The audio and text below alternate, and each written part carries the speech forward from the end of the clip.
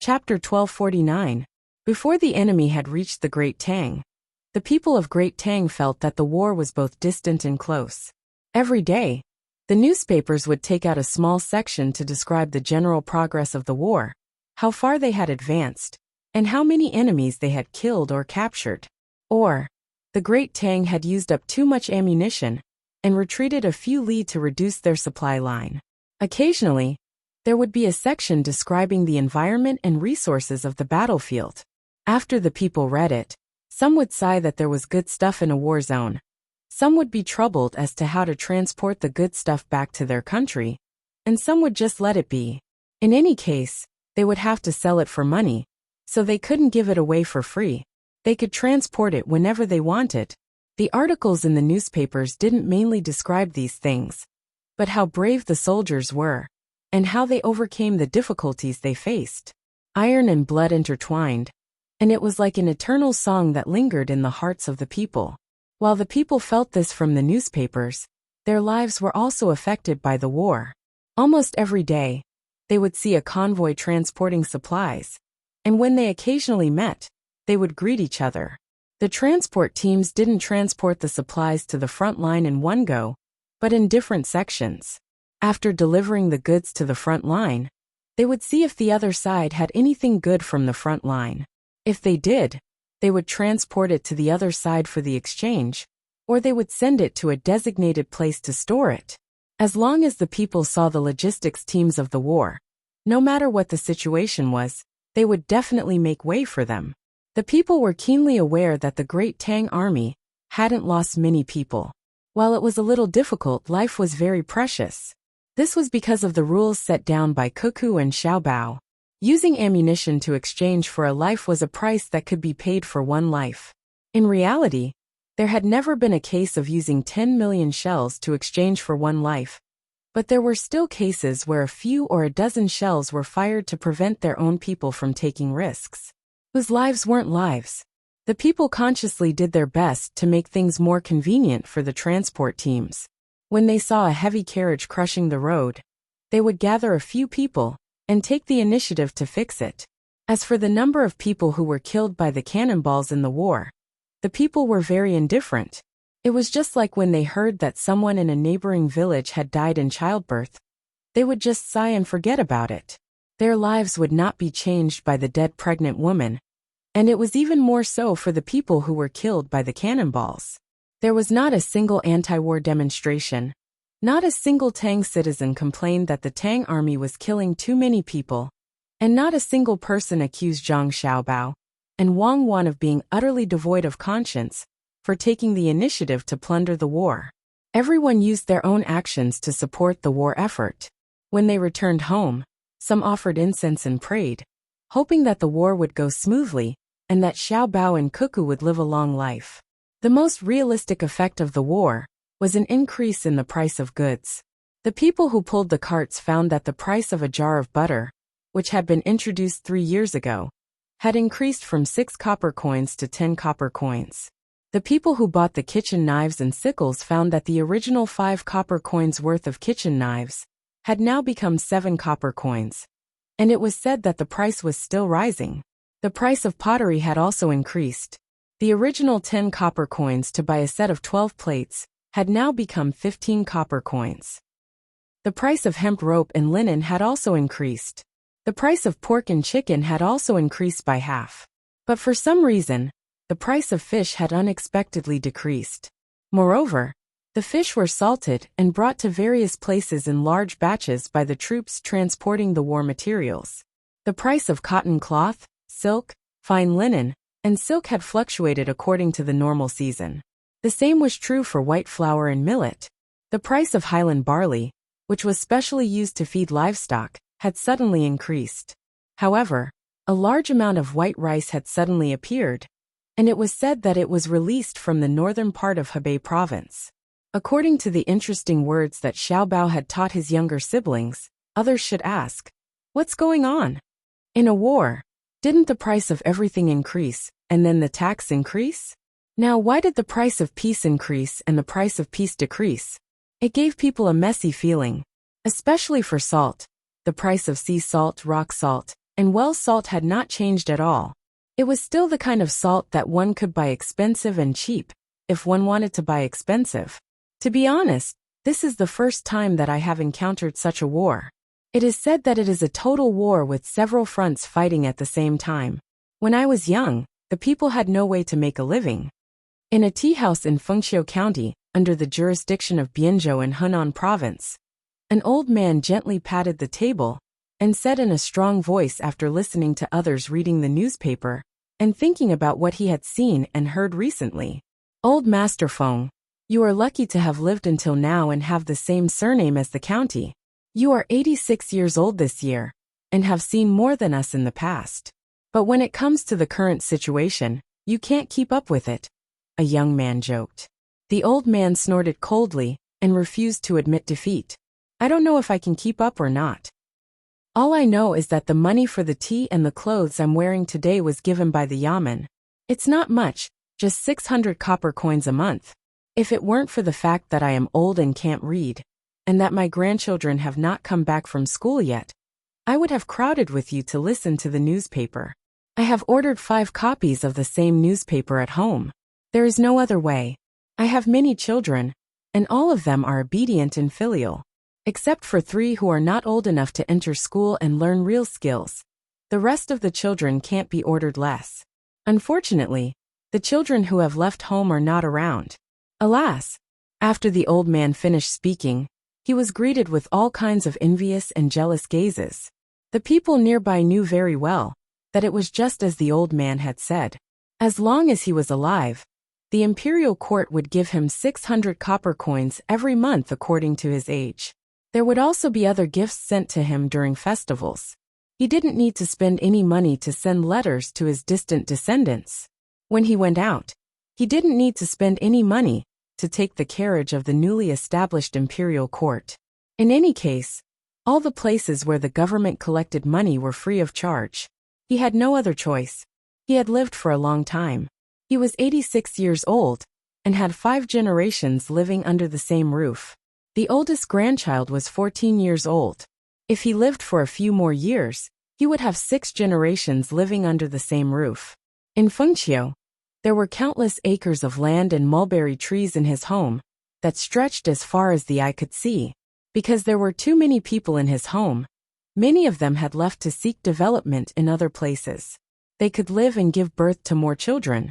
When the government had policies, the local officials would come to discuss with him and ask if he needed anything.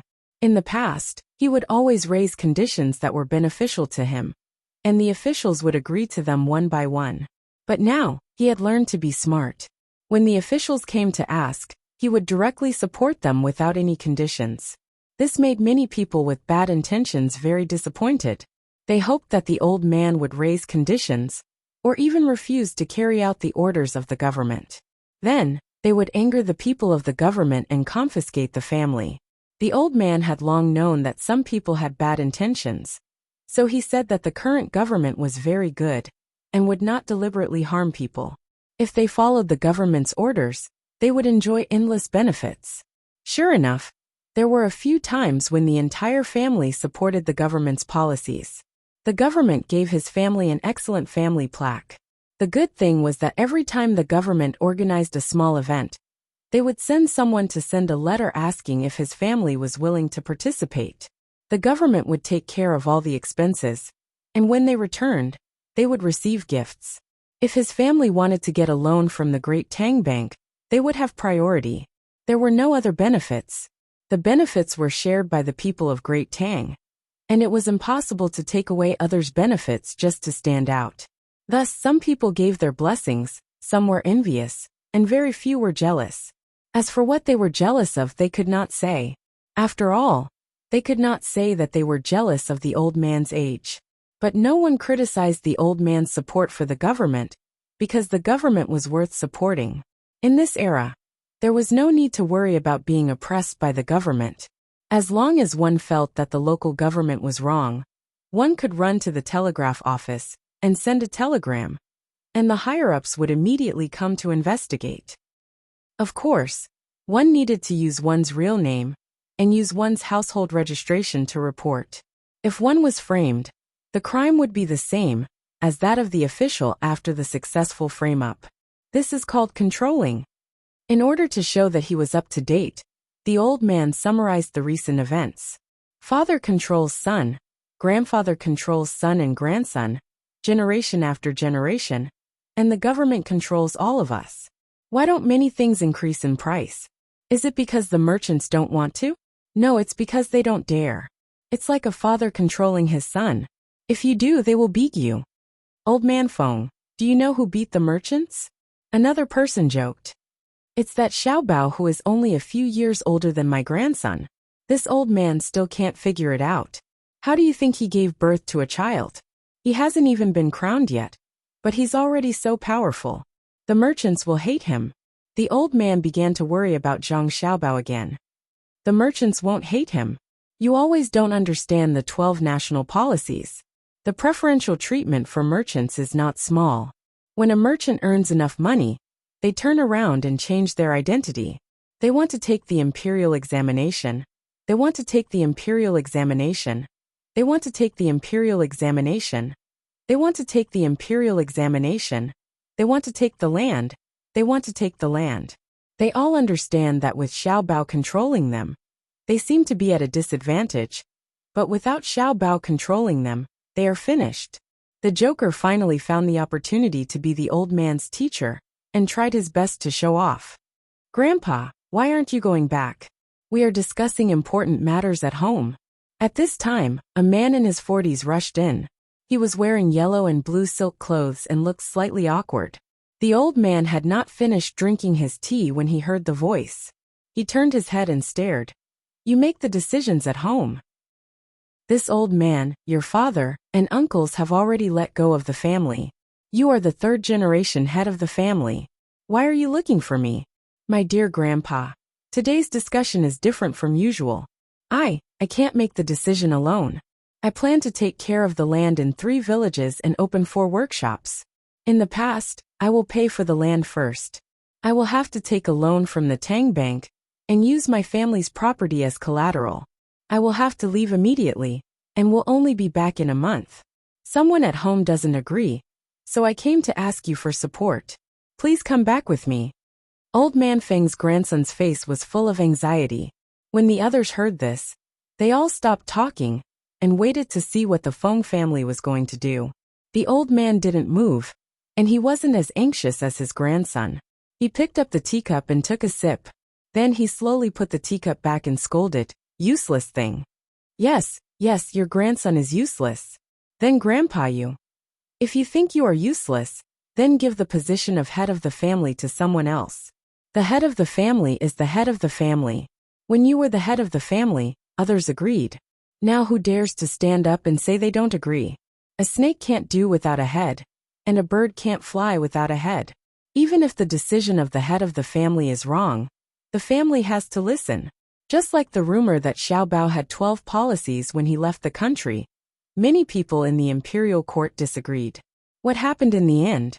Whether they agree or not, they have to do it. If they can't figure it out, they have to think about it slowly. Xiao Bao is like the head of the family arranged by the emperor. When he decides, it is for the people who listen to carry it out, not for questioning. Go back. Either suppress all the people who disagree, or find someone to be the head of the family.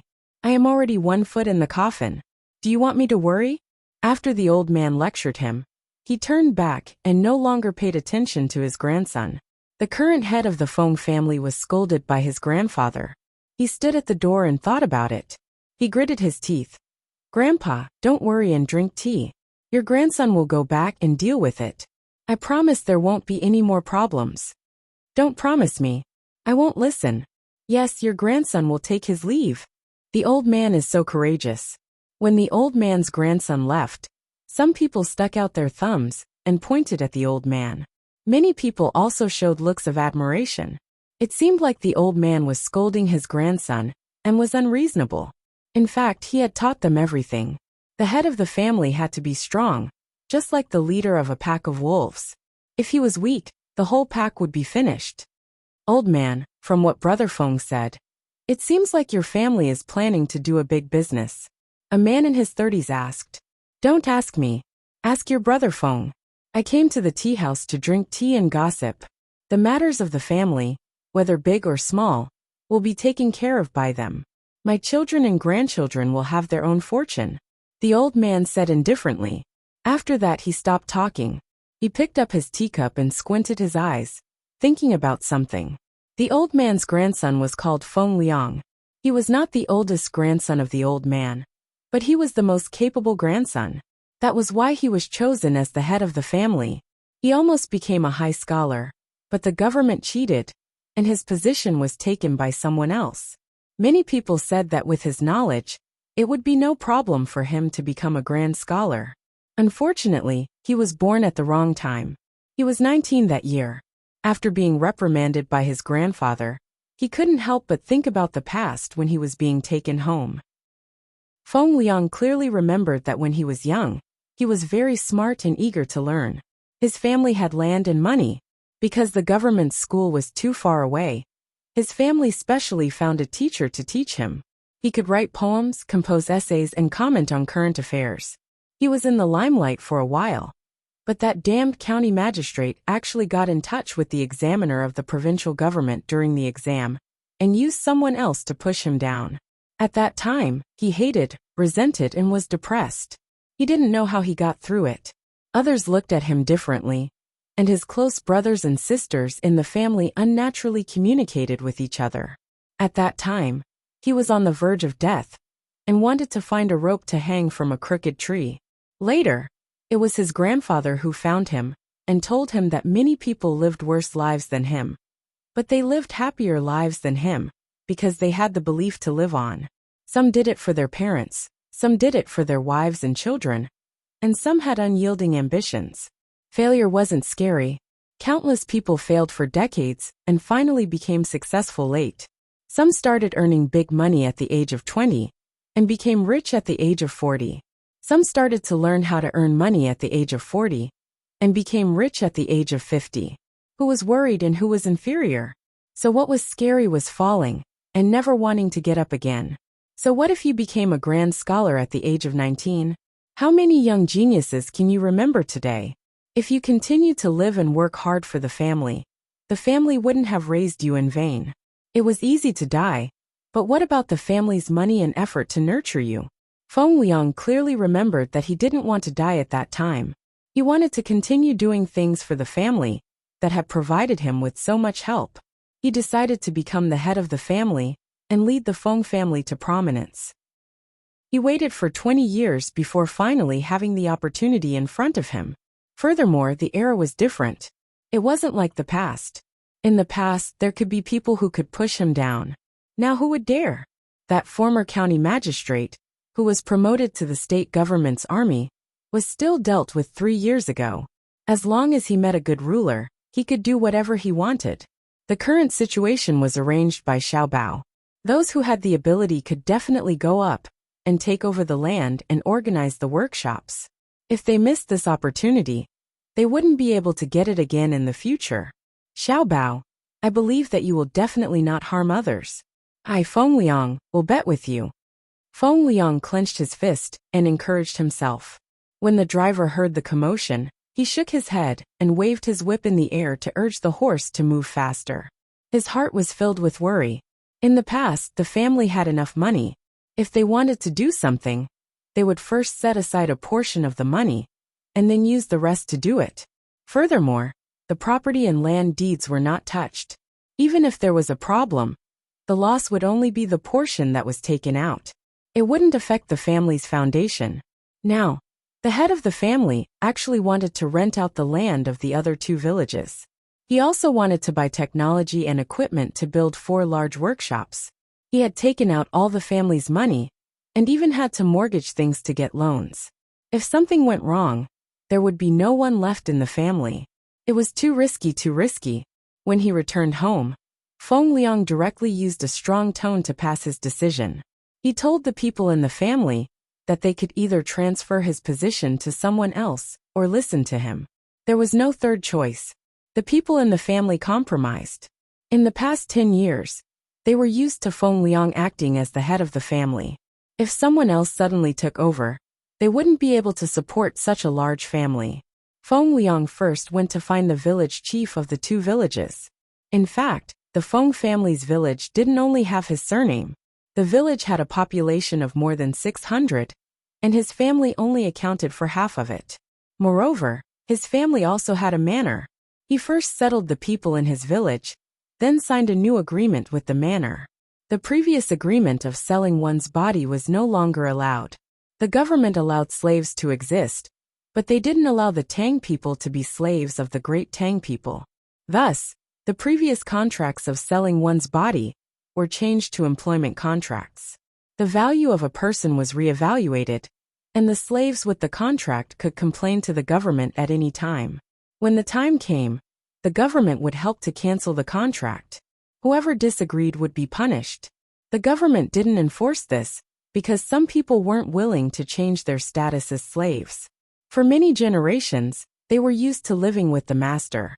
Usually, there was no distinction between master and servant. In fact, the master even treated some of the servants better than the people they hired. For example, if they were tired from work, the master would arrange for them to rest. If they were sick, they would be treated. Of course, this wasn't necessary now. Now there was free treatment. If you wanted to work more without rest, the master would order you to stop working. At first glance, it seemed that these people had lost their freedom, but in fact, they were living very well. The government didn't care.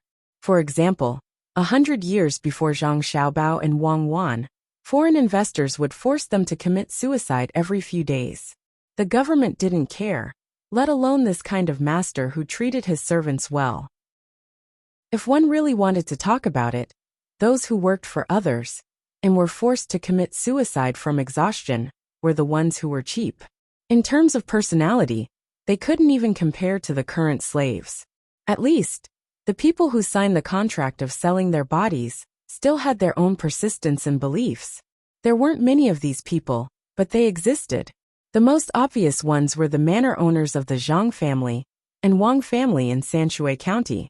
Their families were very rich, and any one of them would be ranked among the wealthiest in other places. They signed the contract of selling their bodies. At first it wasn't.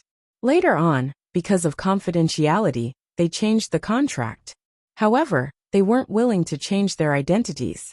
They had many properties in the Great Tang, but only the one in Sanshui County was their home. As for Feng Liang, he persuaded his own family's manor owner and finished discussing with the people in his village. After that, all he needed to do was to rent all the land in the two neighboring villages. In order to successfully complete the plan, he paid a year's rent in advance and added a 50% premium.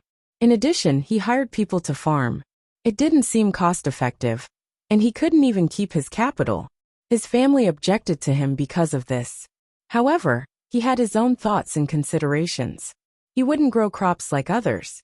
On the day he learned about the 12 national policy, he went to Bianzhou Prefecture and found the branch of the Sinong Temple in the prefecture. He asked them about the technology. The purpose of all the Sinong Temple branches was to collect data on the local environment and the effect of soil on various crops. The other purpose was to provide technical support for people who came to inquire free of charge. For example, what to do if the cabbage at home had worms? Go to the branch of the Sinong Temple to ask and describe it. If they understood, they would directly give a solution. If they didn't understand, they would send someone to follow them home and then tell them what pesticides to buy. If the soybeans planted in the land didn't grow well, they could also go to the branch of the Sinong Temple and ask someone to check what the problem was. If the problem was in the soil and could be solved by using fertilizers, they would recommend a specific type of fertilizer. Feng Liang didn't ask about the worms and bad growth of his crops. He asked the Sinong Temple if there were any new varieties that he planned to bring over to try planting. In the end there was. They told him that there was a new crop seed that was grafted from pepper and tomato. It had just been tested last year and hadn't been popularized. If he wanted it, he could buy it. The Sinong Temple would send someone to keep an eye on it and collect data at the same time. If it was suitable to grow on the land in Feng Liang's area, the Sinong Temple would reward Feng Liang. If it wasn't suitable, The Sinong Temple would compensate him for half of the losses, and he would bear the other half himself. At the same time, he would sell the new varieties. The Sinong Temple would supervise them. He would sell them directly to the Sinong Temple, and both sides would negotiate the price. Feng Liang was so tempted. Even if he failed and bore half of the losses, his family wouldn't go bankrupt. However, if he succeeded, the gains would be huge. Feng Liang used 2 days to successfully sign a lease contract with the 2 villages. At the same time, he also encountered trouble. As for the trouble of hiring people, Feng Liang signed a second contract with the 2 villages. After leasing the land, he would hire people to farm. He could plant whatever he wanted without negotiating with others. The people of the 2 villages naturally hoped that they would be hired back to farm. Otherwise, they wouldn't be able to find anything else to do. In fact, the 2 villages and the people of Feng Liang's village didn't lose anything. Feng Liang was leasing at a premium. The extra 50% was enough to make up for the losses of the original landowner.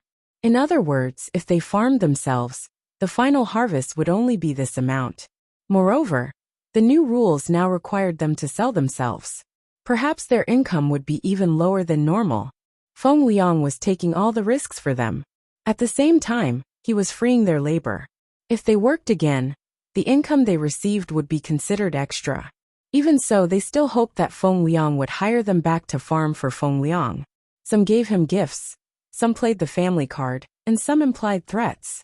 Feng Liang didn't accept gifts, but he wasn't afraid of threats. Those who played the family card were persuaded to go back. Then he began to choose the locals. Usually they were close to each other, so they knew each other well. Which family did farm work well, so they all knew. Feng Liang chose a portion of them, and planned to look for a portion of them outside to gather manpower, or see if there were any extra cattle to rent. When the remaining people who weren't chosen complained, Feng Liang told them about the 4 workshops, and was willing to hire the locals to work in the workshops. This way, it would be much easier for him to control. People who were good at farming were usually men. Women didn't have strength, and there were also men who had strength but lacked skills. They were the kind that were more stupid. Normally speaking, those who didn't meet the requirements should be eliminated. Most businessmen would choose this, or they would lose money. Feng Liang originally planned to do the same. Later, he referred to the Zhang Wang and Wang families in Sanshui County, and found that the 2 families used a very reasonable labor distribution method more than 10 years ago. Every farmer didn't look very tired, but they were very efficient. No matter who was in the Zhang and Wang families' farmsteads, they were all useful. Even if they were children, when they were not in class, they could play around and help out the master's family. Even if they were lame, they would be given a very good job. For example, if they were afraid that birds would eat grains, they would be given some firecrackers. They would sit there and drink tea while looking at the fields. When they saw a bird coming, they would set off a whip, or even make a whip that was used to drive a carriage. If they had skills, the crippled people would help make baskets. Feng Liang initially thought that the Zhang Wang and Wang families didn't want to let anyone go, and wanted to squeeze everyone. After reading an article in the newspaper, he understood that the goal of the Zhang Wang and Wang families was not to make others work hard, but to make everyone feel that they were valuable. A person who thought that they were worthless would lose confidence in life. When the basket weaver realized that the baskets he made were useful to the master family, and at the same time, he could earn more income and be useful to his family, he would be very happy. Therefore, he would affect others. The entire Zhuangzi people would be in a happy atmosphere, and their work efficiency would increase.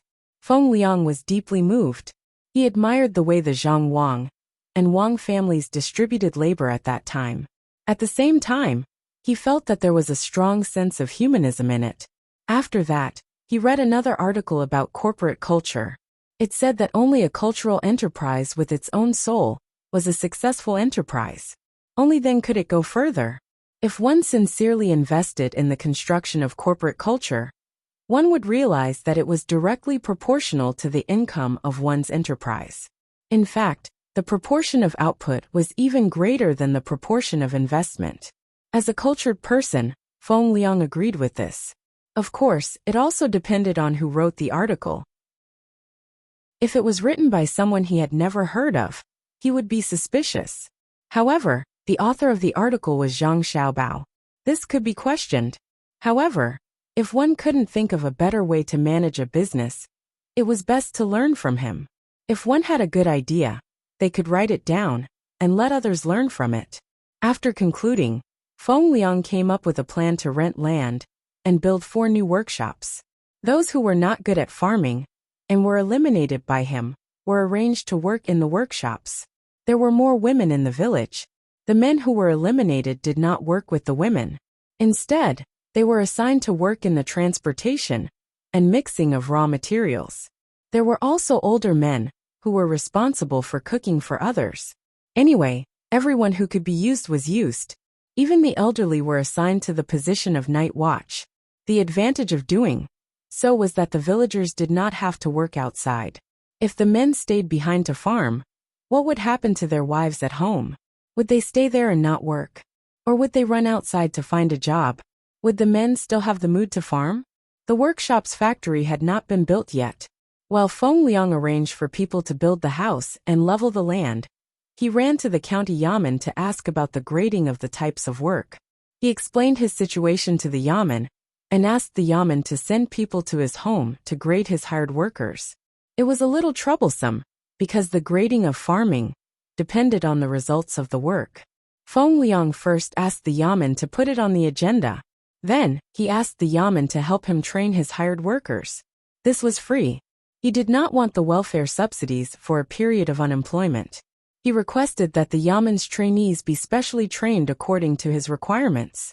The yamen usually considered everything, but after hearing Feng Liang's words, they felt that it was okay and sent people over. There were many people in the 3 villages, so it was not a problem to send people over. It was not a waste of the yamen's training resources. While the training was going on, Feng Liang ran to Bianzhou's Kaifeng Manor and wrote a notice. He stood beside the yamen's bulletin board and raised it to shout, "Free volunteer assistance space for students is provided. Not only is there no charge, but accommodation and food are also provided. The local people are kind and gentle. The local children are obedient and cute. The local accommodation environment is comfortable, and the food is reasonable. We welcome all students to come." Feng Liang's shout attracted many people to watch. Some people did not know what he was doing, and were just there to join in the fun. Some people revealed a look of realization. One of the 12 national policies said that if students wanted to qualify for the imperial examination, they had to do 200 days of volunteer work and 100 days of free teaching. The main emphasis was on teaching. If they were willing, the first 200 days could also be used for teaching. In total, they would be qualified for the examination after teaching for 300 days. At the moment, most people were in a wait-and-see period when it came to the 12 national policies. Very few people were actually taking action. Feng Liang was considered to be the group of people who were eating crabs in advance. Seeing that the number of onlookers was gradually increasing, he rolled his eyes and shouted again, "I promise that within 3 months, I will build a library. There will be all kinds of books in it, and all the writing tools will be provided by me. Students can teach their children while learning by themselves. There is no need to pay any fees. At the same time, there are countless talented students in the schools around the village. Every month, I will fund a student exchange gathering. Come, only I know what you need. Come, I will definitely provide you with a good teaching and learning environment. If you miss it, you won't be able to find someone like me. Hey, why are you calling that? Are you different from others? I don't believe that I will regret missing out on you. I think you are just like that." Someone in the crowd jeered. Feng Liang knew that the person who jeered was definitely not a student, but he could not scold back. He revealed a gentle smile, looked in the direction of the voice, and nodded gently. "Good question. What do I have that is better than others? First of all, my family is quite rich, enough to support me to fulfill my promise. I am not showing off. Everyone knows that the richest families in Tang dynasty are the Zhang family and the Wang family. Showing off your wealth will only make people look down on you. This is the second advantage that I want to talk about. I am not as rich as Xiaobao, but I am like him in Cuckoo. I have a heart that cares for children. I hope that the children in our village and the surrounding villages will have good teachers. I really can't teach them all by myself. Although I should have been a high scholar, I was forcefully pushed down by others. Keep bragging. You think you are a high scholar? I believe in rotten people. Someone jeered again. His words were a little harsh, so the moment he finished, the person beside him gave up his seat and kept a certain distance from him. In the end, he was despised by others. He lowered his head and disappeared into the crowd. At this moment, Feng Liang really wanted to rush over and beat up the person who jeered. But he knew that he had to control himself. He still revealed a warm smile and said, "Yes, actually, you can say that I am bragging. I feel that if you want to brag, you have to have the ability to do so. I will brag. I will brag with all my strength. I will blow away the clouds and see the morning sun. The morning sun shines without sorrow. Without sorrow, in the country, children roam together with laughter. I ask, which side do the children laugh? The children laugh and point at the emperor. The pillar of the emperor, the Huiying Hall, illuminates the country and gradually becomes stronger." After Feng Liang finished speaking, the surroundings immediately quietened down. Everyone looked at Feng Liang differently. He was indeed a student. His words flowed like water, and his words were eloquent. "Good, well said. Unfortunately, I am not a student, so I can't go to your place to teach children. Do you have any students? Go quickly, follow this big brother. You definitely won't lose out. When you have nothing to do, you can even communicate." Someone began to support him. That's right. Look at how well he said it. I don't understand the meaning, but it is very comfortable to listen to." Another person echoed. Finally, someone walked out and approached Feng Liang. He asked, "When will you start? Don't you have a teacher to teach you now? There are 150 children in the surrounding 3 villages, but there are only 6 teachers. That's not enough at all. There aren't enough subjects, so I can only teach the Analects of Confucius and simple arithmetic. I want to add in all the subjects. I'm currently studying geography and physics, and I'm still taking the chemistry exam. After I pass the exam, I'll be able to obtain the experimental equipment provided by the imperial court, and I'll use it to teach the children." Feng Liang said sincerely. He was indeed doing so. "Count me in. Don't shout here. I'll help you find a few more people. With everyone contacting each other, there will be more people who want to volunteer." The person who stood forward persuaded Feng Liang. Feng Liang nodded immediately. "All right, I'll treat you to a drink. We'll talk while drinking. In fact, it's best to start work now. The sooner we finish the 300 days of work, the sooner we don't have to worry when we want to take the exam in the future. It's useless to wait and see. Will Xiaobao change the national policy? I heard that when the imperial court is discussing, His Majesty only allows everyone to listen, watch, and discuss, but is not allowed to object. Xiaobao is playing a big game of chess. Don't think that you can reverse the tide." Feng Liang spoke very loudly for others to hear. When he was about to leave, he turned around and shouted, "My family is from Fengqiu County. My surname is Feng. Anyone who is interested in developing there can come and take a look first. I'll definitely be waiting for you." There was a clamor of agreement from the surrounding crowd. Feng Liang was relieved. Now, he didn't have to worry about the children of his employees. With a good teaching environment and teachers, he believed that the employees would work in peace. At the same time, they would stay in the local area to develop. Even if the skills of the employees improved in the future, and someone wanted to spend a large sum of money to rope them in, the employees would first have to consider if it was worth it to leave the local area to earn more money. Would others still provide their children with such a good education environment and care? Feng Liang was the first batch of people to take action when the 12 national policies were released. There were also people who were not in business or agriculture, who actively joined the army to receive military training. Some of them wanted to complete the stipulated time for this year's military training as soon as possible, while others wanted to practice guns. Usually they could only see guns made of wood. It was satisfying to hold them in their hands or shoot out fireworks horizontally. It was not easy to get the chance to touch a real gun.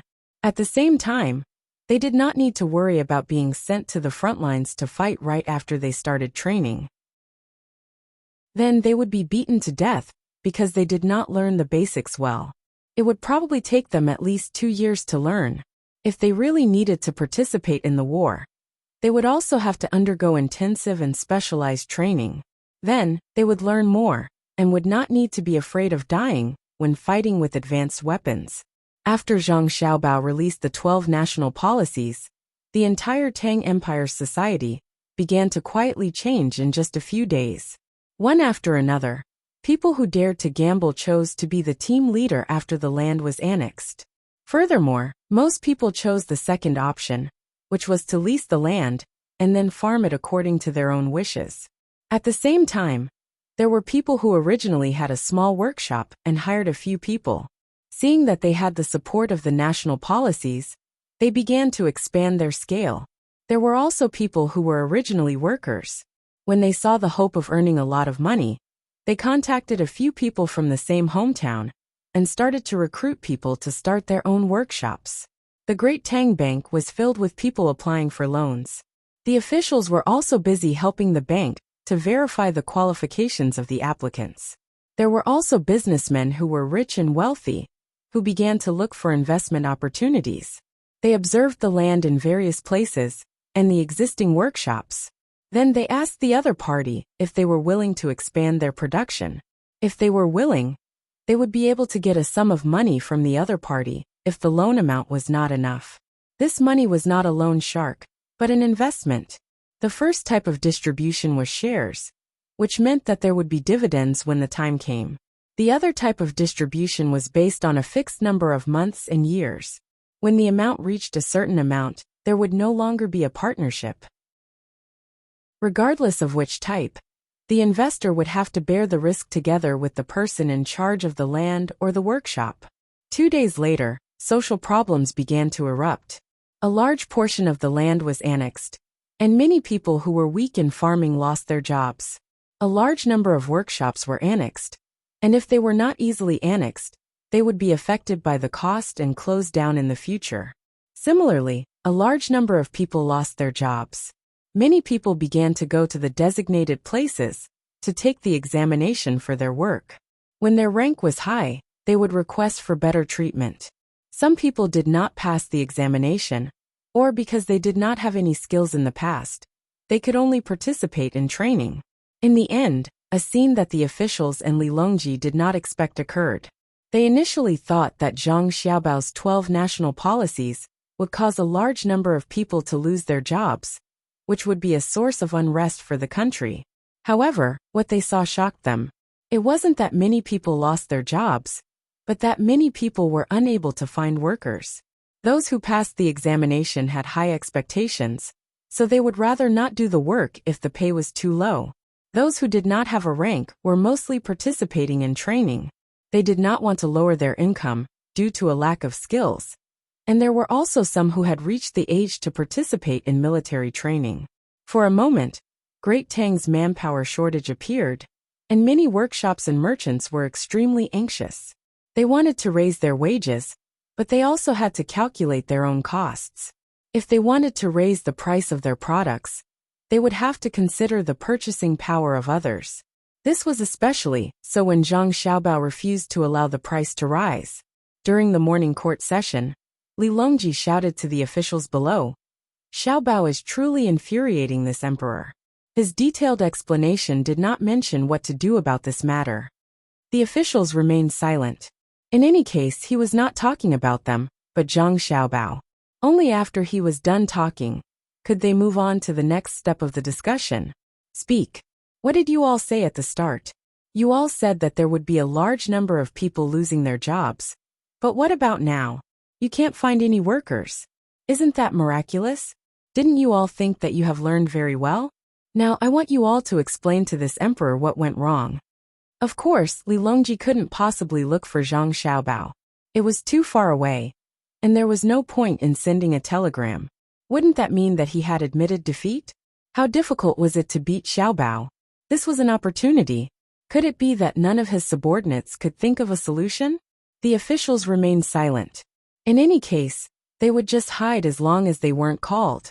The Minister of Revenue, Wang Bei, stepped forward and said, "This subject doesn't know why this situation happened.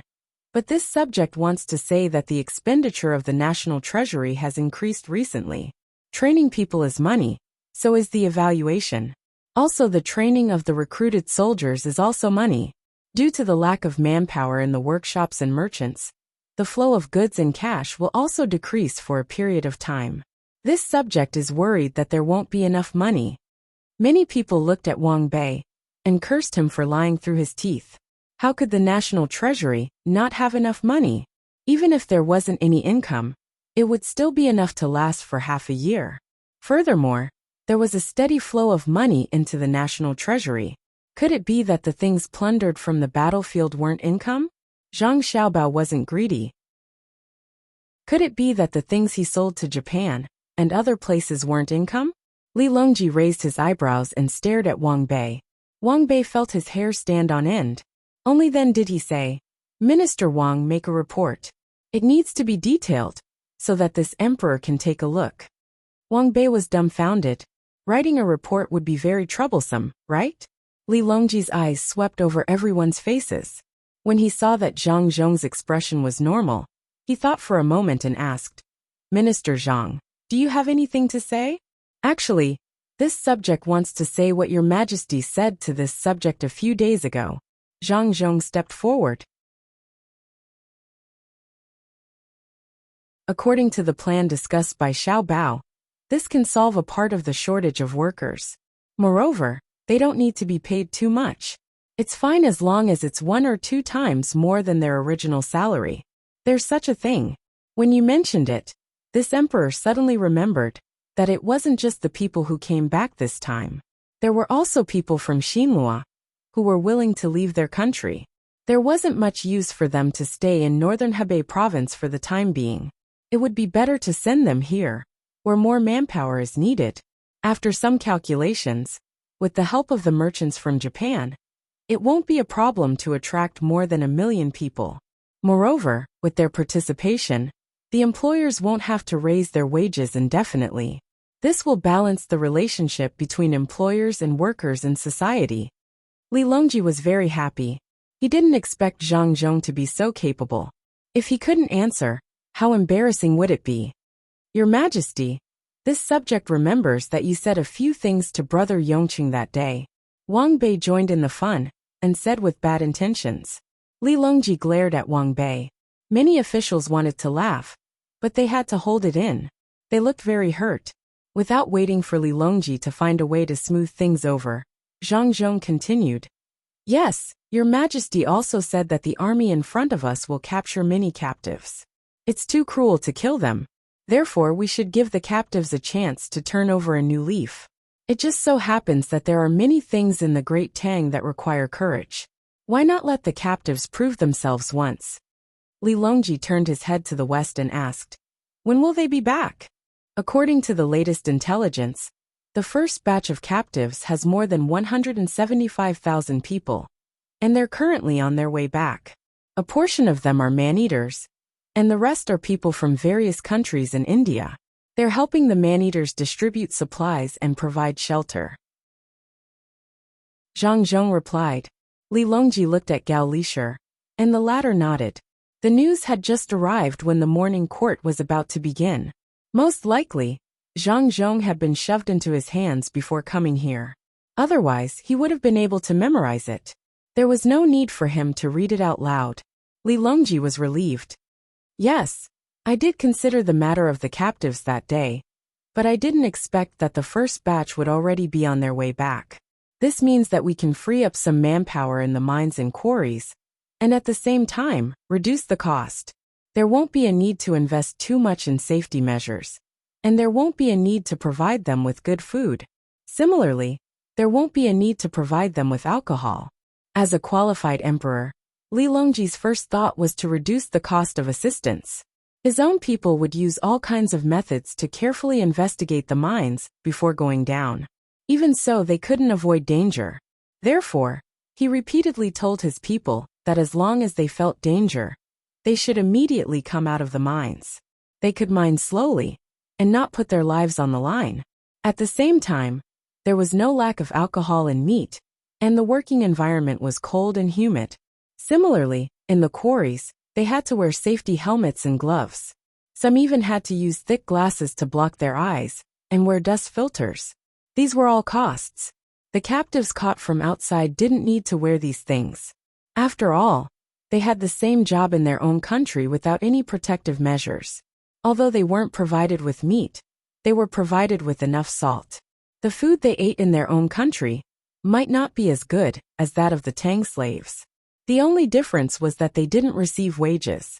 Li Longji thought about it again and felt that there was nothing else to say. He looked down and said, "What else do you all want to discuss?" Zhang Xiaobao and Wang Wan were still in Yi province. They didn't go to any of the battlefields. The feedback from the battlefields was good.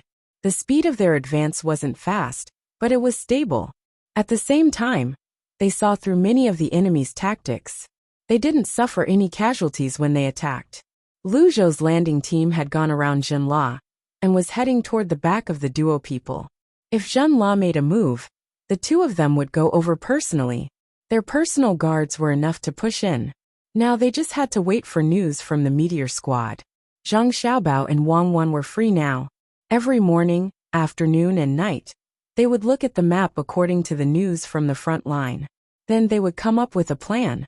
If they could use the front line, they would use them. If they couldn't, they would abandon them. The rest of the time was spent on learning and teaching their younger siblings. Recently, Little Bei and the others would go out for about 4 hours every day. They seemed to be busier than the adults. Sometimes, they would go to other people's restaurants. Sometimes, they would listen to storytellers in the tea houses by the street. Sometimes, they would go to the nearby school to play with the children. After going out today, they only came back when it was almost time for dinner. At noon, they ate outside with the children in the school. They were picky with their food and obviously didn't feel good. At dinner, they ate half a bowl more than usual. After that, each of them held a plate of fruit and stared blankly. Wang Wan nudged Zhang Xiaobao, signaling him to see what was going on. Something was wrong. Zhang Xiaobao first called the people who accompanied them out today and asked them. They didn't find anything wrong. At noon they ate almost nothing. Therefore, when the little ones got their food, they only got half of their usual share and ate it all. In the afternoon, they had 2 classes with a class of their own. After that, they played for a while and distributed the snacks in their bags to the children. Little Bei sang 2 songs and came back for dinner. Everything was normal. "You guys made it?" Zhang Xiaobao couldn't figure out what was going on. He directly asked his younger siblings. "No." Little Bei shook his head. "Why are you so listless?" Zhang Xiaobao asked again. "I'm thinking about something. Brother, you and sister go do your things first. I'll find you later." Little Bei pushed his hand and asked his brother and sister to leave. They wanted to discuss something. Zhang Xiaobao and Wang Wan looked at each other and smiled. They turned and left, leaving only Little Bei and the other 9 people behind. Could it be that they saw something bad in the school and have some thoughts? Wang Wan walked out and asked, "Who knows? Let's wait and see what they want to discuss." Zhang Xiaobao smiled. After about half an hour, Little Bei held a notebook in his arms and skipped into his brother and sister's room. "Finished the discussion?" Zhang Xiaobao asked. Little Bei nodded and came to the sofa. He nestled his whole body in it. He first smiled at his brother and sister and then said, "Brother, we found a problem." "What problem?" Zhang Xiaobao was very cooperative. "About the oil extraction. Today, I'll treat our school friends to snacks. You know sunflower seeds, right? There's oil in them, and they look pretty good. Press them out and taste them. They're so fragrant." Xiaobei took out a handful of sunflower seeds and bit one open. Then, he pressed his hand against the glass coffee table with all his might. His thumbnail was already on it. Then, he raised his hand and waved his thumb in front of his siblings, indicating that there was oil on it. Zhang Xiaobao's eyes widened in surprise. He stared at Little Bei's thumb and said, "Oh, there's oil. What's going on? Brother, your expression is so fake. Hee hee, look at sister laughing at you." Little Bei winked at Zhang Xiaobao and laughed happily.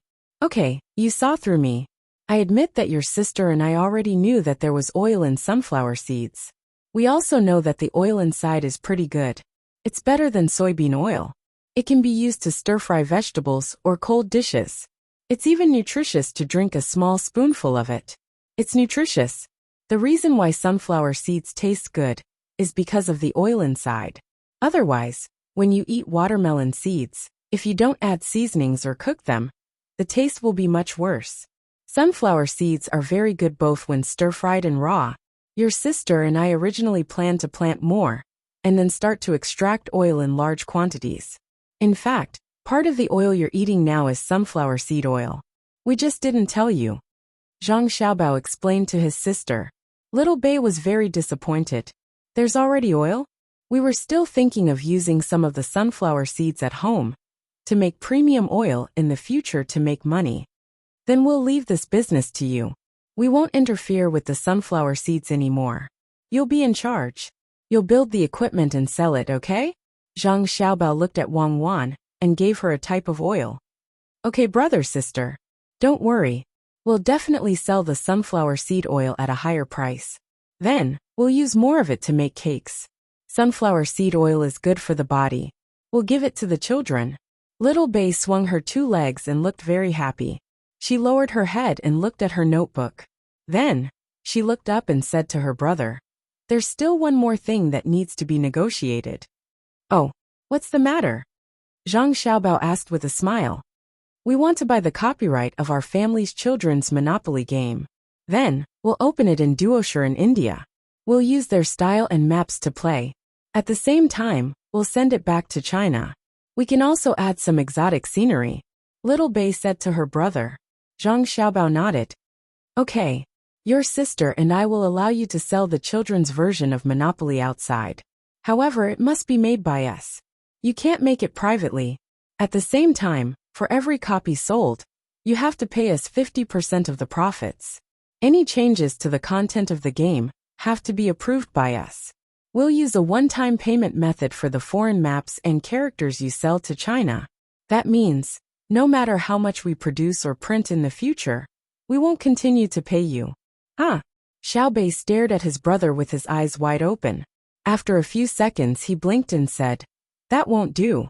The domestic market is so big. If we sell it overseas, there won't be many people who can afford it. We're planning to target their civilization and attack them. Besides, we have to get your permission. What can we play? Also, your demand for profits is too high. We have to obtain the production rights and the rights to change the characters and maps. For those sold to China, because we are the main source of resources, we ask that the quantity and quality of your production be strictly monitored. For every copy sold, you have to pay us. If you hold a children's competition, we ask for the right to advertise. After saying that, Little Bei stared nervously at her brother. Wang Wan was smiling at the side. Zhang Xiaobao thought for a while, rolled his eyes and said, okay, we agree to your request. However, we have to add a condition. If you use the maps provided by the military and the maps of our intelligence department, you have to pay extra. It can be a one-time payment, but at least 500,000 strings of cash for a map of 10,000 square kilometers. It can also be based on the amount of production, with a 50% profit. During this process, the rights to the other versions of Monopoly will be completely given to us. You are not allowed to carry out any sales, publicity, or production. Little Bei slapped her forehead hard. Aya, brother, why are you like this? Didn't you just give up the sunflower oil right away? What are you doing? Now that you're talking about it, my head hurts and I'm confused. I can't figure it out. Is it a loss or a gain for the relief draft? Zhang Xiaobao smiled but did not say a word. Wang Wan got up and went to Little Bei's sofa. She hugged Little Bei and explained, Little Bei, you said before that if you wanted the production and sales of the sunflower oil, as your brother and sister, we would give it to you because you are our younger siblings. But you said later that it was a negotiation. So we need to put aside our other identities and just be negotiating partners. In other words, that Xiaobao in front is your brother, but the one behind is not your brother. Why don't you give up on the negotiation and ask your brother and sister for it? Your brother and sister will give it to you directly. Don't. Little Bei pouted and shook her head. I don't believe it. I'll remember what I said just now. I'll look for Xiao Yuan and Xiao Hai to discuss it. Negotiation is negotiation. At the very least, I have to figure out what's going on first. Wait. If there's no result tonight, we'll think about it again tomorrow morning. With that, Little Bei ran out. Chapter 1251. When they woke up the next morning, the 9 little guys didn't go anywhere after breakfast. They went back to their own yard to discuss things. At noon, they came out for a quick meal and turned around to go back. In the evening, Xiao Bei came back with a book in her arms. She set up a carriage and negotiated with her brother. In the end, she left in a daze. The next day, the result was the same. On the next day, Xiao Bei ran to Zhang Xiaobao as soon as she came in. She opened her arms and hugged Zhang Xiaobao's neck. She said coquettishly, "Brother, you must be very busy with domestic affairs recently. You must be very tired, right?" "It's okay," Zhang Xiaobao said as he leaned close to his sister's face. "Don't lie, we all know. Brother, how about this, you rest first? It's just a small problem of children playing Monopoly outside. It's not worth your trouble. Sister will do it with you, right?" Xiao Bei continued to hug her brother's neck. Yes, it's the same whether I talk to your sister or not." Zhang Xiaobao stood up and hugged Xiao Bei and spun 2 rounds on the ground. Xiao Bei giggled for a while. After landing, she looked at Wang Wan. "Then, is it the same if we talk to my sister?" "It's the same. You talk, I'll go rest," Zhang Xiaobao said to his sister with a smile. "Goodbye, brother." Seeing her brother go to another room, Xiao Bei waved her hand and turned to Wang Wan. "Sister, let's start the negotiation now, okay?" Wang Wan nodded and pursed her lips into a smile. "All right, let's talk. Last time, your brother said that he allowed you to get intelligence and military maps at the price of 5,000 strings of coins per 10,000 square kilometers. However, you must gather 85% of the foreign children in this 10,000 square kilometers. For every percentage point less, you have to pay an additional 1,000 strings of coins. At the same time, you will also be given 26% of the shares of other domestic monopoly games. However, you need to taste the real foreign food and develop a series of food that domestic children are willing to accept. At least 50% of the children will like it. For every percentage point less, your shares will also be reduced by 1 percentage point. Everything else remain the same. Your older brother directly agreed to all of your requests. He didn't make any changes based on your requests. Instead, he added our side's conditions. You have to understand that if it were anyone else negotiating with your brother like this, your brother would definitely not make such a concession. Allowing your conditions is a loss to his own interests. Now tell me, what do you want to talk to me about?" Wang Wan made things very clear. Xiao Bei represented the 9 of them, and made one request after another in exchange for more benefits in the negotiations. Zhang Xiaobao did not directly discuss Xiao Bei and the others' conditions. Instead, he came up with new conditions. It was impossible for the same thing to happen in a real negotiation. The other party's conditions would definitely be the most beneficial to the other party. A very important part of the negotiation process was to suppress the other party's conditions, even if they did not understand the effect of the conditions on the mutual benefits of the 2 parties. Wang Wan kept looking at how Zhang Xiaobao nodded no matter what conditions Xiao Bei put forward. Then, he put forward his own additional conditions, weakening the benefits of Xiao Bei and the others again. When it came to spoiling and training his younger brothers and sisters, he showed his level. Not everyone could use additional conditions to make up for the loss of benefits caused by the main conditions. Wang Wan also knew that Zhang Xiaobao did not take the negotiations proposed by his younger brothers and sisters seriously at all. Every time they negotiated, he would deal with them as they came. And all of this was not to say that his younger brothers and sisters were weak. If it were someone not in the top-ranking list of billionaires negotiating with Xiao Bei and the others, they would definitely be tricked by Xiao Bei and the others and suffer a big loss. Don't think that children are easy to fool. You have to see how they were raised first. The people who followed Xiao Bei and the others, except for Li Yilong, were all elites from the inner courtyard.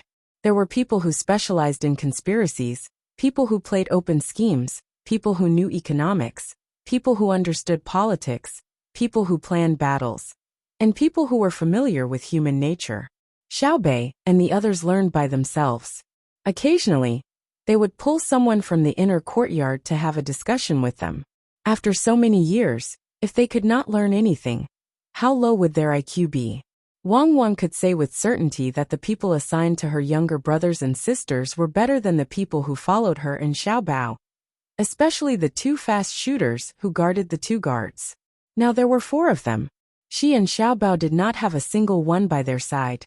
They were all given to their younger brothers and sisters. Therefore, Wang Wan felt that at her younger siblings' current age, she could not be too indulgent and flattering. She should suppress them when she needed to. It just so happened that they came looking for her. And as expected, they were casually suppressed by their older brother Xiaobao. That kind of understatement and unrestrained additional conditions that he proposed were the most hurtful. She believed that her younger siblings would work harder in the future and not be arrogant and complacent. Now that Xiaobao was sent away, she had to complete this task. She was also casually nodding and agreeing to her younger brothers and sisters' conditions. She also gave additional conditions. Otherwise, if she was weaker, Xiao Bei and the others would feel that they were more capable. It would be easy for them to suffer more losses. Xiao Bei did not know why she was constantly suppressed by her older brother's negotiation techniques. She and the other 8 siblings did not understand their older brother and sister's painstaking efforts. They wanted them to have confidence, but not be arrogant. They just wanted to have a little advantage in the negotiation. However, it had been 3 days. She was very serious in the negotiation, but her older brother dealt with it like it was a game. What was the problem? Xiao Bei thought. She looked up and saw her older sister's smiling eyes. She twisted her body and smiled embarrassedly. Okay, sister, yes, we are afraid of brother. We finally know why the merchants of Tang Empire are so honest. We thought and thought until our heads hurt. In the end, brother casually said something. When I went back and thought about it with them, I found that I was at a disadvantage again. In the end, we felt that we made a mistake, a big mistake. Yes, a mistake. So, Wang Wan asked with a smile. So we decided to change the negotiation rules. According to Xiao Yuan, instead of stopping the boiling water, it is better to take drastic measures. We found the wrong opponent to negotiate with previously. It is the biggest joke in the world to play economic games with brother. We are using our shortcomings to attack his strengths. To sum it up, we are stupid. Xiao Bei was very calm. Since her older brother had promised not to participate in the negotiation, he would not go back on his words. Even if her older brother heard what she said in the room next door, he would not come out to the negotiating position again. It was just like how her older brother disdained to use administrative means to solve economic schemes. In the past few days, the 9 of them went to visit.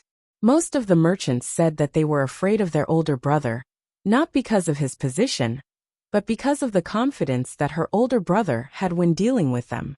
If he did not use administrative means, they would not be her older brother's opponent. That administrative order, that could be used at any time, was like a loaded bullet that had not been fired. It was like swimming on their own. They were not afraid of how deep the water was, but they were afraid of not being able to find the bottom. Administrative orders were the simplest method and could easily solve any economic scheme. However, if her older brother did not use them, no one could guess how many methods her older brother had and how profound his way of doing things was. Indeed, the unknown was the scariest. Wang Wan looked at the changing expression on Xiao Bei's face. She seemed to think of her sister's concerns and admiration for her older brother. So she said, "Did you guys adjust the negotiation strategy and use a trick to lure the enemy to change the leader? It looks like you guys are treating me as a pushover. Tell me, what is the content of your negotiation today?" Xiao Bei shrunk her neck and stuck out her tongue. Her eyes kept rolling as she shook her head. "No, I just feel that sister is better than brother. Brother is not giving in at all. Be careful that your older brother won't cook for you guys tomorrow. Alright, let's see if I can give in today's conditions. Wang Wan touched and pinched Xiaobei's face as she spoke. Xiaobei sat up straight, looked at the folder she had brought, and said, Alright, regarding the conditions raised by brother yesterday, we have the following ideas. For every 10,000 square kilometers of map provided by the Intelligence Department and the Military Department, we should not pay 5,000 strings of coins. This is because everyone knows that it is impossible to use military maps in a child's Monopoly game. Military maps are top secret. We ask that you treat some of our partners according to the actual situation. We have protected your military confidentiality system, but your fees are too high. Furthermore, when we release the game locally, we will definitely obtain new local intelligence, more detailed and specific information. Children are not tight-lipped. Therefore, in exchange for the exact information we can obtain, we will reduce the cost of all map modifications. At the same time, due to the geographical constraints of the objective traffic situation, where can we find 85% of the children? If you insist, I need you to fully equip the early stages of transportation infrastructure. As for the second point, we believe that the 26% shares we can obtain is too little. In other words, we lack the understanding between partners to let 50% of the children like to eat foreign food. Because after continuous trials, we believe that more adults will like to eat the foreign food that we have researched. Therefore, we ask that you increase the shares given to us in other Monopoly games. Otherwise, we will ask that the adults in the country are not allowed to eat the foreign food that we have researched after trying it. After Xiaobei finished speaking, he looked at his sister without blinking. They had discussed for a long time last night, before coming up with targeted conditions, and they were very convincing. Now that brother was not participating in the negotiations, he wanted to see how his sister would respond. Perhaps he could gain a huge advantage. Wang Wan still smiled and nodded. Alright, we accept all of your requests. Xiaobei immediately sighed when he heard this. He knew that it was over. His sister's tone was too similar to his brother's. In the past few days, he had already known that when his brother agreed to his conditions without hesitation, the additional conditions he mentioned would cause him to lose a lot of benefits. His sister definitely knows how to. You businessmen have been deceived. The demoness cuckoo in your eyes is not only good at fighting. Just as Xiaobei was worried, after Wang Wan agreed to the conditions, she said to Xiaobei, We fully support your pursuit of benefits. Similarly, we also have our own interests. Say, I am mentally prepared. Xiaobei lowered his head dejectedly. Under normal circumstances, when an adult saw Xiaobei like this, they would be soft-hearted and give in. However, Wang Wan knew that now was not the time to be soft-hearted. Her younger brother and sister negotiating with her, and Xiaobao was a child acting coquettishly and showing off to adults. If it was too easy for them to gain recognition in terms of knowledge, they would very likely put their thoughts on other aspects in the future. Taking a deep breath, Wang Wan glanced at Zhang Xiaobao, who had half of his head peeking out from another room. She said to Xiaobei, According to the advantages you mentioned, we require you to summarize a piece of useful information from the foreign children every day. At the same time, we no longer require you to recruit 85% of the children, but you need at least 20% of the children to be convinced by you within half a year to acknowledge our Tang Empire. You also need to convince 10% of the parents to change their hostile views towards our Tang Empire. As for the second point you raised, under the condition that we agree, the share distribution will be calculated according to the proportion of the adults who specially order the foreign dishes in each restaurant. You can send financial supervisors to calculate and then distribute according to the net profit ratio of the foreign dishes sold. You can have 50% of the shares. I knew it would be like this. Anyway, there is still a lot of time before we can really sell the Monopoly toy to the foreign world. We are not afraid. We have already prepared for a long and difficult negotiation process. I will remember it. When I go back, I will discuss with them. I can't put all my thoughts on the negotiation and delay other things. It is not worth it. I am going back now. Brother, where are you? I am leaving now. Xiao Bei found that things were not different from what he had guessed. He let out a long breath and admitted this fact. He yawned and prepared to go back to his courtyard. Zhang Xiaobao came out from the room next door and carried Xiao Bei downstairs. Wang Wan followed to send him off. At the back door of the first floor, Zhang Xiaobao said to his sister, "I heard that the prefectural school will hold a table tennis competition for all children between the ages of 7 and 13. If you have time, go and take a look and support the sports development of Tang Empire. Then, will we come back for dinner tomorrow?" Xiao Bei was very afraid of eating outside. If the food was not delicious, he had to pretend that he liked to eat. It is not easy to be a public figure. Xiao Bei sighed like an adult. Zhang Xiaobao kissed his sister's face and patted Xiao Bei's head. "Tomorrow, I will ask someone to send food over. Take it as supporting the sports development of Tang Empire. Out of the 8 dishes, you can choose any 4 dishes. 2 meat dishes, 2 vegetables and 1 soup. Okay, I'm leaving now." Xiao Bei skipped away. Wang Wan looked at Xiao Bei's departing figure and turned to Zhang Xiaobao. It is not easy for the younger brothers and sisters. As public figures, they are invited to participate in all kinds of activities almost every day. Unlike us, others know that we have to think about the war and domestic affairs, so they do not dare to invite us. The children of aristocratic families seem to be very happy, but they are actually busier than ordinary children. After a few days, it is up to them. If they feel tired, they can tell others not to invite them in the future. Otherwise, they will be like celebrities and have to appear in all kinds of situations. Zhang Xiaobao nodded. Suddenly, he felt that something was wrong. After thinking about it, he coughed and said to Wang Wan, "What era are you talking about public figures? What era are they?"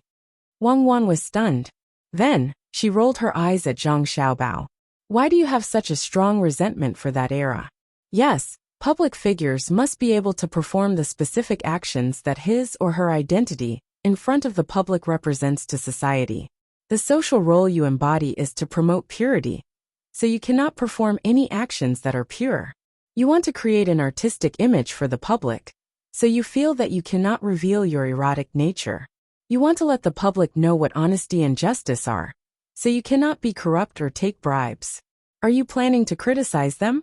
Criticize the public figure of that time for not being in line with his or her specific actions and promoting social concepts.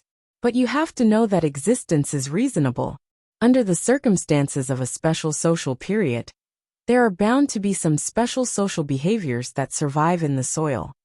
Zhang Xiaobao shook his head, looking as if he had been wronged. "I didn't say anything. I was just asking. Knowledge. I ask as I learn. What makes you think you can judge me? But I agree with a part of what you just said. Do you agree that it is reasonable for public figures to perform under certain circumstances when they do not perform as they wish?" Wang Wan asked. "No, I agree with what you said before. For example, if there is a prostitute in a brothel, she must ensure that she has not been groomed by a man. Otherwise, she will immediately be removed from the list of prostitutes. I actually admire the women from more than 100 years ago. When they debuted, they took off their clothes. That was their public image. I don't think there is anything wrong with that. But I am very disgusted by the fact that they spent tens of thousands of dollars to invite women from other countries who sell their bodies. They just have to talk about art. This is clearly a kind of blasphemy to their identity as a prostitute." Zhang Xiaobao continued to criticize as he explained. "Watch your mouth. Be careful of offending people. What if you meet someone like Wang Bei who is unrepentant and insists on making trouble for our family? Actually, what you just said is related to the education of the local officials. Back then it was not like now. If the officials did something immoral, they would be pointed at and scolded on the street and blushed. The officials back then were successful in their cultivation. Okay, let's not talk about the things back then, okay? Let's talk about Xiao Bei and the others. I was serious about what I said just now. I have really decided to use Xiao Bei and the others' game of Monopoly to attack the national spirit of the other countries." He was already used to Zhang Xiaobao's cynical personality, so he changed the topic and talked about the national spirit of the other countries. Zhang Xiaobao pondered for a moment and said, I know. I also support it and have been doing it.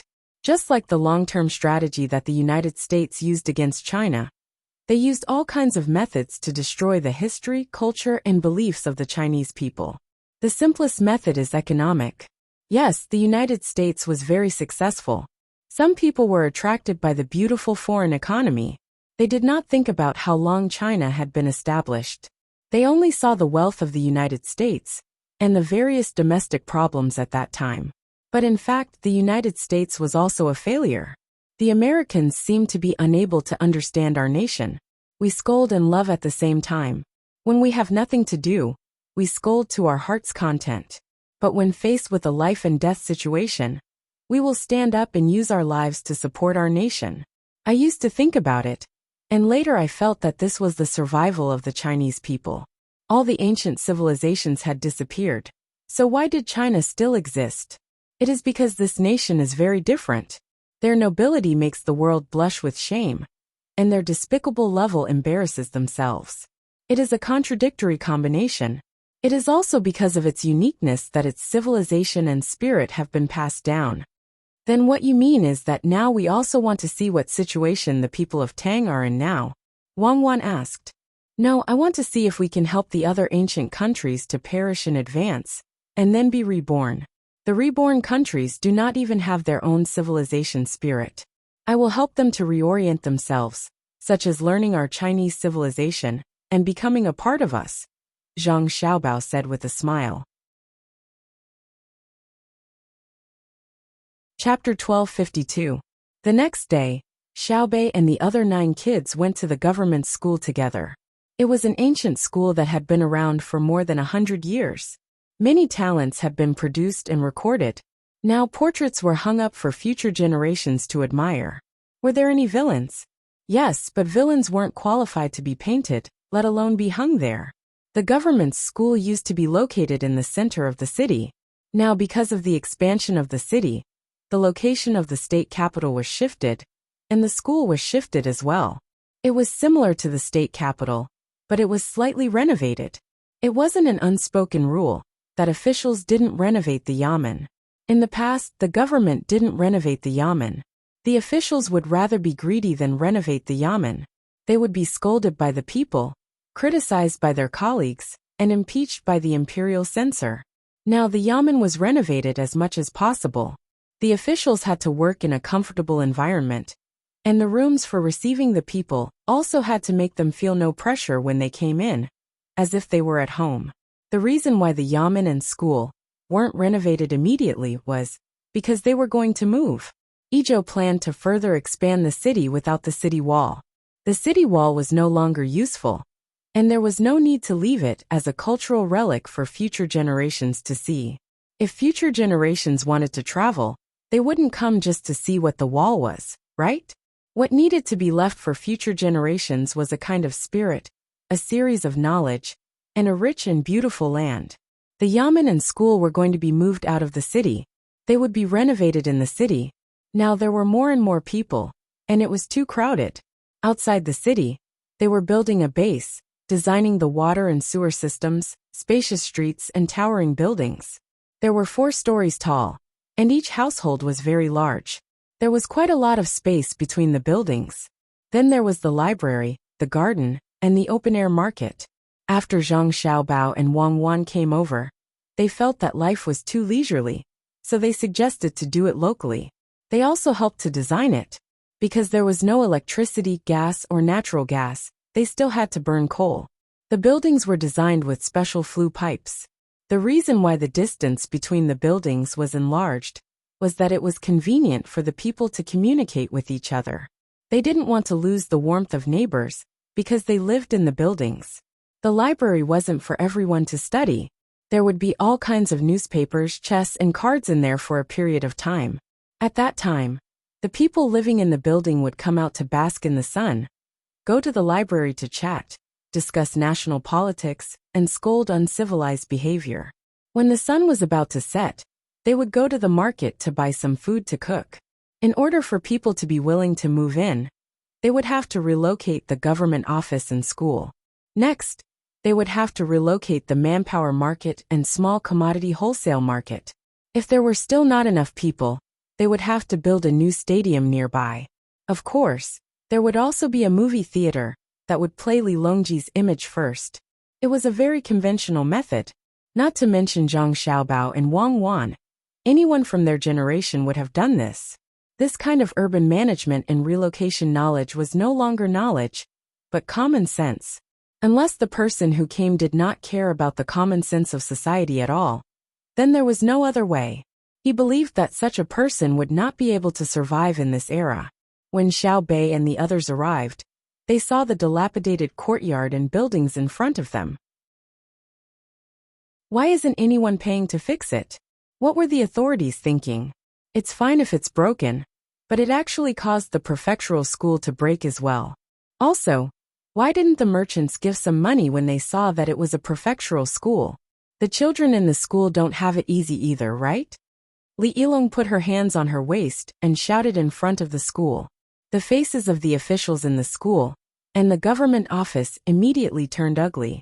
Xiao Bei and the other 9 people moved a few steps to the side, meaning to tell everyone that they were not in cahoots with him. No matter how poor we are, we can't be poor in education. No matter how hard it is, we can't let the children suffer. The children are our rising sun. Everyone is responsible for the children's education. It needs all of us to protect and contribute. Isn't that right, Xiao Bei? Xiao Bei and the others hid, but Li Yilong did not plan to let them go. After she finished speaking, she asked Xiao Bei. Everyone's eyes turned to Xiao Bei. Xiao Bei turned his head to the other side, as if he was very interested in the ants that were moving insects on a bluestone at the school entrance. Is it going to rain? The ants are moving. After everyone waited for a while, Xiao Bei finally spoke. Xiao Yuan cooperated and walked closer, squatting down to look. He turned back and said to Xiao Bei, "It doesn't look like it. It's a group hunting operation. The ants are very united. I don't know if they will follow when the school moves to a better place in a while." Li Yilong was more embarrassed and said, "Xiao Yuan, you didn't hear what I said just now, right? The school is too dilapidated. Didn't you hear what I said? The school is about to move. The new prefectural school is much better than what we see now." Xiao Yuan felt that there was a problem with Li Yilong's IQ.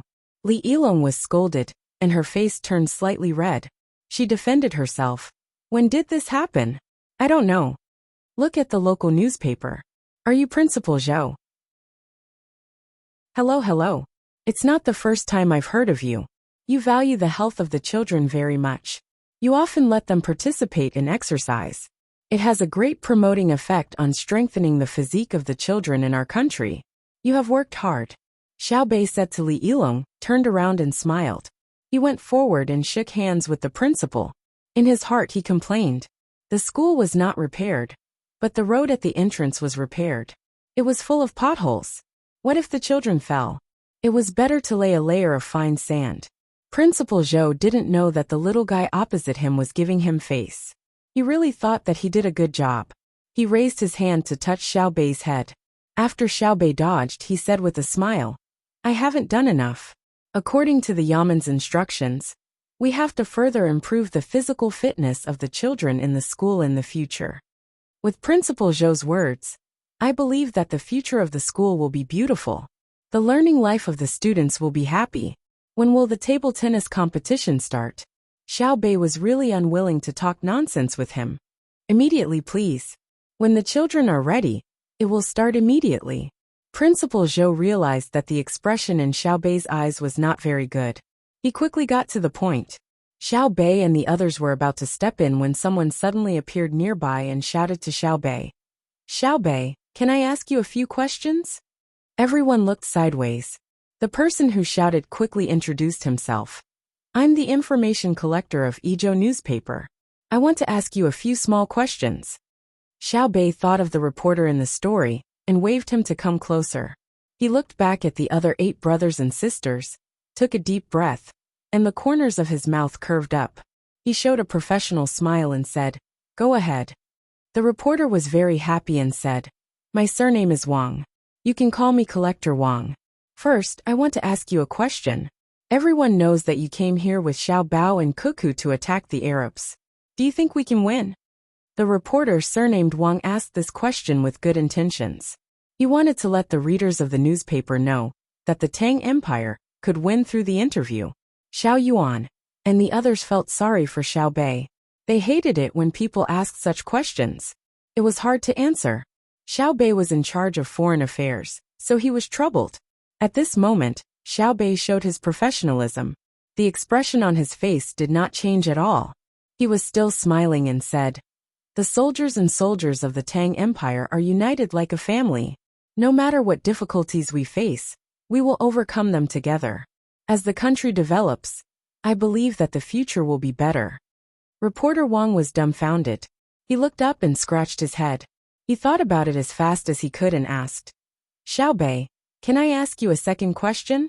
We all know that the Japanese are coming to the Tang Empire, and there will be a lot of them, including their leader. Some people say that we invited them here as a form of deterrence and warning. What do you think of this? The world is the world of the people. Regardless of whether it is an individual or a country, there is a need for communication and cooperation. I look forward to the Tang Empire having a deeper understanding and communication with more countries.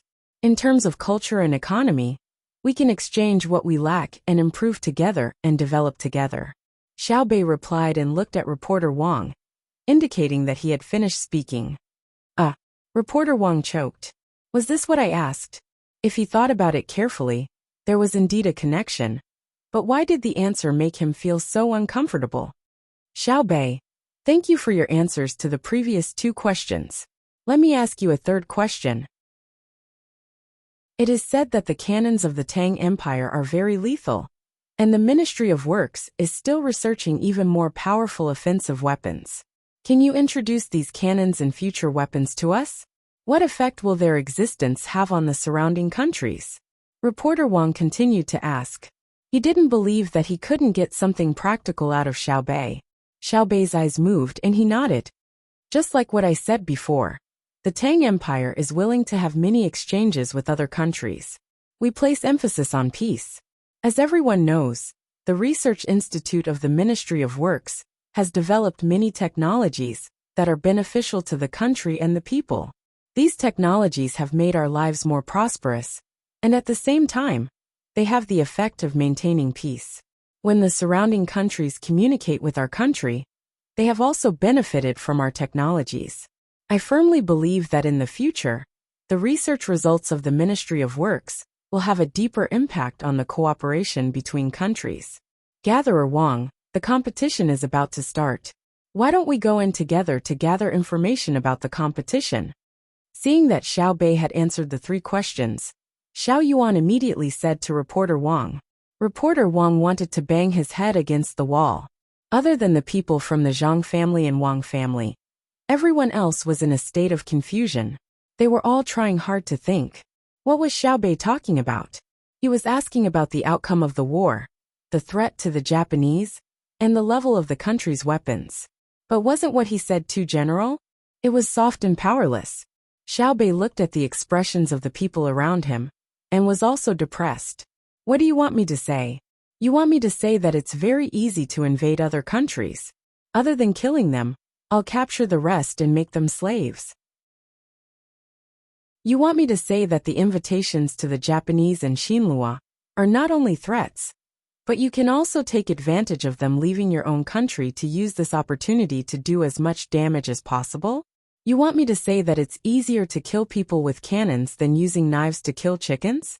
Not only are the cannons now very powerful, but the gasoline bombs that the Ministry of Works is going to develop will also cruelly kill the enemy during positional warfare. Can I say this? I'm a diplomat.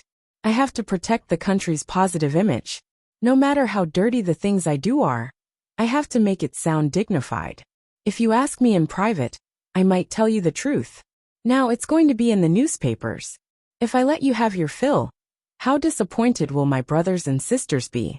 I, Xiao Bei, am the most outstanding diplomat in my brothers' and sisters' eyes.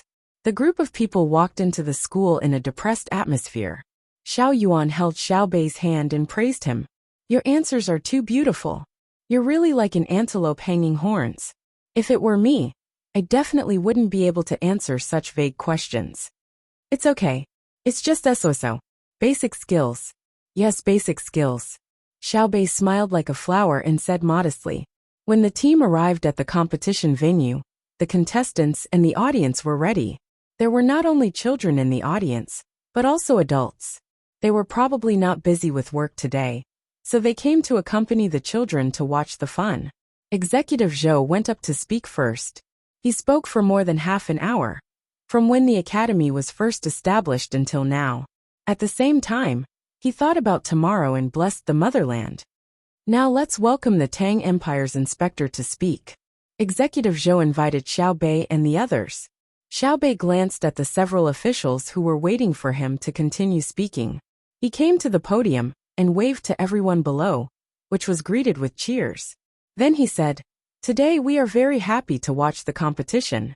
At noon my family will send food. There are 8 dishes and 1 soup.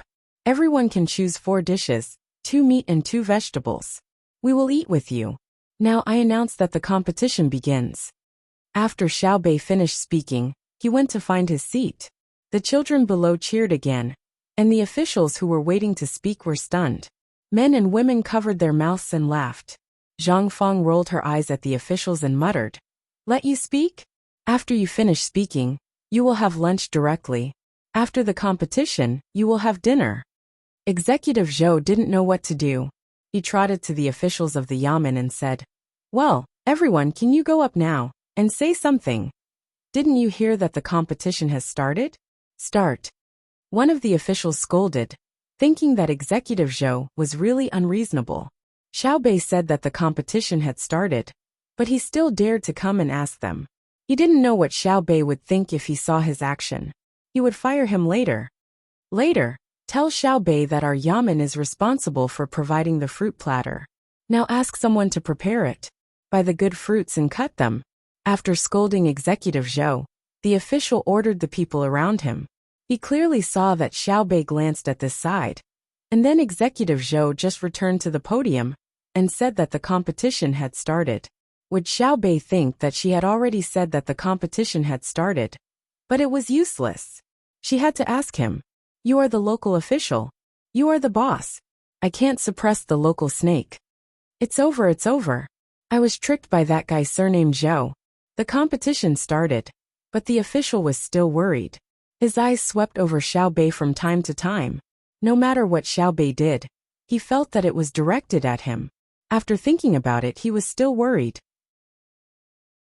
He leaned over to Xiaobei and said to him with a smile, "It's really hot. Just now, Executive Zhou asked me before the competition started whether I should prepare a few umbrellas for you. At that time it was not hot, so I said no. I didn't expect it to be hot again. Do you want to hold up a few?" Xiaobei's eyes were on the small tennis table. He casually replied, "No, we are still young. Staying in the house all day long is good for our health." Yes, I also think that not being in the sun is bad for our health." The official echoed, and finally felt relieved. The competition on the field continued.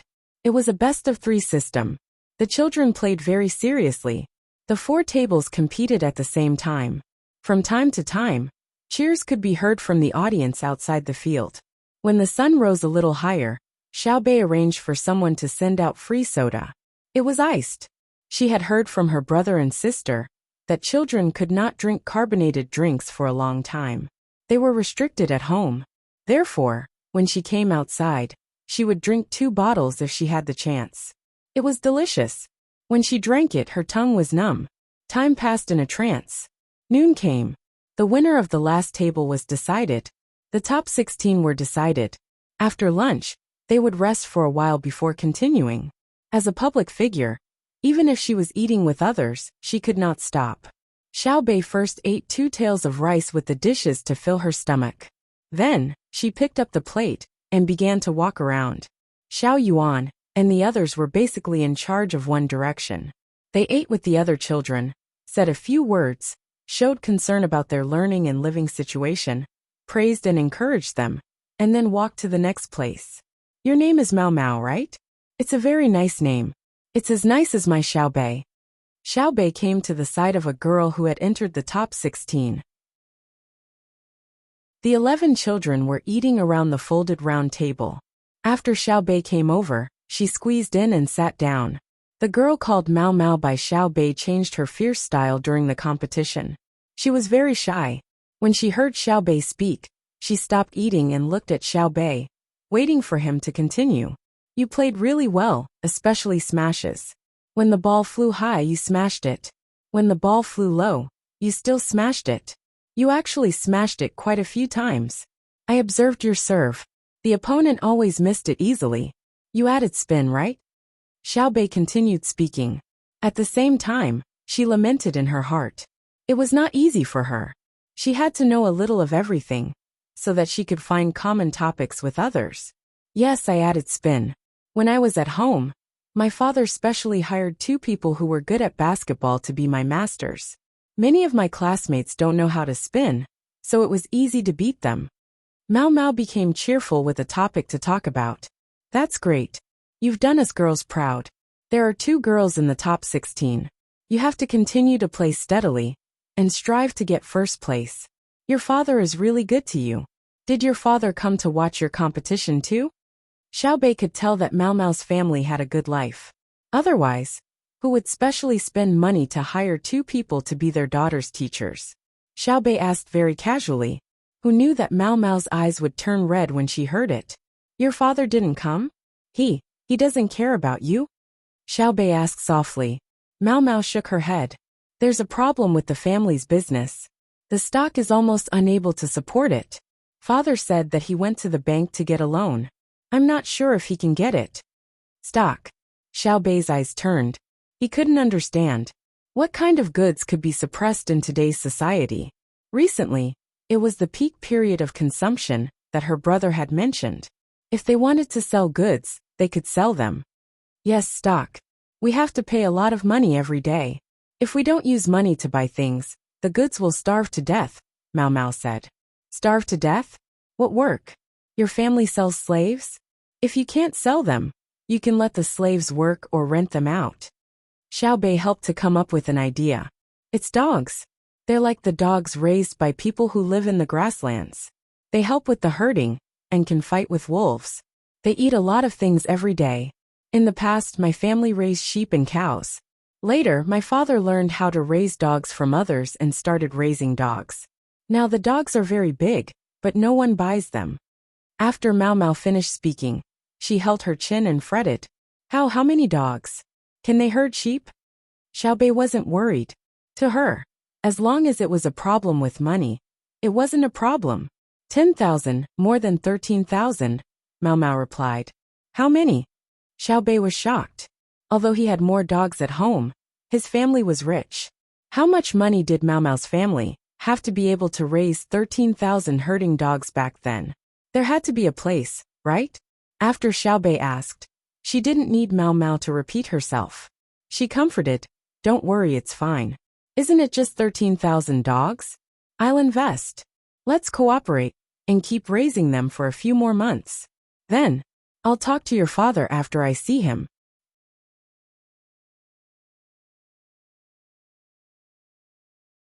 Chapter 1253.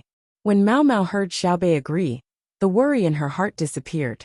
She immediately promised Xiao Bei, I will definitely get first place in this afternoon's competition. I will show the other boys that we girls are better than them. First, we must be first. This friendship comes first.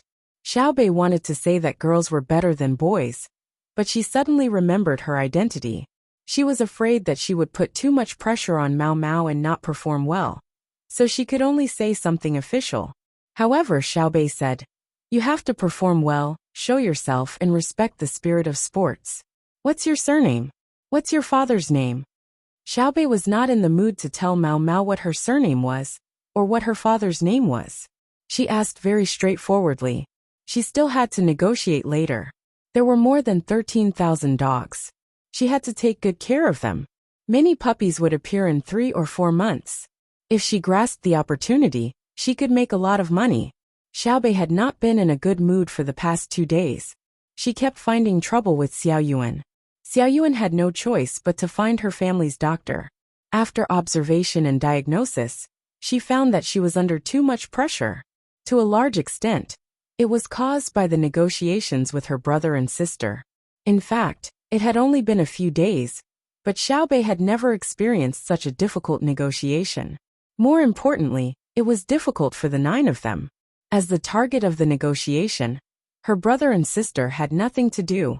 They dealt with the military, political, and economic information on time every day. Then they ate and slept well. When she woke up this morning, she even heard 2 people running to the rooftop.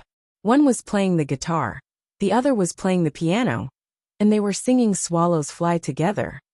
It was too much of a blow. She had to prove herself in other ways. Xiaobei and the other 8 siblings had been thinking about what to do to divert their attention. They wanted to temporarily break away from the vicious circle of negotiations with her brother and sister and redefine themselves. The doctor said that her psychological behavior was not normal now. She needed psychotherapy and wanted to send a professional doctor to help. In the end, Xiaobei and the others refused. They did not need anyone's help. They could adjust themselves. Xiaobei thought that she had found an opportunity to cooperate with Mao Mao's father. Then in the next 6 months, they would invest, raise, breed, train, migrate, rent or sell. In this way, she could temporarily get rid of the pressure brought by her brother and sister. Mao Mao did not know that Xiaobei had her own difficulties. Xiaobei looked at Xiaobei's excited expression and thought that she had thought of a good idea to help her father. Then he said, "My surname is Song. My father is Song Dakong. Xiaobei, are you going to lend me some money?" "I'm not lending. I just said that we're working together. Borrowing money is for a moment, and working together is for a long time." After saying that, Xiaobei felt like he was lying to Mao Mao, so he continued, "It's easy for me to lend money to your family, but your family's development is still slow. Why don't you work with us? Our channels for obtaining information are different. It may seem like your father's share of the profits is relatively small, but in terms of absolute profits, it is much more. I don't understand. In any case, I believe in you. You won't harm my family. If even you want to harm my father, then the great Tang will have no hope." Mao Mao said very seriously, "Of course, we can do wrong things with a kind heart, but we definitely can't do right things with a bad heart. Brother and sister don't care if we fail to help others. At most, they will be responsible for compensating for the loss, but they won't allow us to build our success on the pain of others." Xiaobei promised Mao Mao. She knew that after her group of children did something, there would always be brothers and sisters helping to clean up the mess. Even if they knew that they were not doing well enough, they still supported them from behind. The purpose was to train the 9 of them. The prerequisite was that they had to put their hearts and minds in the right place. "My father should be here in a while. The person in charge of the loan at the bank will be resting at noon." Mao Mao was afraid that Xiaobei would be anxious from waiting, so he said this. "I'm not in a hurry. You play well. I'll go somewhere else to take a look." Xiaobei ate 2 mouthfuls of rice and 4 mouthfuls of dishes at this table. She picked up the plate and continued to walk to another table. After lunchtime, Xiaobei and the 9 of them finally had time to rest. She asked someone to bring them a bowl of hot soup and finished the food on the plate. Each of them held a large pear and listened to the Yamen officials, who had also finished eating, speak on the stage. At the same time, they pondered over what Xiaobei had just said. Mao Mao's father hadn't arrived yet. She really couldn't wait. She could only look for him personally after the table tennis competition ended. Officials really talk a lot. They don't stop talking. 4 or 5 meters in front of Xiaobei and the others, a man's complaining voice sounded. As soon as this person finished speaking, another person beside him said, "They wanted to say it before, but Xiaobei said that the competition had started first. They didn't dare to say anything. Now that they're resting, if they don't say what they've prepared beforehand, wouldn't it be a waste of time? I don't object to their words. When children play, they say that children are good. What did you hear them say? Economic construction. My child is only 6 years old. Do you want him to carry bricks?" Speaking of economic construction, it's better to talk about the safety of children's meals. My child came home a few days ago, and told me that when we ate at school, half of the salted duck egg was smelly. The third person turned his head and complained to the two people who had spoken earlier. Xiao Bei and the others' attention couldn't help but be attracted. How could they give smelly eggs? When I was young, I liked to eat smelly salted eggs the most.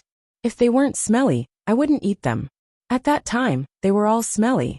We're poor. My two children are like me. They're willing to eat smelly eggs. In the future, when your children encounter smelly eggs, they can exchange them with my children. It's fine if the salted eggs are smelly, as long as the meat isn't. The second person who spoke retorted the third person. While speaking, the sound of saliva swallowing could be heard. It seemed that he really liked to eat smelly salted eggs. Xiao Yuan, have you eaten salted and smelly eggs? Xiao Bei was very curious. Why did people like to eat smelly eggs? Xiao Yuan shook his head. No, the ones we eat are not smelly. The yellow ones are oily. I heard that brother's guard at the door say that there's someone in the kitchen who specially marinates the smelly salted eggs. It seems that the eggs are marinated for a period of time. Why don't we go back to the kitchen and ask? Try a few. It's probably similar to stinky tofu. Anyway, it's marinated for more than 28 days. Seems like there's no problem with the school's food. Xiao Bei had just eaten and wasn't hungry. He didn't think too much about the smelly eggs for the time being. The three people who had spoken earlier seemed to have found a topic and began to discuss the smelly salted eggs. Some said that if there wasn't enough salt, the eggs couldn't be eaten. Others said that the eggs that had been taken out to dry under the sun couldn't be eaten. As they spoke, the topic went astray. From the salted eggs under the sun to the deterioration of the ham under the sun. From the deterioration of the ham to the deliciousness of the air-dried chicken. From the air-dried chicken to the roast duck of Sanshui County. From the sweet sauce of the roast duck to the shredded meat that could be used to make the sweet sauce. From the shredded meat in sweet sauce to the planting techniques of green onions. From the need to bury them deep in the soil so that there would be more green onions. From the deep soil to the yam eggs. From the yam eggs to the potatoes that hadn't been popularized yet. From the potatoes to the benefits of foreign species. From the benefits of foreign species to the practical use of plunder in war. From war to artillery. Speaking of artillery, the person who had spoken first began to comment on artillery in an authoritative manner. It's indeed powerful, especially when used against man-eating cavalry. Once it's fired, even the horses would be scared off. The people on top would fall down like dumplings. I've thought about it before. It's powerful, but it's too expensive. How many bullets can one shell make? The imperial court should use more bullets to hit people. That's not right. How can bullets be compared to shells? How far can bullets fly? How far can shells fly? Shells explode everywhere. It's hard to say if the bullets can hit people. Current guns can only shoot up to 500 meters, while shells can fly up to 1,000 meters. The third person who spoke commented like an expert. The first person who spoke was unconvinced. Who told you that bullets can only shoot up to 500 meters? You're talking about pistols. Long guns can shoot up to 3,000 meters, and shells can fly up to 7,000 to 8,000 meters without a problem. Xiao Bei and the others looked at each other and communicated with their eyes. In the end, they confirmed that this person was talking nonsense. The best pistol at home could shoot up to 130 meters, while the average one could shoot up to 40 meters. The furthest one could shoot up to 170 meters. Long guns could indeed shoot further. The furthest one could shoot up to 2,500 to 600 meters, with a killing range of 1,400 meters. This kind of gun was very rare. Most of them required a killing range of 100 to 400 meters. The special sniper rifle at home could only shoot up to 1,100 meters. That didn't mean that it could shoot as far as it could accurately shoot the enemy. Xiao Bei and Xiao Bei had said that the manufacturing of guns was still not accurate. They relied on many imprecise situations to produce an accurate gun by chance. Or it could be specially modified later. With the addition of a scope, it could only shoot up to 800 meters and have a higher hit rate. Usually, they pursued an accurate sniper shot up to 400 meters. Moreover, good marksmanship at this distance did not require a scope. As for shells, they could only fly up to 4,000 meters, which was the furthest one could go. Usually, the guns used could not shoot as far as guns, such as grenade launchers, small infantry cannons, and mortars. When the 9 people felt that the 3 people speaking were interesting, they continued to listen to them. Don't argue, don't argue. The second person who spoke tried to persuade them. Anyway, we don't know. I only know that the weapons of the Tang Empire are powerful. Xiao Bao and Cuckoo would rather spend more money than to let the soldiers pay with their lives. Speaking of the real source, I think it's the transportation cost. Due to the confidentiality of the technology, they have been transported from Luzhou, Jili province, and the capital to the front line. I heard that the munitions factory is going to be placed here, and at the seaside. When the time comes, there will be a lot of soldiers guarding it. There are many places we can't go. Even if we want to visit, we have to check 8 generations of ancestors. We are not allowed to bring anything with fire or dangerous metal pieces on us. That's right. You can't even bring a needle. The first person who spoke continued.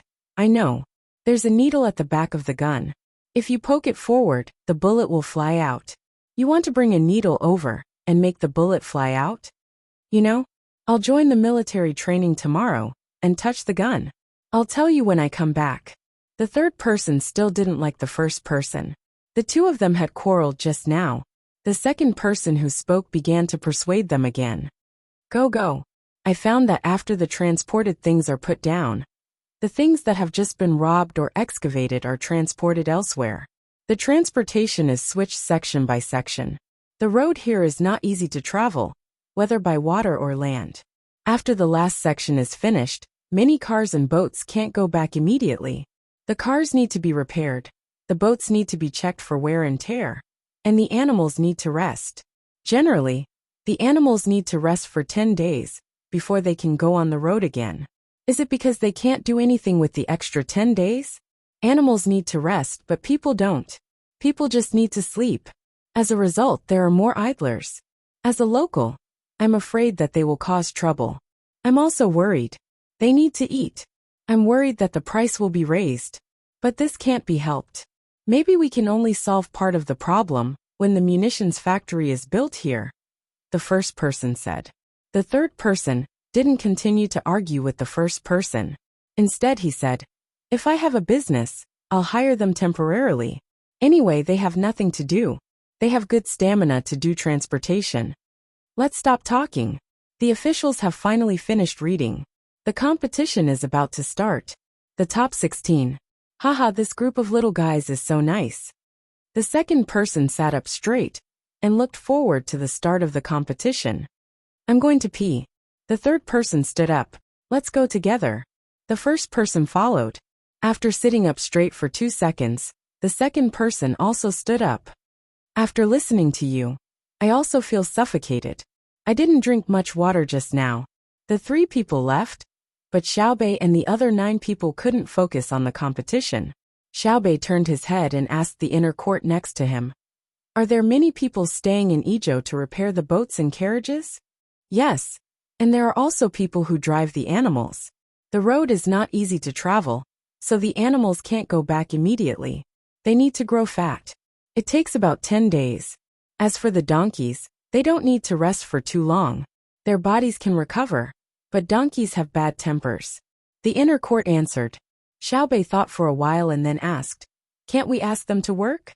The situation has just started, so other logistics are still transported from nearby places. The cannonballs in the distance were transported before, and were escorted by soldiers.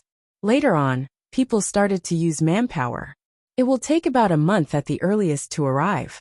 Maybe after a while, there will be more idle people. However, it's not easy to recruit local people. Excluding their rest time, they can do other things in less than 8 days. The inner court answered again. Stupid, how can it be a waste of manpower? Xiaobei felt that 8 days, or even 7 days was a lot.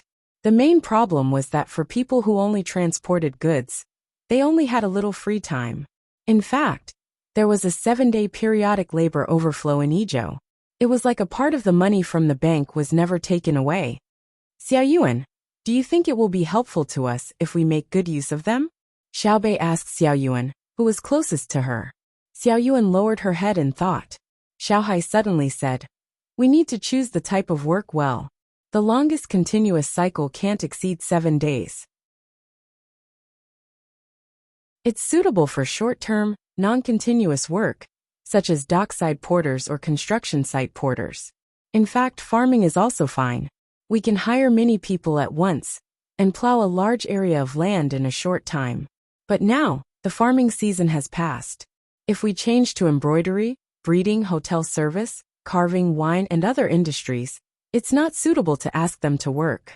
The other 8 children nodded. They felt that Xiaohai was right. If they wanted to use this labor force, they had to consider clearly what they wanted them to do. After a while, the top 4 were decided. Xiaobei's eyes lit up and she suggested, "According to what Brother Xiaohai said, let them participate in the construction site porter work. Brother and sister have designed a new city area and are lacking manpower. Why don't we find them and let them work for 7 days? The other locals can do other things. What do you think? If you agree, we have to do it quickly. Otherwise, others will beat us to it, especially brother and sister. If they think of it first, we have nothing else to do. How can we continue to negotiate? Let's take a break. It's tiring. You didn't directly negotiate, so you won't understand the frustration. In the beginning, I hoped that brother would miscalculate the benefits. Later, I settled for the second best, hoping that brother would fight over the details of our negotiation. That would mean that brother had no other choice. Dreams are beautiful, but reality is cruel. Even if it was sister, none of my expectations were realized. It's difficult, really difficult. Why don't one of you give it a try?" Xiaobei looked at Xiaoyuan. Xiaoyuan quickly shook her head. "I know without trying. We feel that it's difficult now. Back when brother and sister were younger than us, how difficult was it when they went to negotiate with that bunch of officials? That bunch of old fogies were all smart. We feel that we can't handle this little bit of pressure. How did brother and sister persevere?" Everyone praises brother for being a serial schemer. But wasn't the situation back then continuous? Who was the opponent? Every time brother and sister gave in, they would definitely leave behind an opportunity to advance. Countless times, they took advantage of losses to achieve what they have today. If we want to reach brother and sister's height, we have to suffer even more. So what if it's difficult to negotiate with brother and sister? If it really doesn't work out, we can give up on negotiations and ask directly. Brother and sister will give it to us. Back then, brother and sister couldn't give up. Thinking about it this way, do you feel better? All right, when we can compete with brother and sister in a battle of wits, we can go anywhere in the world.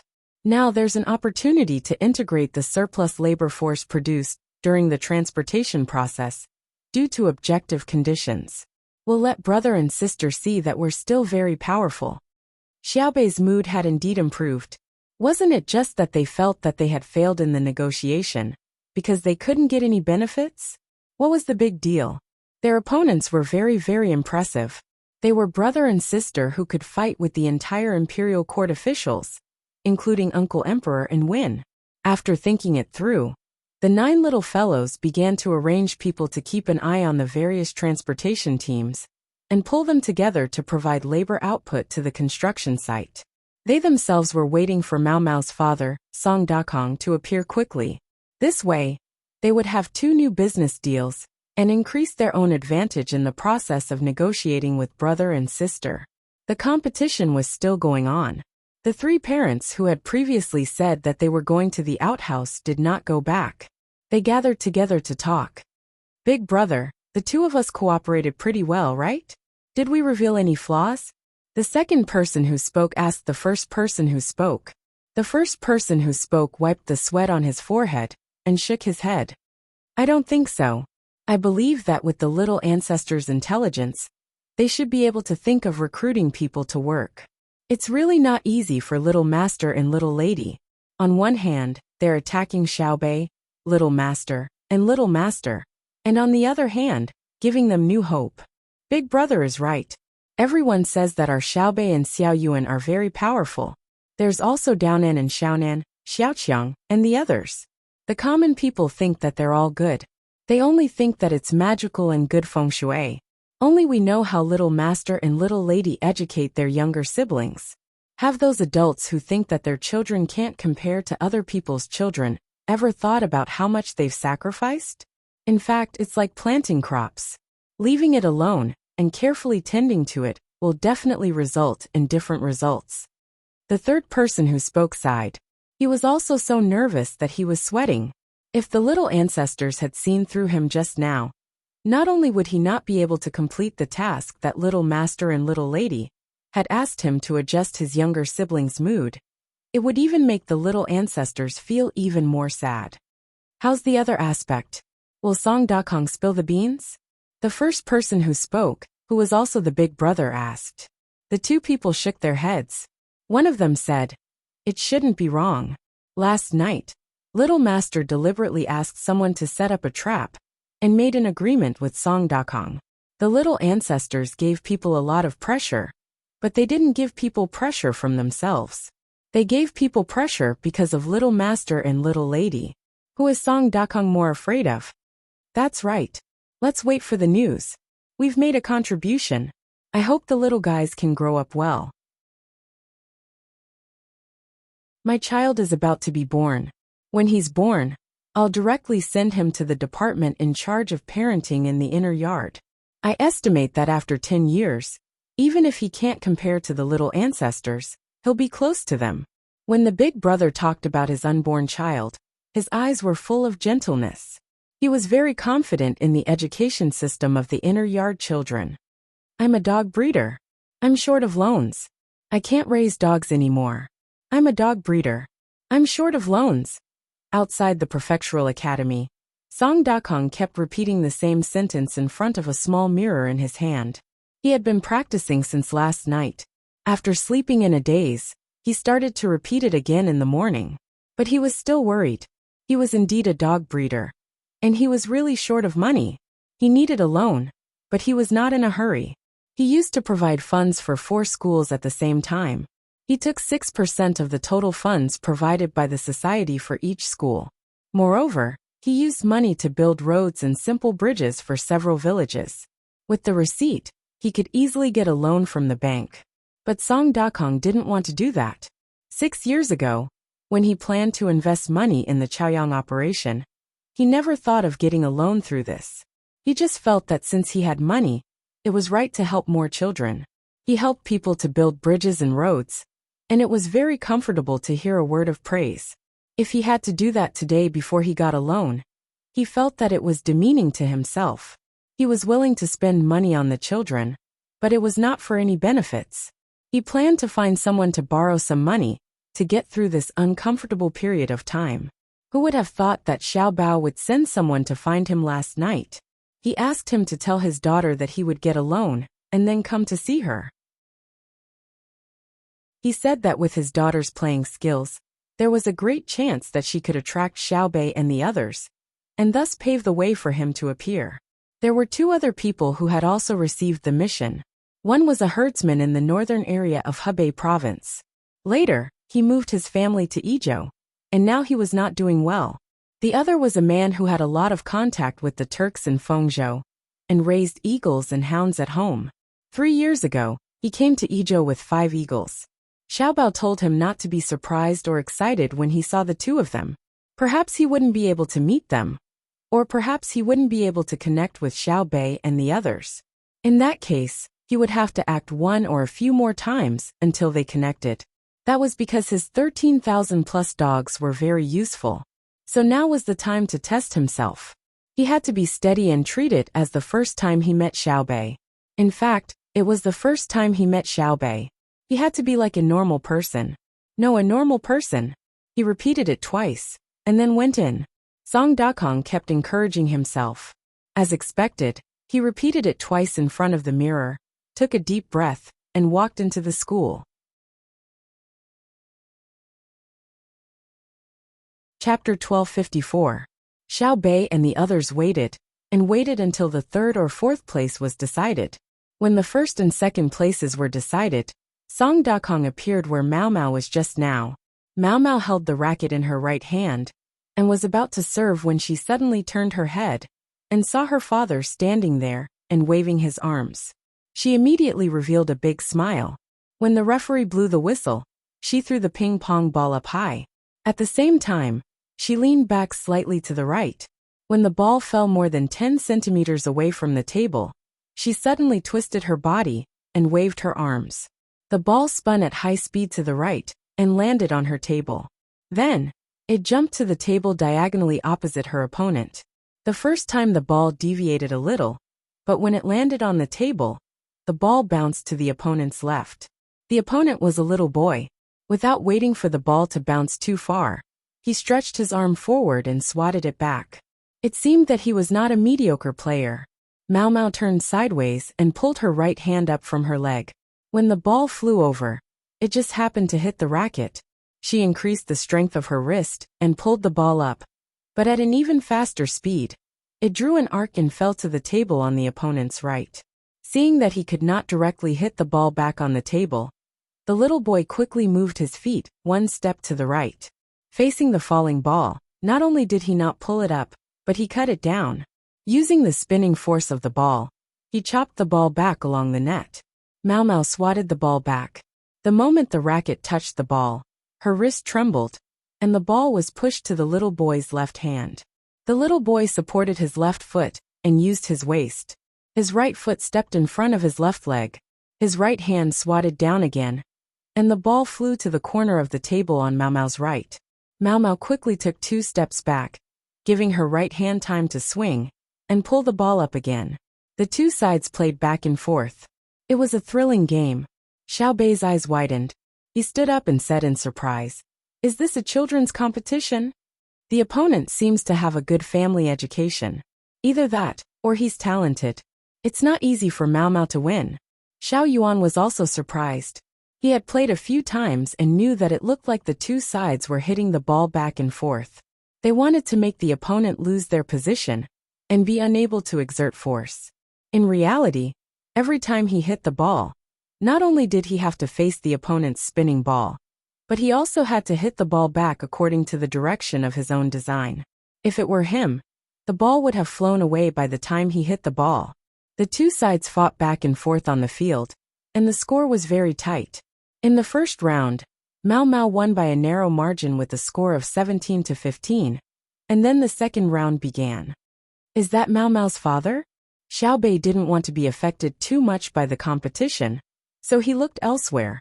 Suddenly, he saw an adult at the spot where Mao Mao had been standing. He raised his hands and shouted, so he guessed who it was. More or less. Shall we go over? Little Yuan suggested. Let's go. Hurry up. Who knows, Mao Mao might end up winning both rounds. If we turn back, it'll be too chaotic. Xiao Bei called out and ran towards that direction from the aisle that the crowd had deliberately left open. The other 8 people followed behind him. When they squeezed near Mao Mao's father, the score on the field was Mao Mao 17-18 behind the opponent. In a 15-goal game, they actually played such a high score. The intensity of the competition between the two sides was evident. Excuse me, are you Song Mao Mao's father? Xiao Bei asked Song Dakong, who was staring at the stage. Wait a moment. Didn't you watch the game? Song Dakong had forgotten the purpose of his visit. He clenched his fists tightly and hated that he couldn't turn into a racket and fly over to help his daughter. He didn't want to hit the opponent's ball to the side of the table, making it impossible for the opponent to catch it. As they spoke, the score on the field came out. Mao Mao had lost 17-19. Aya, that brat doesn't know how to give in to my daughter? Her father wants to marry me? Dream on. Look at how my daughter is being bullied. She's sweating all over, Song Dakong said with a gloomy face. Xiao Bei and the others were speechless. The two sides knew each other, so it looked like they were going to marry each other. Boss Song, respect, do you understand? Playing nicely with Mao Mao is a form of respect for Mao Mao, just like my brother and sister. When the two of them are idle they will argue, but my brother never gives in, Xiao Bei said to Song Dakong. The two sides on the field were taking a short break, drinking some water and wiping off their sweat. Song Dakong finally had the time to look at the person who was talking. When he heard her mention brother and sister, he suddenly realized that the one who liked to talk the most was Xiao Bei. He thought of his mission and asked, "Then who won the argument between your brother and your sister?" There was no winner or loser in the topic they were arguing about. As they argued, the topic would deviate very far. In the end, they found a common topic and began to discuss. Mao Mao, do your best. Don't be afraid of losing. Do your best. Xiao Bei had just said a few words when she saw that the third round was about to begin. It was also the deciding round. She jumped and shouted, and Xiao Yuan and the others cooperated and shouted together. Song Dakong didn't think about the collaboration and waved his hand. On the field, Mao Mao looked at her opponent and smiled. It just so happened that she was the one who served. She suddenly switched the racket from her right hand to her left hand, squinted her eyes, and said in a voice that her opponent could hear, "Not bad. It looks like your family found someone to specially train you. You were indeed very tenacious before. But did you know that my left hand is better than my right?" Now the game officially begins. The little boy on the opposite side looked at his own two hands and was stunned. The game just now was already hard enough. It was too awkward for the opponent to suddenly switch hands. It couldn't be played like this. He hadn't studied how to deal with the spinning ball played by the left hand. Who in his family collected the information? I protest. The little boy raised his racket and shouted at the referee. The referee made a hand gesture to signal for the game to be paused. He approached the little boy and asked him. After that, he softly communicated with the little boy and retreated, indicating that the game should continue. The little boy looked depressed. It looked like his protest was ineffective. Mao Mao threw the ball and pushed it with her left hand. The ball bounced twice on the table. The little boy caught the ball, and it flew away. Mao Mao, aren't you supposed to serve the ball? Why aren't you turning it? The little boy picked up the ball and returned it to Mao Mao. Normally, catching a spinning ball was a 100% success rate. But usually there was only a 50% success rate. This was because when you caught the ball, you had to turn it back. If you made a wrong judgment, the success rate would not be as good as in theory. There was a high possibility that the ball would fly away. Just now he wanted to turn it back, but the opponent didn't turn it. All is fair in war. Mao Mao didn't show any mercy. After that she served the ball again. This time, when the racket touched the ball, it suddenly tilted back. At the same time, there was a pulling action. As a result, the ball rolled forward and spun down. The little boy made a horizontal cutting action to block the ball. He made a wrong judgment, and the ball flew away from the top. Then Mao Mao showed his power and made the opponent eat 7 balls in a row. The little boy didn't get the right to serve and fell behind 0-7. The 8th ball was finally caught. Just as the ball was pulled to a far angle on the right side and hit Mao Mao's right hand, Mao Mao directly hit the little boy's left hand with his left hand. The little boy couldn't adjust and lost the ball. Just now, he was at the right corner of his table and pulled the far angle. Now that the ball was spinning, he had to run back and step with his right foot and pull up with his right hand. But he didn't have the time. He had already lost his position. The little boy was not used to Mao Mao's left hand. He understood that the left hand didn't mean that he was good. If he knew how to play, the opponent would face the same situation as him. If his position was uncomfortable, the opponent would also be uncomfortable, unless the opponent used 2 hands. But that was not allowed. Do you need me to give you a handicap? After playing for a while, Mao Mao was leading 12 o'clock and still had the right to serve. The little boy lost miserably. When he heard Mao Mao's words, he hesitated for a moment and showed a disdainful expression. Give me a handicap? Isn't it just a left hand? Next time, do you think I can't afford to lose? Serve. The two played back and forth. The little boy was affected by his mentality and played worse and worse. In the end, he lost 0-15. It was a clean loss. The audience couldn't believe what they saw. The first 2 games were so fierce. How could the third game be so obvious? Mao Mao didn't look too happy when he won the game. Instead, he said to the little boy, "My father wants to talk about cooperation with Xiao Bei. Maybe he will leave Idyll in the future. My brother, sister, and I will have to go with him. We can't play with you." The little boy was stunned. Winning or losing the competition seemed so insignificant at this moment. He felt very sad and asked, "Didn't we agree when we started school at the beginning of spring? When it rains during summer vacation, we'll go catch loaches and make them eat tofu.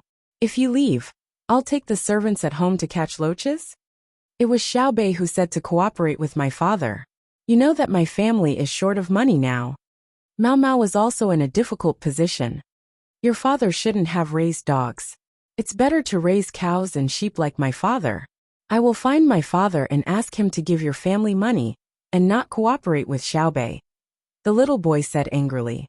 "Impossible. Xiaobei wants to cooperate with others. Who dares to disagree? Look, they are talking." Mao Mao pointed at his father's position.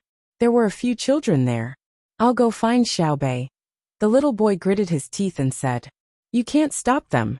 That's Xiaobei, not silly boy and the others like us. Do you want to use your power or money to pressure them?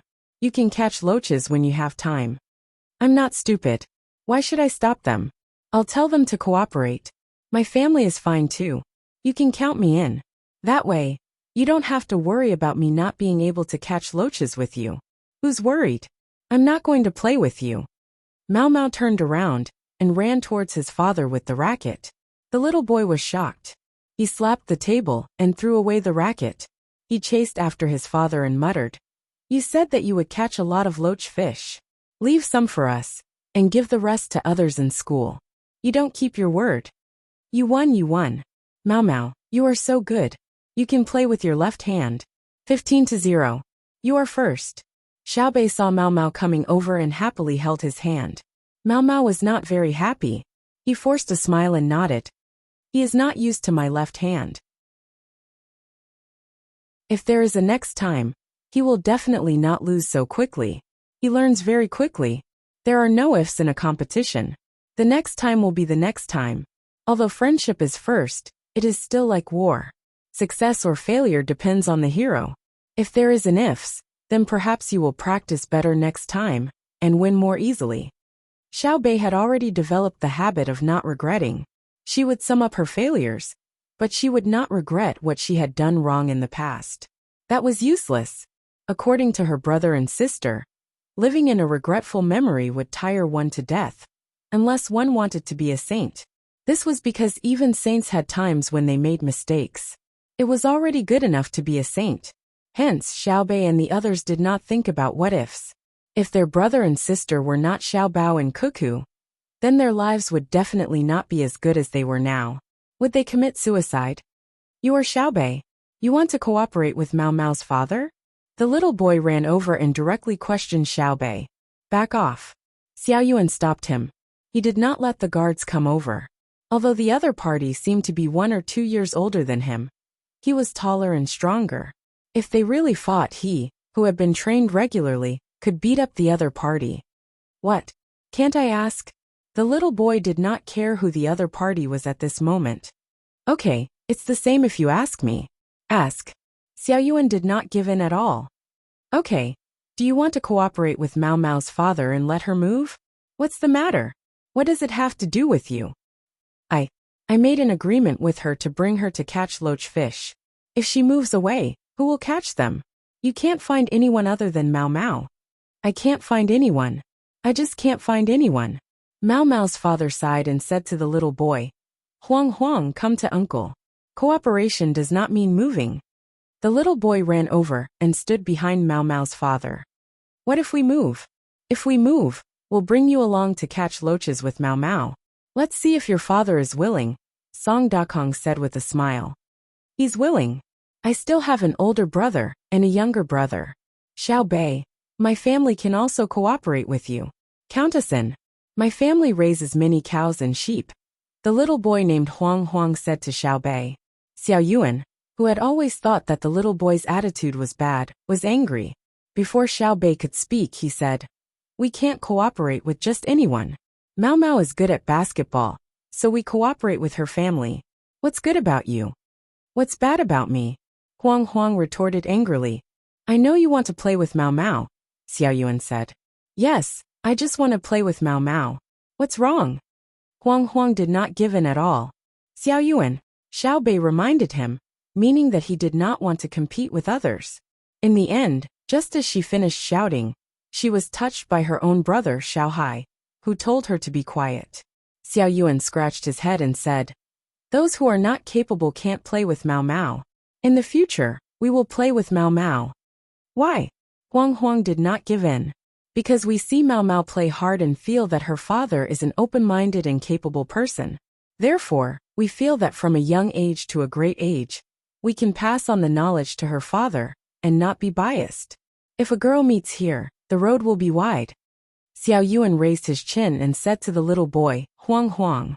Huang Huang glared at Xiao Yuan, and looked up to meet Mao Mao's expectant eyes. He curled his lips and said, "Childhood sweethearts are always together. The gentleman says peony, and I say lotus." Xiao Yuan often follows Xiao Bei by her side. What is fate?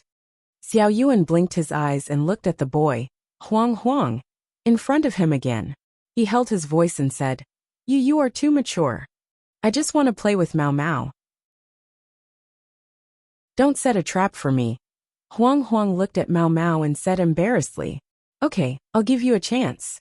Let your father come over and talk about cooperation." Xiao Bei decided.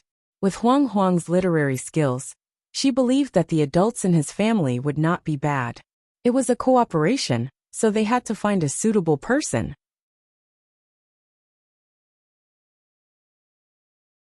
Chapter 1255. Mao Mao's father, Song Dakong, went up to the stage with Mao Mao to receive the prize. In addition to a certificate written by the school and several sets of stationery, Xiao Bei and the other 9 also took out a prize. All the children who participated in the competition received a prize, and the prize was very simple money. According to Xiao Bei, it was useless to give other things, but money was the most practical. Everyone could buy whatever they liked.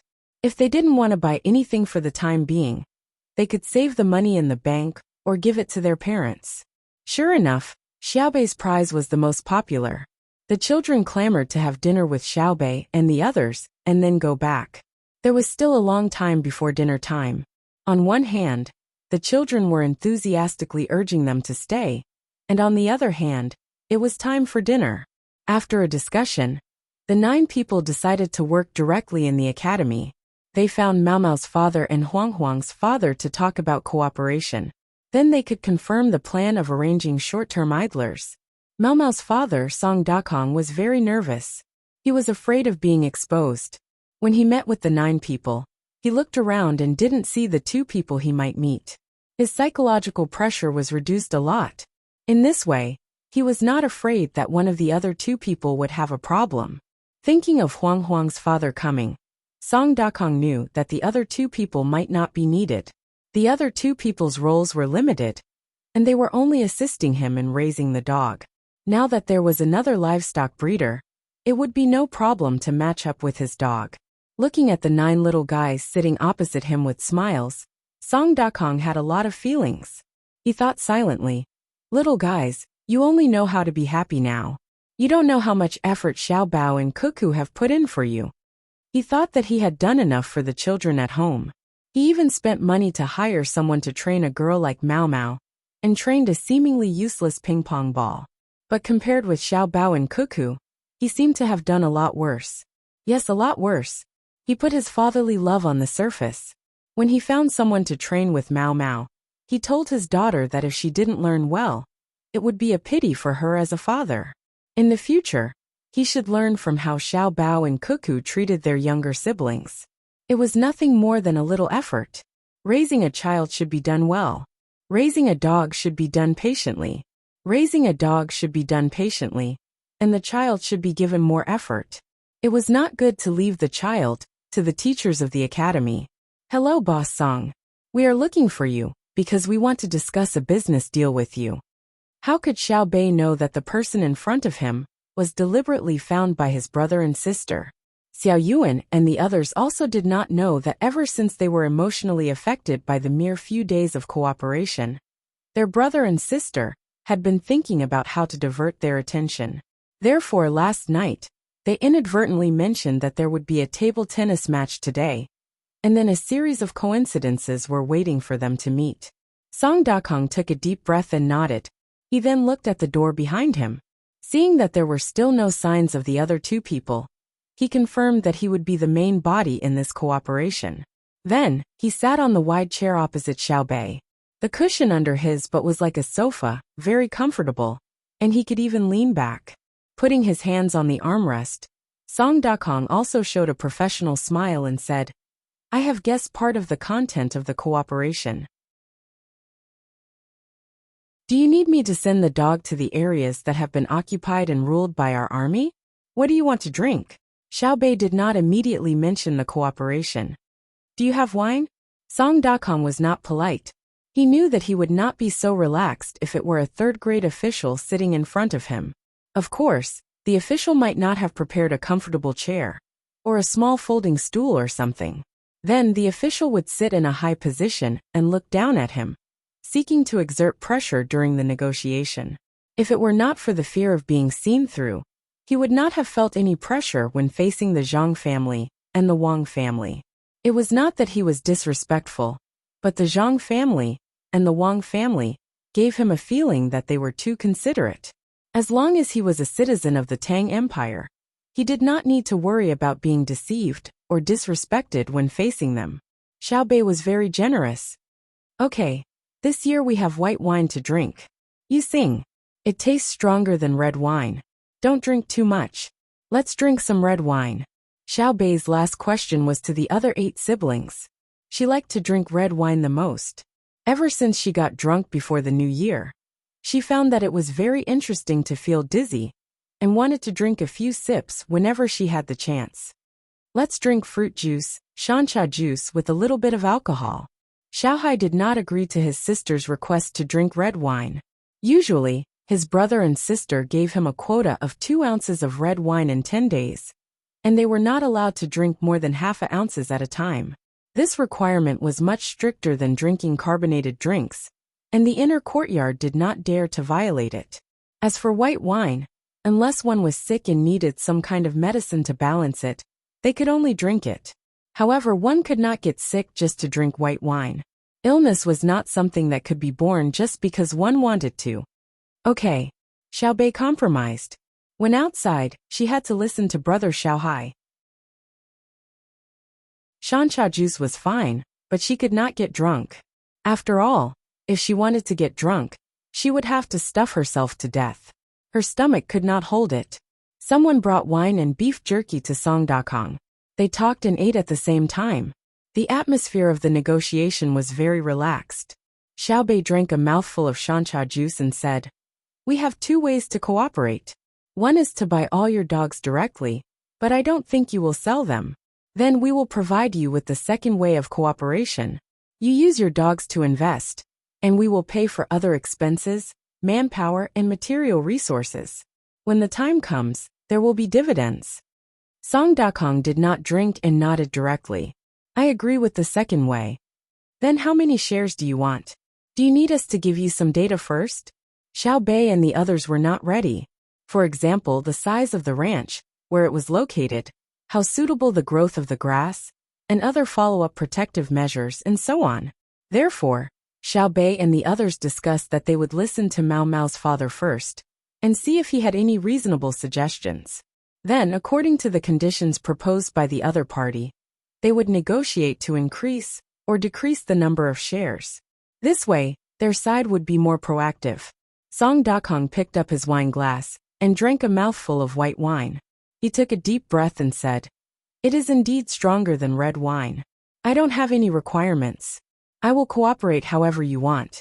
Even if you say that I will give you my dogs for free." Xiao Bei was stunned.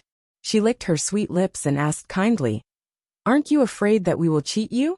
What if you suffer a loss?" "I'm not afraid." Song Dakong shook his head. The Zhang and Wang families are both big families and big businesses. They wouldn't be interested in a small business like mine.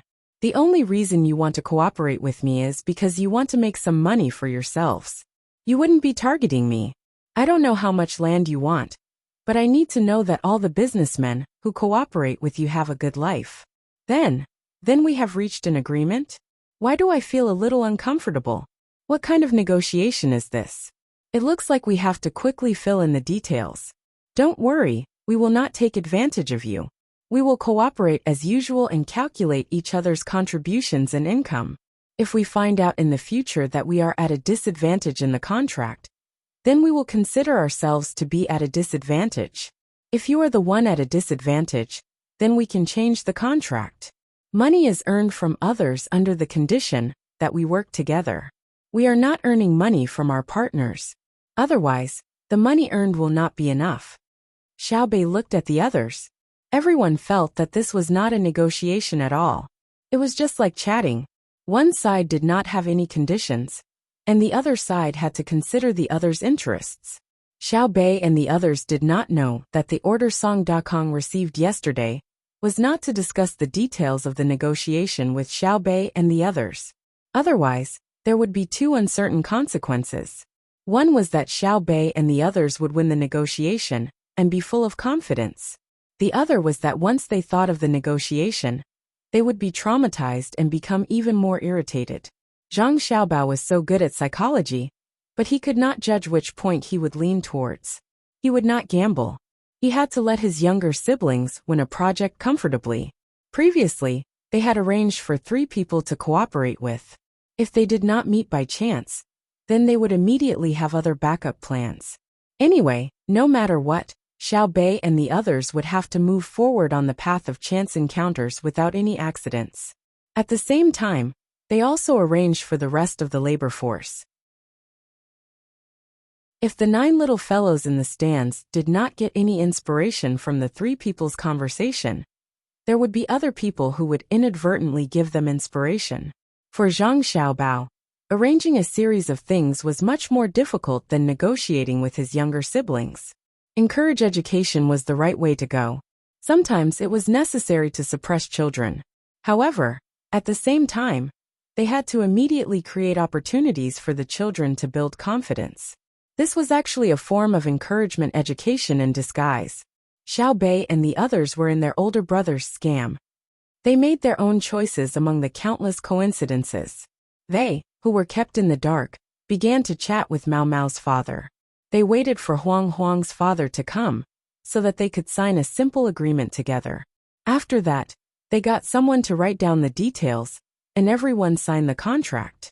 It did not take long before Huang Huang's father was called over. Along the way, he already knew what had happened. He did not value his son's childhood friend very much. The child was still young and did not know how to behave. When he grew up in the future, he might change. Who could decide the future? However, he very much hoped to be able to cooperate with Zhang Xiaobao and the Wang family. When the time came, his cattle and sheep would be able to obtain more benefits. However, he was not sure about the upcoming negotiations. How much benefit should he seek? The people he was going to negotiate with now were 9 children. He had never seen them before, but he heard from others that they were very smart. However, when he thought about it, they would definitely not be able to avoid him during the negotiations. Should he take advantage of this opportunity to gain more benefits? He was afraid that the children would not be able to avoid him. After signing the contract, they would be at a disadvantage. Their older brother would personally deal with him. Even if the contract was not amended, he probably would not be able to make money from this deal. Who knew how many tricks Xiaobao had up his sleeve? No matter how detailed the contract was, it would not be able to seal all the loopholes, right? As he struggled in his heart, Huang Huang's father rushed all the way to the place.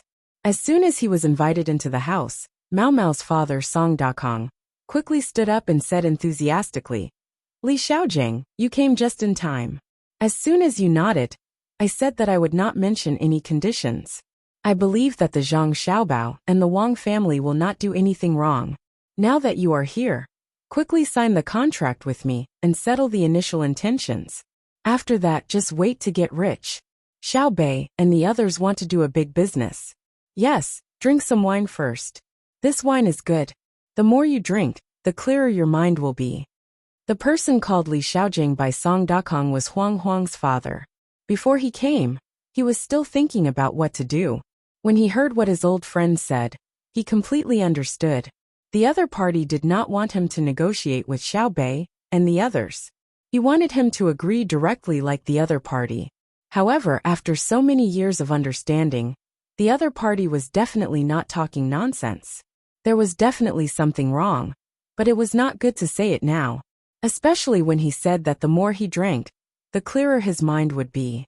He was telling him not to make a mistake. Could it be that Xiao Bei and the others wanted to directly take over his family's business? The kind that uses force? Impossible. Xiao Bei and the others were not short of money. More importantly, he did not do anything wrong. The money that should be donated had been donated, and the roads that should be repaired had been repaired. He did not bully others, and did not force others to buy or sell. If they blatantly snatched, their brothers and sisters would not agree. Thinking in his heart, Li Xiaojing was pushed to another chair by Song Dakong. Song Dakong handed him a glass of wine. There was no hint on his face. When he handed the wine to Li Xiaojing, the force was transmitted to Li Xiaojing's hand. Try it. You made everyone wait for you. Originally, you should be punished. Seeing that you came immediately after hearing the news, I will respect you. We will cooperate more in the future. Song Dakong smiled and joked. Li Xiaojing nodded vigorously, indicating that he understood. He did not want to refuse a toast only to be forced to drink a forfeit. After drinking the wine in the glass in one gulp, Li Xiaojing let out a long breath. He turned to Xiao Bei and the others and said with a smile, "Just as Dakong said, I came here to sign the contract and put my fingerprint. I will need you to worry about the rest. We can talk about the conditions," Xiao Bei kindly advised. "My conditions are unconditional. Even if I can't trust others, can I trust you? Not to mention cooperation. Even if you want my livestock, I will send it to you immediately. I will even give you fodder." Li Xiaojing was no longer worried about the content of the negotiation. He was relaxed. "All of you are so easy to talk to. Well, we will draw up the contract. When the time comes, I will let you see which part is not good. We can change it. It is not a big deal. Let's go to India and the original place of the cannibals to raise livestock. The grass there is good. If we find that the yield of beans, wheat, and rice is much higher than in our country, we can also plant them. When the time comes, we can extract oil and wine. The price of transporting them back is about the same as the local price. The profit will be big, because there is no tax." Xiao Bei saw that the other party did not mention the conditions, and was a little embarrassed. She introduced more. After her introduction, Li Xiaojing was interested. He asked, "Xiao Bei, if we transport them back, it will be a lot of transportation, right?" "Not much. First go to the river, and then go to the sea. A ship does not need too many people. Going back and forth will only take a little time. Bean oil and wine can be stored for a long time, and will not spoil. In fact, as long as the rice and wheat are not shelled immediately, it is not a problem to store them for 2 or 3 years. There is no need to use a special storage method. If we need something from the Tang Empire, as long as it is not very urgent, there is no need to transport it by land. It is just a small amount of daily necessities. A ship can carry a lot. We have steam engine power. And even if we don't want to transport, the ships have to go there in groups. We have heard from brother and sister that whether it is India or India, we will try our best to use water transportation." Xiao Bei was very happy to solve the problem of the contract, so she revealed more information that ordinary people could not understand. "Then, what are you still asking? Just sign the contract." Song Dakong saw that Li Xiaojing still wanted to ask, and said with a slightly impatient expression, "I don't want to ask about the contract. I want to know more about what I don't know. In the past, can you know the situation that Xiao Bei and the others talked about? Knowledge, you need to listen more, see more, and think more, right, Xiao Bei? The wine in your house is so delicious." Li Xiaojing glared at Song Dakong, and then asked Xiao Bei with a smile. He did want to know more about the key information.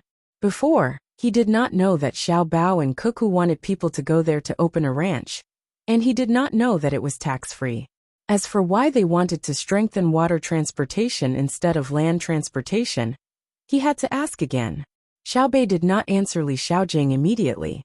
She waved her hand, and called the servant of the inner yard to her side. After whispering a few words, she nodded to the inner yard, turned around, and gave Li Xiaojing a bright smile, saying, "Okay, ask. Just now I asked Dongsheng. I know what can be said and what can't be said." At this moment, both Song Dakong and Li Xiaojing liked Xiao Bei from the bottom of their hearts. Although she smiled, she was very steady in doing things. She did not even care about the two of them. Frankly speaking, she had to ask the inner yard first if she had something, which meant that she exposed the fact that she was also under control. Ordinary children were not like this. When they took the servants out, they would not be happy even if the servants reminded them, let alone take the initiative to ask them what they could and could not say. "It's a pity that she is not born well," Li Xiaojing muttered quietly. Hearing this, Song Dakong shook his head and thought, "Your teaching is not as good as hers. Do you know why I am here to talk about cooperation? I will tell you when we go back, so that you can broaden your knowledge. Don't you want to ask? Ask now." Song Dakong also wanted to know, but he did not know what to ask. Li Xiaojing pondered for a moment. He had to think carefully.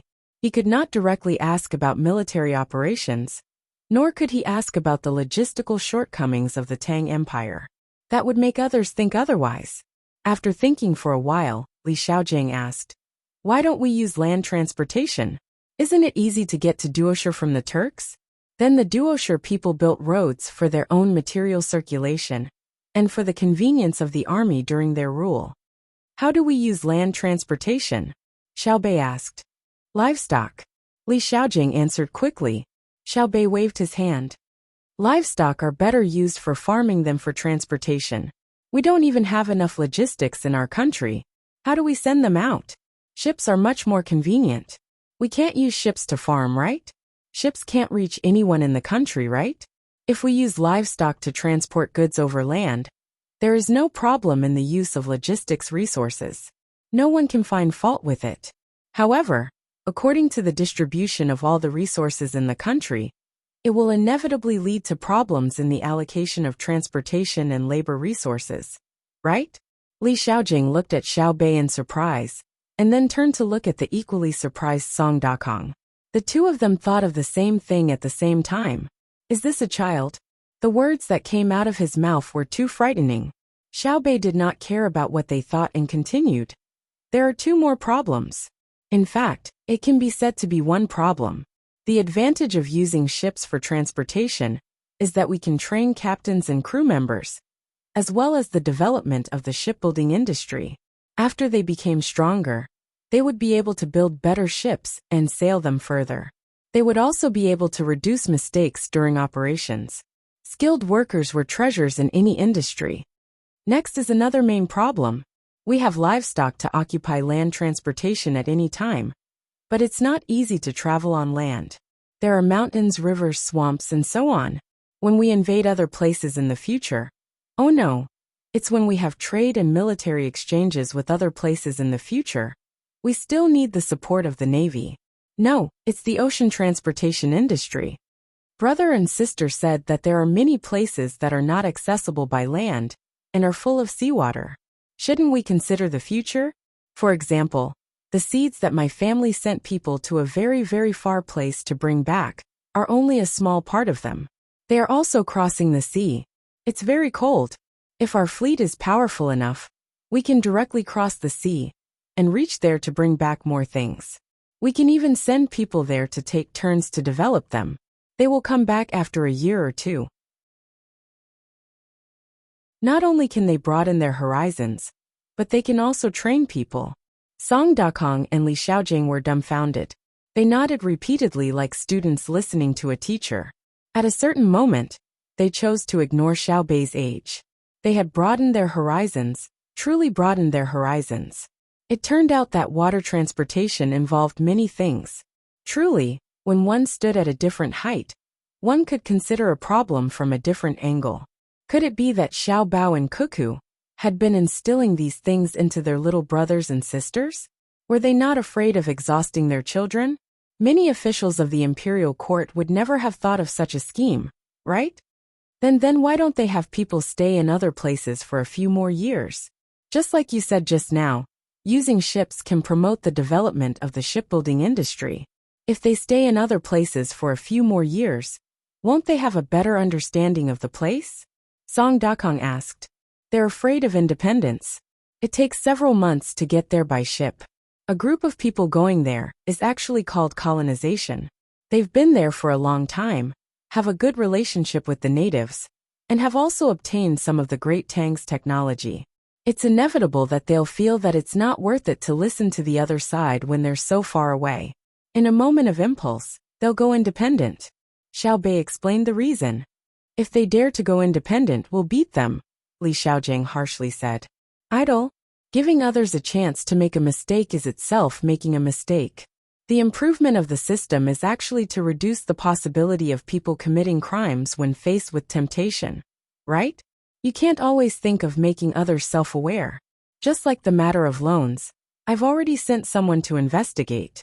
Boss Song can actually get a loan from a bank, and his share is not small. Even without any collateral, he can still get a loan of 4,000 strings of coins. Based on what? Based on the fact that he started to invest in the Chaoyang operation many years ago. Based on the fact that he repaired the bridge and paved the road.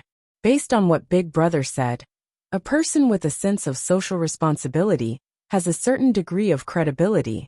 Thus, I've always wanted the local merchants to support the school and give them benefits.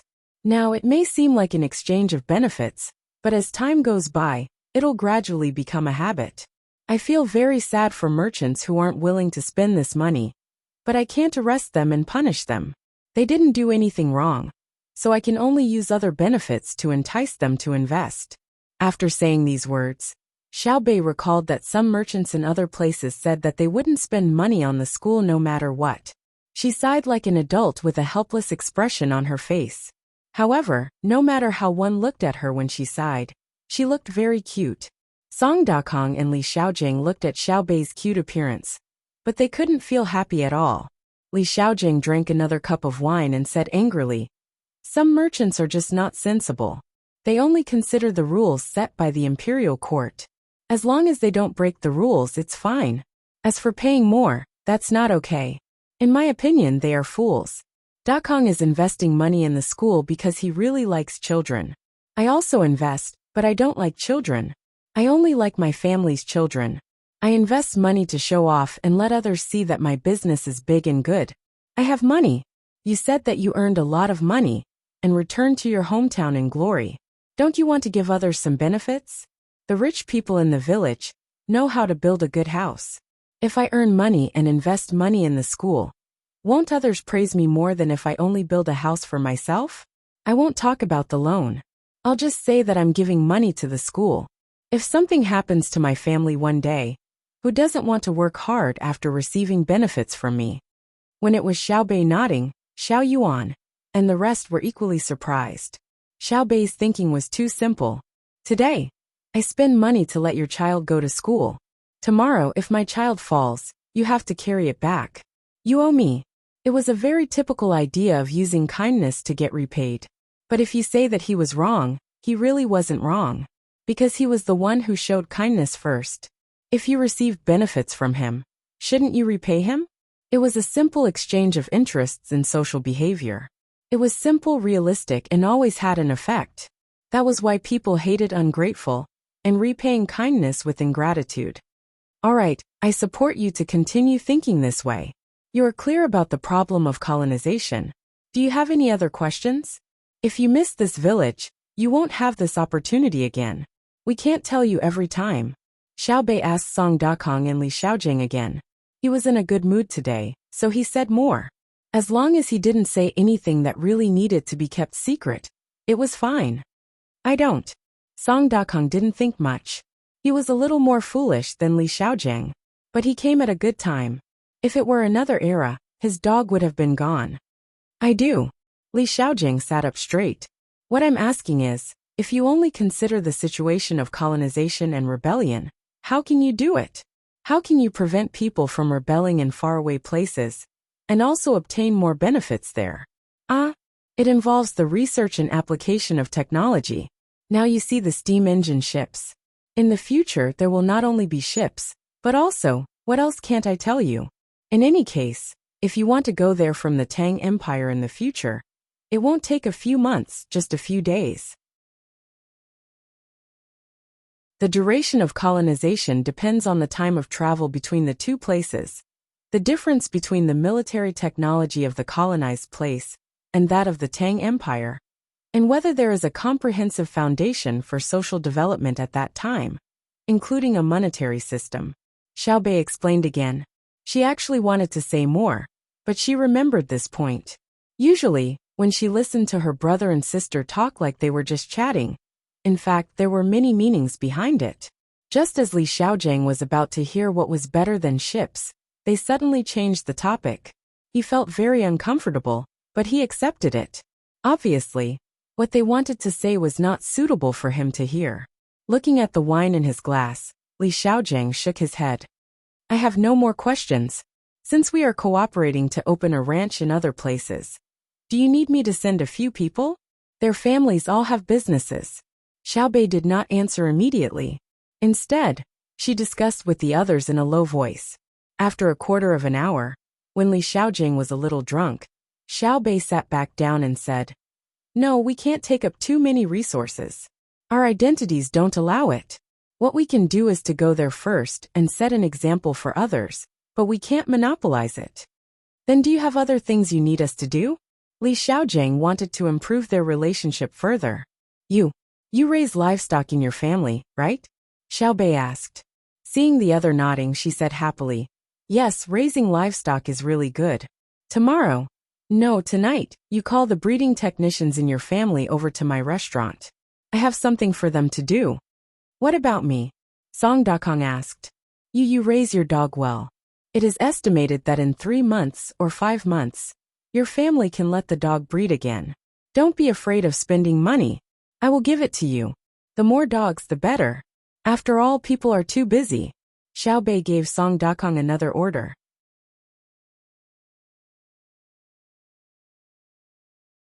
Chapter 1256.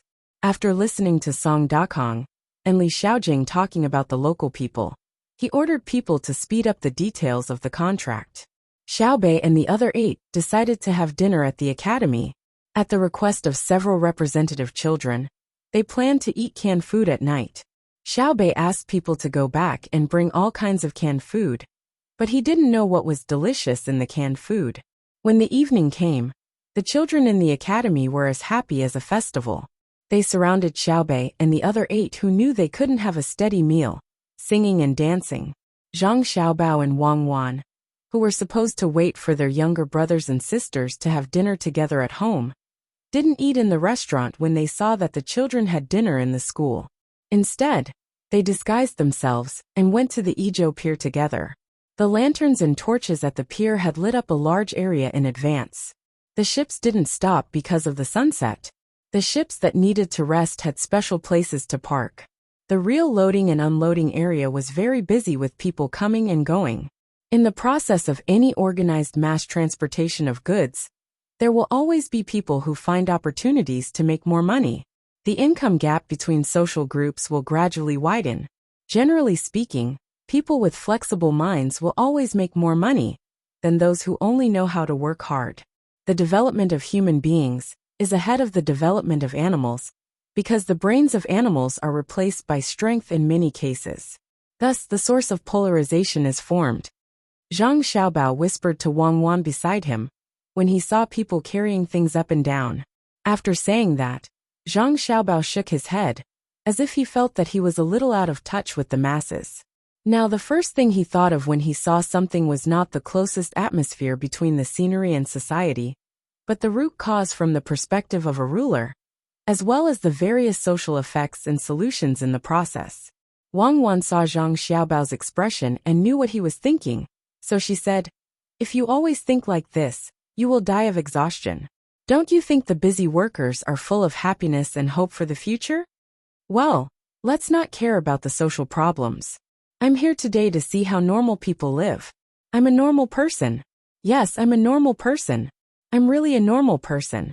Zhang Xiaobao muttered. Suddenly, he took 2 steps forward and helped a worker to steady the goods that were about to slide off his shoulder. He smiled and said, You're welcome, as the worker thanked him in surprise and fear. Wang Wan covered her mouth and chuckled. Look, you're mumbling. You can continue to say that you're a normal person. But if you say it to others one by one, you're definitely not a normal person. Look at which mentally ill person would say that they're mentally ill. Hee, I really need to adjust myself. Otherwise, if I think about too many abstract things all day, I will become a professional philosopher in the future. Let's go, there's a store selling liangpi over there. Let's try it. Zhang Xiaobao rubbed his head and chuckled. He pulled Wang Wan to a stall selling liangpi.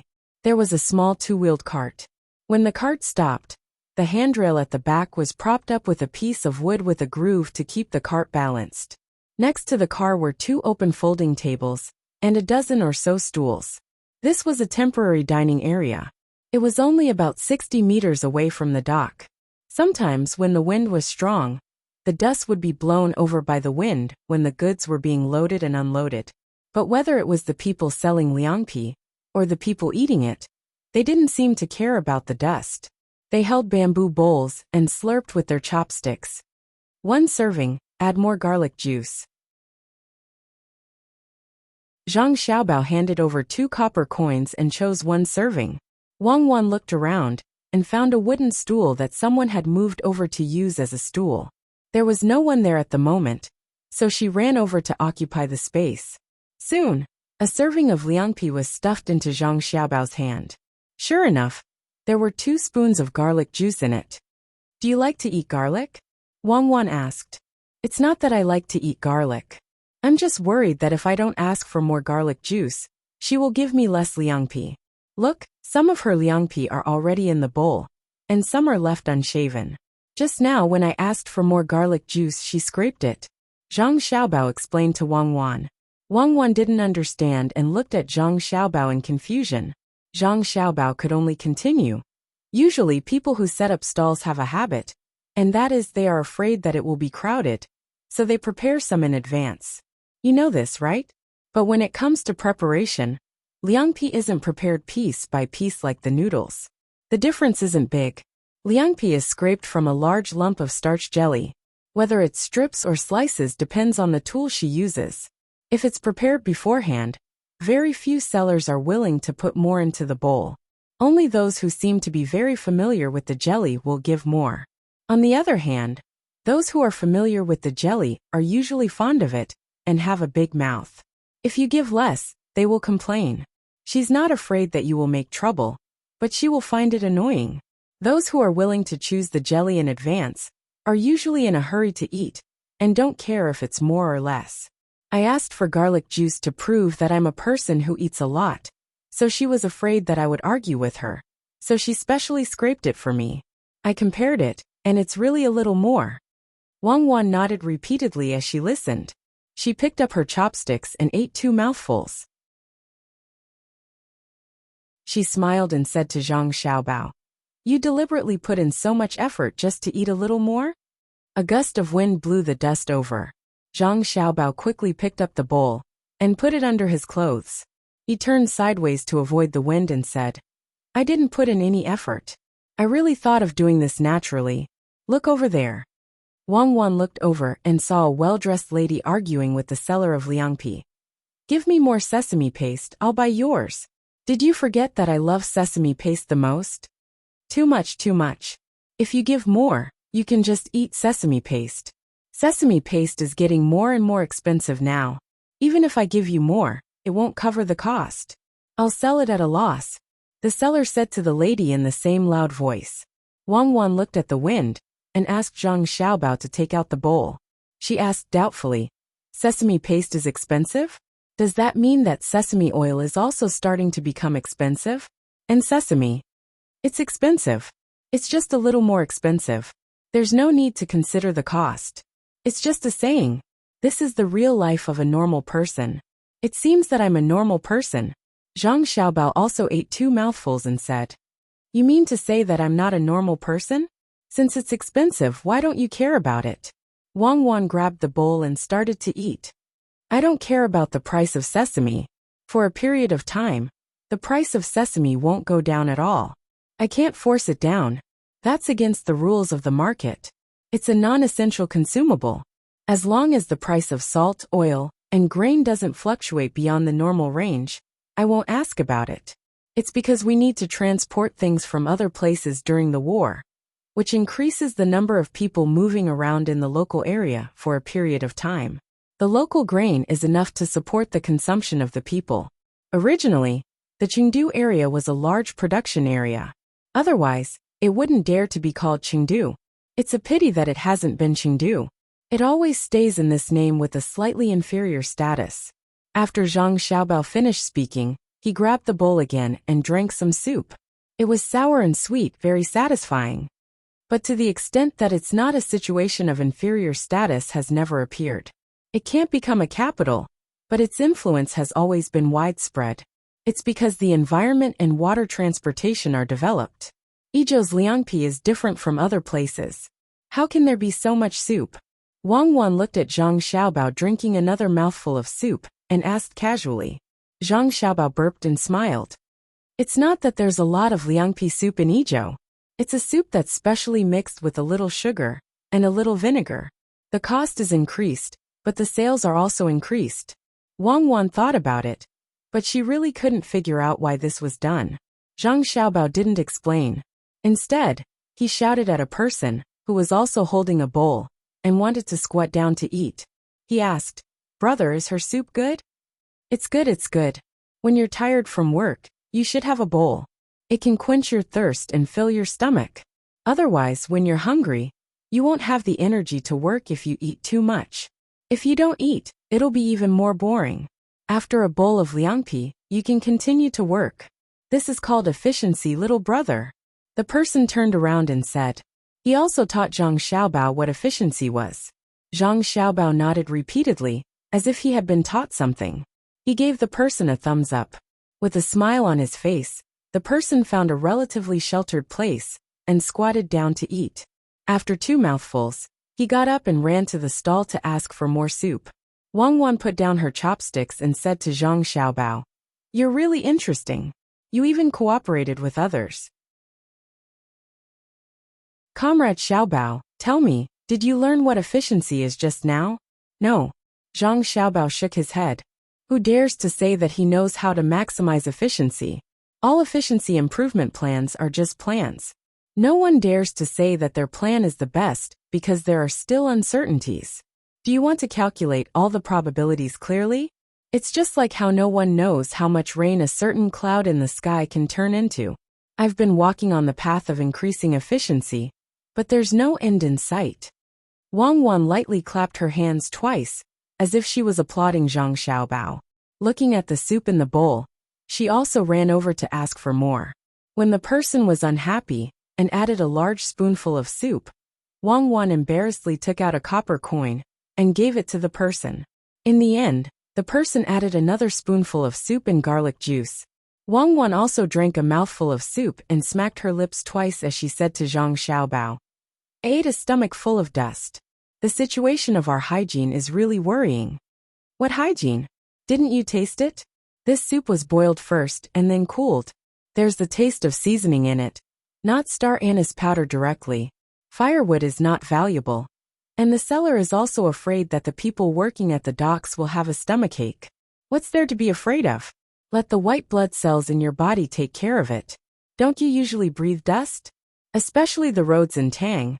They are all made of earth and stone, and very few of them are cement.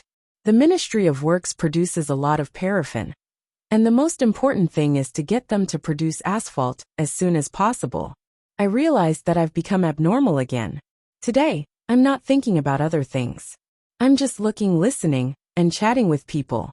Actually, you should ask her for more liangpi. It's just a copper coin. You don't have to buy soup. She probably feels guilty now and keeps looking at you. Zhang Xiaobao did not look at the person selling liangpi at all. Wang Wan looked back. Sure enough, the person was looking at her from the corner of his eyes. She could not help but sigh. Xiaobao, why are you so familiar with the common folks' things? Then why didn't she take the initiative to add some liangpi for me? Because at that moment, the greed in her heart won over the idea of a fair trade. But she will probably ask you later if you still want more soup. But she will definitely not give you liangpi. So we can't stand on the moral high ground and attack her. She is also kind in her heart. Xiaobao's eyes were fixed on the person who was eating the liangpi. That person was eating very slowly, unlike before when he drank the soup quickly and asked someone to refill it. Wang Wan sat back down and followed Zhang Xiaobao's gaze. She asked, "Why are you looking at him?" "I'm getting the same satisfaction from him. He ate very slowly because he wanted to savor the liangpi. I can ask him to do something," Zhang Xiaobao said. Wang Wan looked. Sure enough, that person was eating very happily. She looked back at Zhang Xiaobao. "What do you want him to do?" "Sell liangpi," Zhang Xiaobao answered.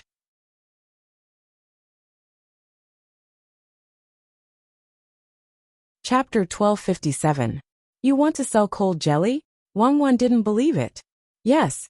Zhang Xiaobao nodded affirmatively. Do you have nothing to do? If it wasn't for Zhen La, we would be at the front line somewhere. We are staying in Idyll because we are worried that the garrison in Annan can't withstand the attack of Zhen La's army. When the war starts, we will immediately take all the armed personnel in our family to that place for emergency help. Why don't you take advantage of your free time to think about national affairs and come here to sell cold jelly? Your ability shouldn't be used on a small business in a city. Wang Wan thought that Zhang Xiaobao personally selling cold jelly was a waste of talent. Zhang Xiaobao took the chopsticks and sucked the liangpi in his mouth. He looked at the sky as if he was savoring the taste. I just found out that there is no mustard. It's good that there is no mustard, so the people working at the docks don't have fast blood flow, and eating mustard will increase the incidence of cardiovascular diseases. I'm asking you a question. Why did you say mustard? Wang Wan looked at the person who was squatting and eating, afraid that he would leave after eating. Well, you ask and I answer. Don't you think that not going to the front line is more of a deterrent to the cannibals? Staying in Idyll can take care of the whole front line. Our guards can't be directly used to attack one side to complete the tactical arrangement, right? Our soldiers should be used at the critical moment. When the team is pulled out, there is only one battle strategy, which is to attack. And it must be unstoppable and invincible. It's not a lightning battle, but a thunderous battle crushing all the way. If you really play a defensive counterattack, when the newspaper reports and the people see, oh, God of War Cuckoo can't beat them. Right. So we should just stay here and wait for the time to move. What does that have to do with you selling cold jelly? Wang Wan admitted that Zhang Xiaobao was right. But what does being stationed in Idyll have to do with cold jelly? I want to be a normal person. I really have nothing to do recently, except to plot against my younger brother and sister, and set up a trap for them. I can't continue to make national policies. And I don't have any good policies at the moment. Is cold jelly bad? Do I have to sell my face?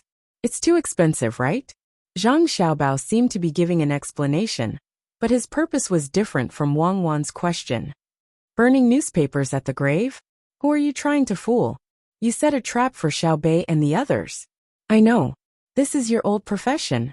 You used to do this when you cheated people in the past. You gave people chance after chance, and in the end, they fell into your trap. The only difference was that when you were scheming against Darren, you had to go in a bigger circle and involve more karma. I don't object to you using trickery on your younger siblings. Using it for good is good. Using it for evil is evil. Then why don't you trick more people? Deceive them in a good way. Wang Wan admired Zhang Xiaobao's ability to make connections, but she didn't want to see him use his ability to sell cold jelly.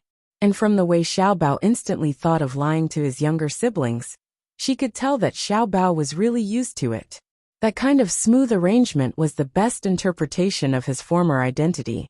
Fortunately, she was watching over him, and reached an agreement to not let him do anything to his own people. Otherwise it might not have been a big deal. Xiaobao used to cheat people because the country's system was too stable.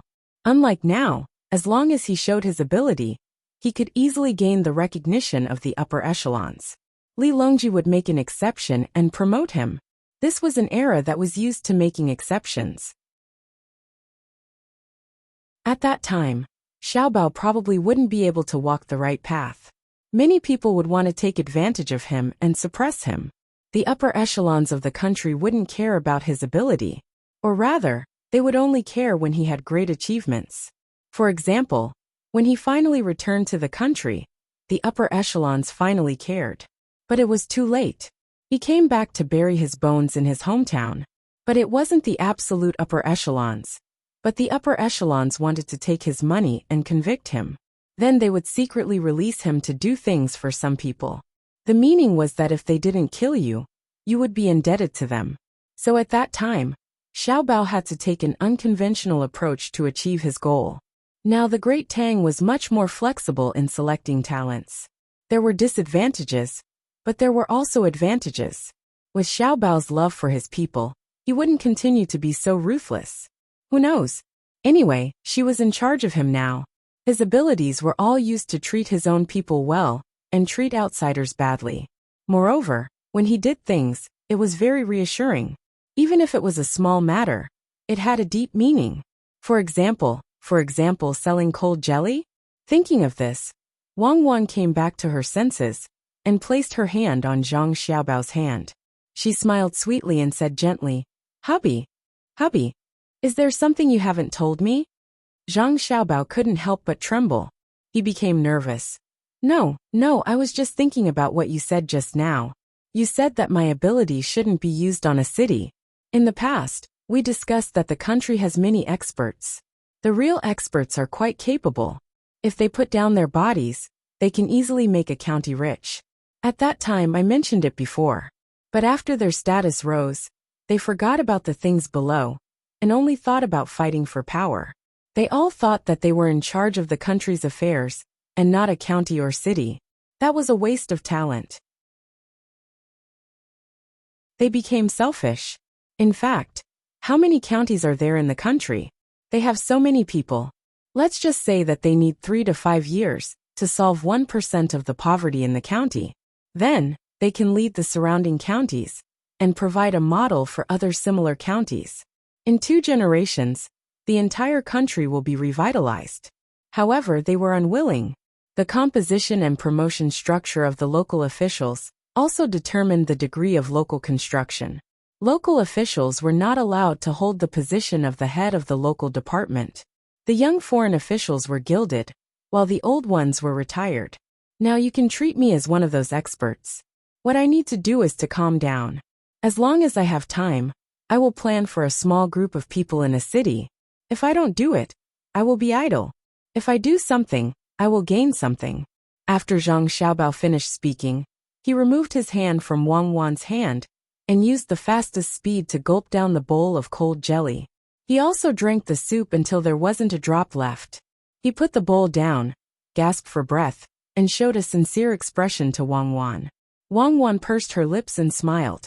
She put her hand on his hand again. Hubby, look, the moon is so round today. Zhang Xiaobao looked up at the sky. It was the 3rd day of the Lunar New Year, and the moon had just appeared not long ago. He nodded. Yes, I can clearly see Chang feeding the rabbits. The moon is like a silver plate, and the moonlight is like water. The reflection in the river is broken and condensed with the river. The quiet environment is like a cauldron, and the lights are shining brightly. It is quiet and noisy. Haha, if Hatong moonlight is written like you, Lao Zhu will be scolded to death. Wang Wan was amused by Zhang Xiaobao's words. Do you think that if you don't write like me, no one will scold you? What I said does not seem to be logical at first glance. But from another perspective, it shows the unity and opposition of contradictions. For example, the boundless blue sky was filled with large patches of dark clouds.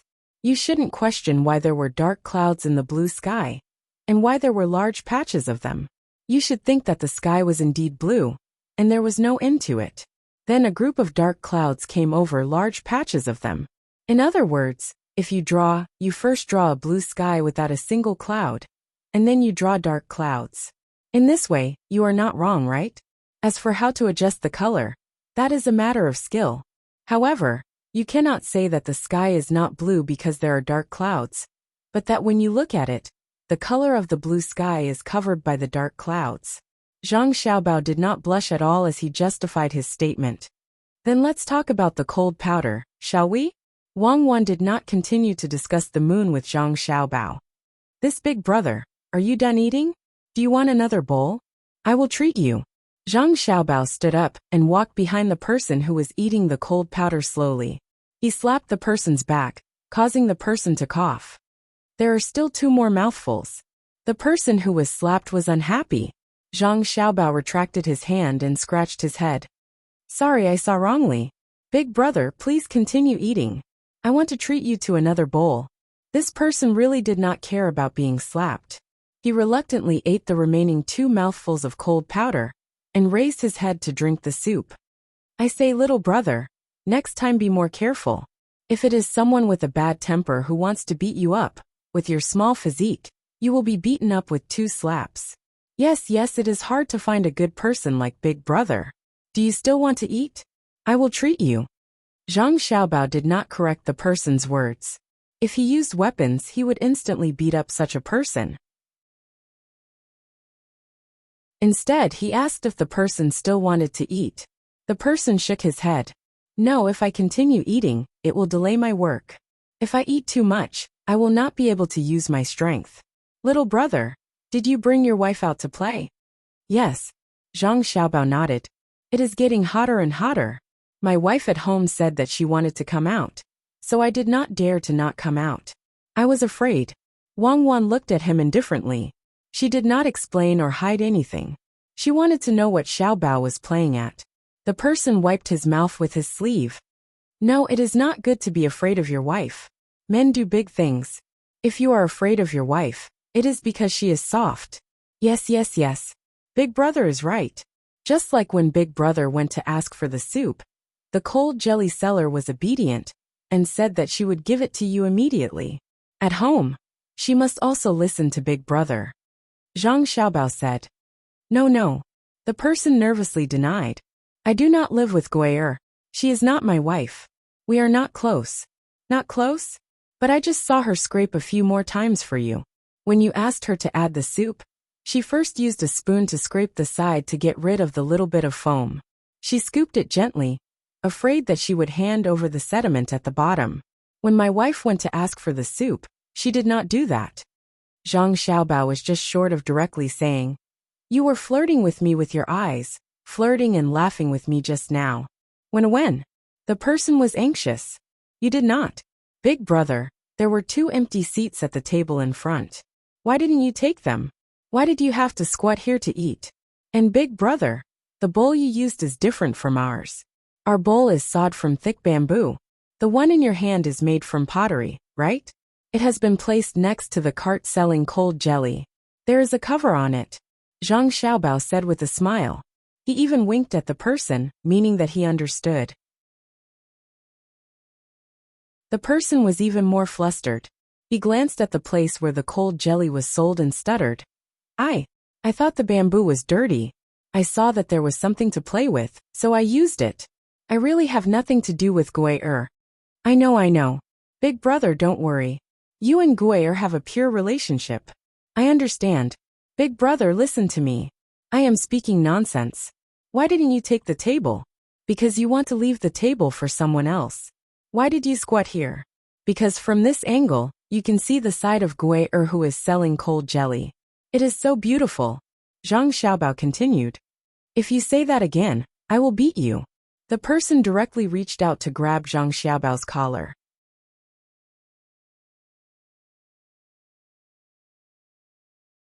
Chapter 1258. In the blink of an eye, Wang Wan made a hand gesture to the surrounding people. Zhang Xiaobao reached out and grabbed the other person's wrist. Big brother, let's talk things out. What are you afraid of? Everyone loves beauty. The person tried to struggle, but found that he was not as strong as Zhang Xiaobao. At first he was shocked, but after looking at Zhang Xiaobao carefully, he did not swing his other hand that was holding the bowl. He said to Zhang Xiaobao, Little brother, a real person doesn't show off. Even so, you can't slander Gui'er. Big brother is so strong, as expected of the leader of several people at the docks. You're good at work. Zhang Xiaobao said as he let go of the other person's hand. Wang Wan looked on calmly, not worried at all. The other person was just one person. Xiaobao could deal with him easily. If the other person was an enemy, he would have been knocked down in an instant. She and Xiaobao had a systematic training method. Moreover, They started training from a young age. The nutrition and equipment were all kept up. Not to mention Xiaobao. She could deal with that person easily. Unfortunately, the training method from a young age was not universal. For example, Xiao Bei and the others did not receive proper training until they were 4 years old. Otherwise, it would cause bone damage. Children were unable to accurately express their body's condition and did not have equipment to follow up with. They were unlike her and Xiaobao, who knew when to stop training. If other children were to train like this at 1 year old, they would definitely fail. They did not know how much their body could bear. Zhang Xiaobao did not dwell on the details of the other person attacking first. Instead, he continued to ask in a friendly voice, "Big brother, I'm just curious. At the same time, I have some thoughts. Do you have that kind of relationship with Gui Er? Is she your brother's wife, or is she a widow?" "You, how did you know?" The person was shocked. He lowered his head and sighed. "Sigh, you're right. She's the wife of one of my brothers. She's also a widow. It's been 5 years. That brother of mine has been dead for 5 years. When he was carrying a log, he accidentally fell off the pedal and was crushed to death by the log he was carrying. He left behind a 7-year-old daughter and a 4-year-old boy." Zhang Xiaobao revealed a sad expression and explained softly, "Big brother, I've said something that makes you sad. But I have to say that I don't want to make you suffer. I have a way to make other people's lives better. Normally, when buying starch jelly, there shouldn't be extra soup. Furthermore, it should be a mixture of sweet, sour, and salt. This was used to quench one's thirst and to relieve one's summer heat. Especially starch jelly with broad bean powder. Drinking a bowl of it during normal work would make one feel very comfortable and could restore one's physical strength to a certain extent. She gave you more cold jelly because she was familiar with you. She gave you a special bowl because she was close to you. You didn't take up a spot because you wanted to leave it for someone else. You squatted here because you could look at her when she wasn't looking. You gave her money because you didn't want to make her life difficult. She came to sell starch jelly with soup specially prepared for people like you who worked at the docks. Looking at her figure, she had children. She sold things at a place where a group of men worked and didn't receive any teasing or harassment. This in itself was abnormal. So, either she was the wife of one of your brothers who worked at the docks, or she was a widow, and a widow who was protected by you guys. Moreover, she only prepared another bowl, and that bowl was for you to use. If you say that there's no relationship between you two, who would believe it?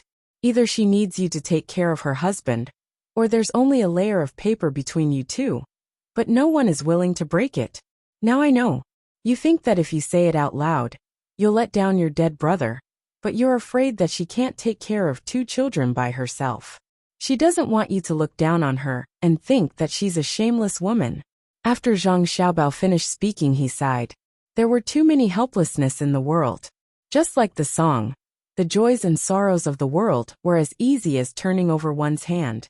Looking at the green mountains and blue waters, one can't help but wonder. Wang Wan also stood up and came to Zhang Xiaobao's side. She looked at the person in front of her and didn't say anything. She didn't want to comfort him because he seemed to be strong enough.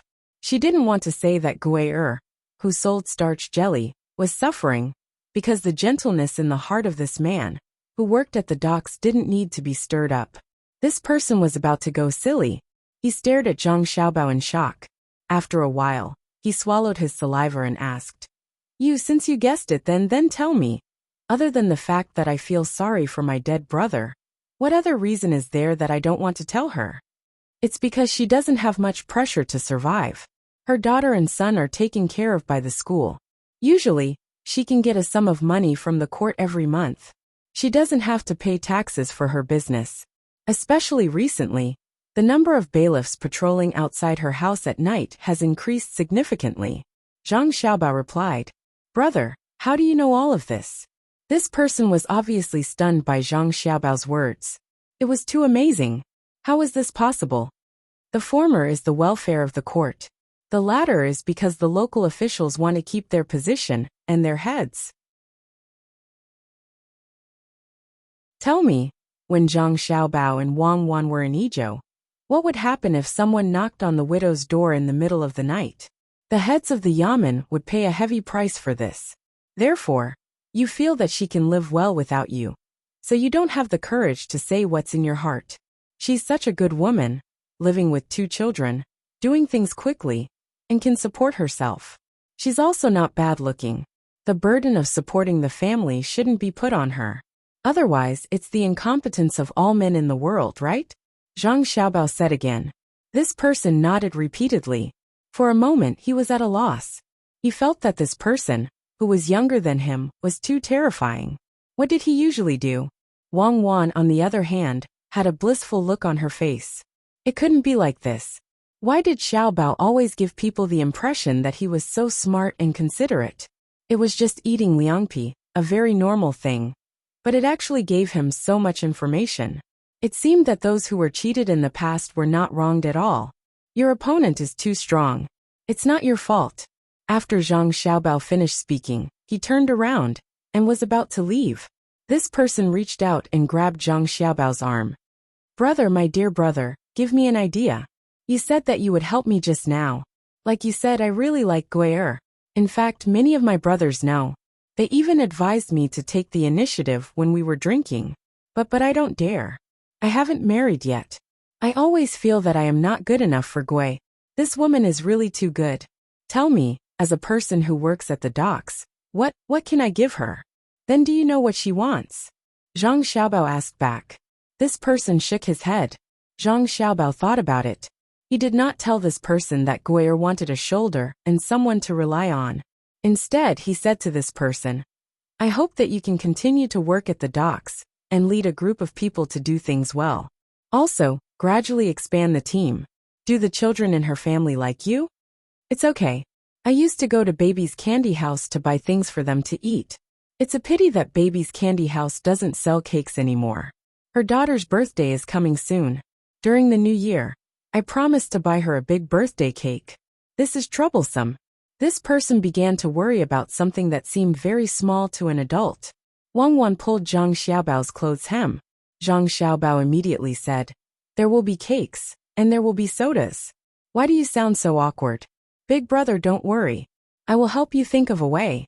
You can see that I don't have bad intentions. Just now, when my wife asked for soup, she gave me an extra copper coin. I won't take advantage of others. I will ask Gui'er to return it. When the other person heard this, he thought that they were complaining about the copper coin. Don't. Zhang Xiaobao quickly stopped him. You don't lack a copper coin. The future is long. Big brother, how about I provide you with a feasibility report? Don't talk nonsense. Wang Wan rolled her eyes at Zhang Xiaobao. What feasibility report? Big brother doesn't understand. Just tell me what to do. I believe that big brother will listen to you. Yes. Sister-in-law knows more. Brother, you have to listen to your wife more in the future. This person smiled at Wang Wan. There was no expression in his eyes that should not be there. Wang Wan was so beautiful that normal men would not be able to look straight at her. Perhaps some perverted people could look straight at her. But if they knew who Wang Wan was, they would probably regret it very much. Zhang Xiaobao really wanted to scold the other person. Just now, you said not to be controlled by your wife. In the blink of an eye, you changed sides? Looking at the busy situation at the docks, Zhang Xiaobao said to this person, How much longer do we have to finish work? I don't know. If you are not tired, continue working. If you are tired, take a break.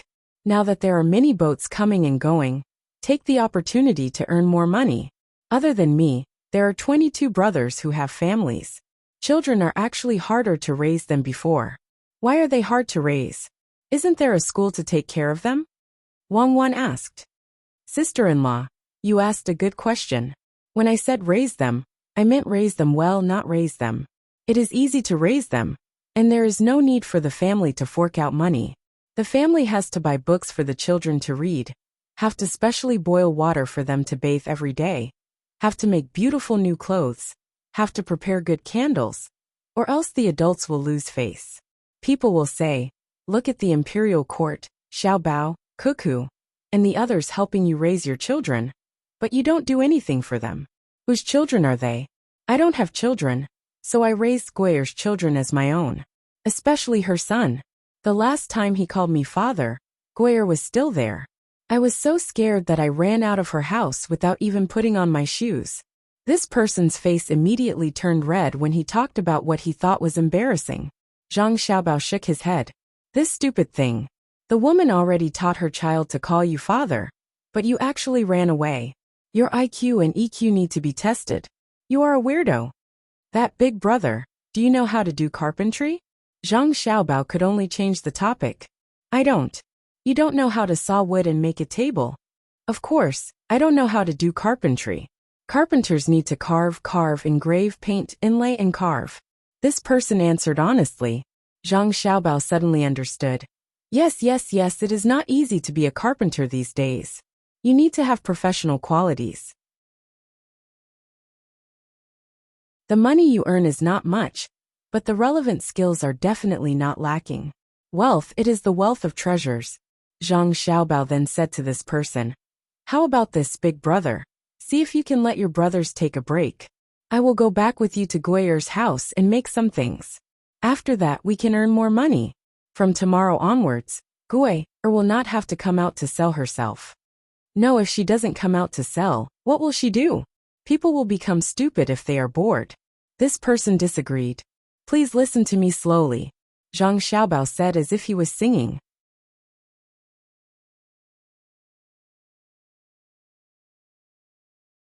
Chapter 1259. Brother, I still don't know your surname. The other party asked Zhang Xiaobao. My surname is Zhang, and my name is Xiaobao. What's your surname, big brother? Zhang Xiaobao replied. Brother, don't joke around. My surname is Liu, and my name is Pan. My father found someone to give it to me. He said it means tenacity or something. Anyway, my life is very tough. What's your name? The person who called himself Liu Pan asked again. My name is actually Zhang Xiaoyu. Brother Liu, shouldn't you find someone to come back? Zhang Xiaobao had no choice but to make up a fake name. Come back. Little brother Zhang, do you really have a way to make money? Liu Pan was still hesitating. Really? Making money is very easy, especially small amounts. Zhang Xiaobao had a confident expression. Liu Pan was still worried and hesitant. Zhang Xiaobao simply took out a handful of money and stuffed it into Liu Pan's hand. Brother Liu here. Take it as a deposit. If I'm wrong, the money is yours. Liu Pan glanced at the money in his hand and was shocked. He looked at the denomination of the notes. They were all 10 strings of coins. Iluo estimated that there were at least 300 strings of coins. He quickly stuffed the money back. I believe you. Wait a moment. Sister-in-law Gui'er, take it too. I still need her help. Zhang Xiaobao reminded again. Okay, I'll take it all. Liu Pan saw that the other party took out a lot of money and thought about himself. He realized that it was not worth it to be cheated once. Liu Pan first ran to the stall selling liangpi and told Gui'er. He threw down the bowl and ran to the dock to discuss the handover. Under normal circumstances, it was not easy to find someone to take over the work halfway. If the work was not done well, for example, there was a problem with the stacking, and the person behind took over, earned a portion of the money, and took all the responsibility. That would be stupid. Liu Pan probably wanted to give up all the money, and then use his reputation as a dock worker to give the benefits to others. He would then be able to recruit his brothers back. Xiaobao, what are you trying to do? Wang Wan still did not understand. She only knew that Xiaobao thought of a way to make money with liangpi. To her it was normal. The question was whether the return was proportional to the effort. What else can we do? Give a demonstration. As the saying goes, I'll make an example, and let everyone see that a simple industry can also play well with the 12 national policies. Most of the people are still observing. When they see that I'm successful, they'll be willing to follow suit. Under normal management, the role of the leader was very obvious. Many things were actually ruined by the officials. Some of the officials were kind enough to govern the area, but the other officials were not thinking about the situation of the area, but how to cause trouble, and thus determine their own position. In the end, when someone raised a contrary opinion, not only did this group of officials not humbly accept the correction, but they also talked about great principles. For example, if they wanted to do more, they had to protect their position and let themselves be in a better place. Or they might say something like, in the Jianghu one has no choice. Well, you are in the Jianghu. In order to do more things that benefit the common people, you first have no choice but to embezzle, accept bribes, flatter, and speak empty words. All along, you have the idea of doing more for the common people in the future. And all along, you did things against your will. Others who wanted to do things for the common people were eliminated by you. You finally reached the position of the head of department.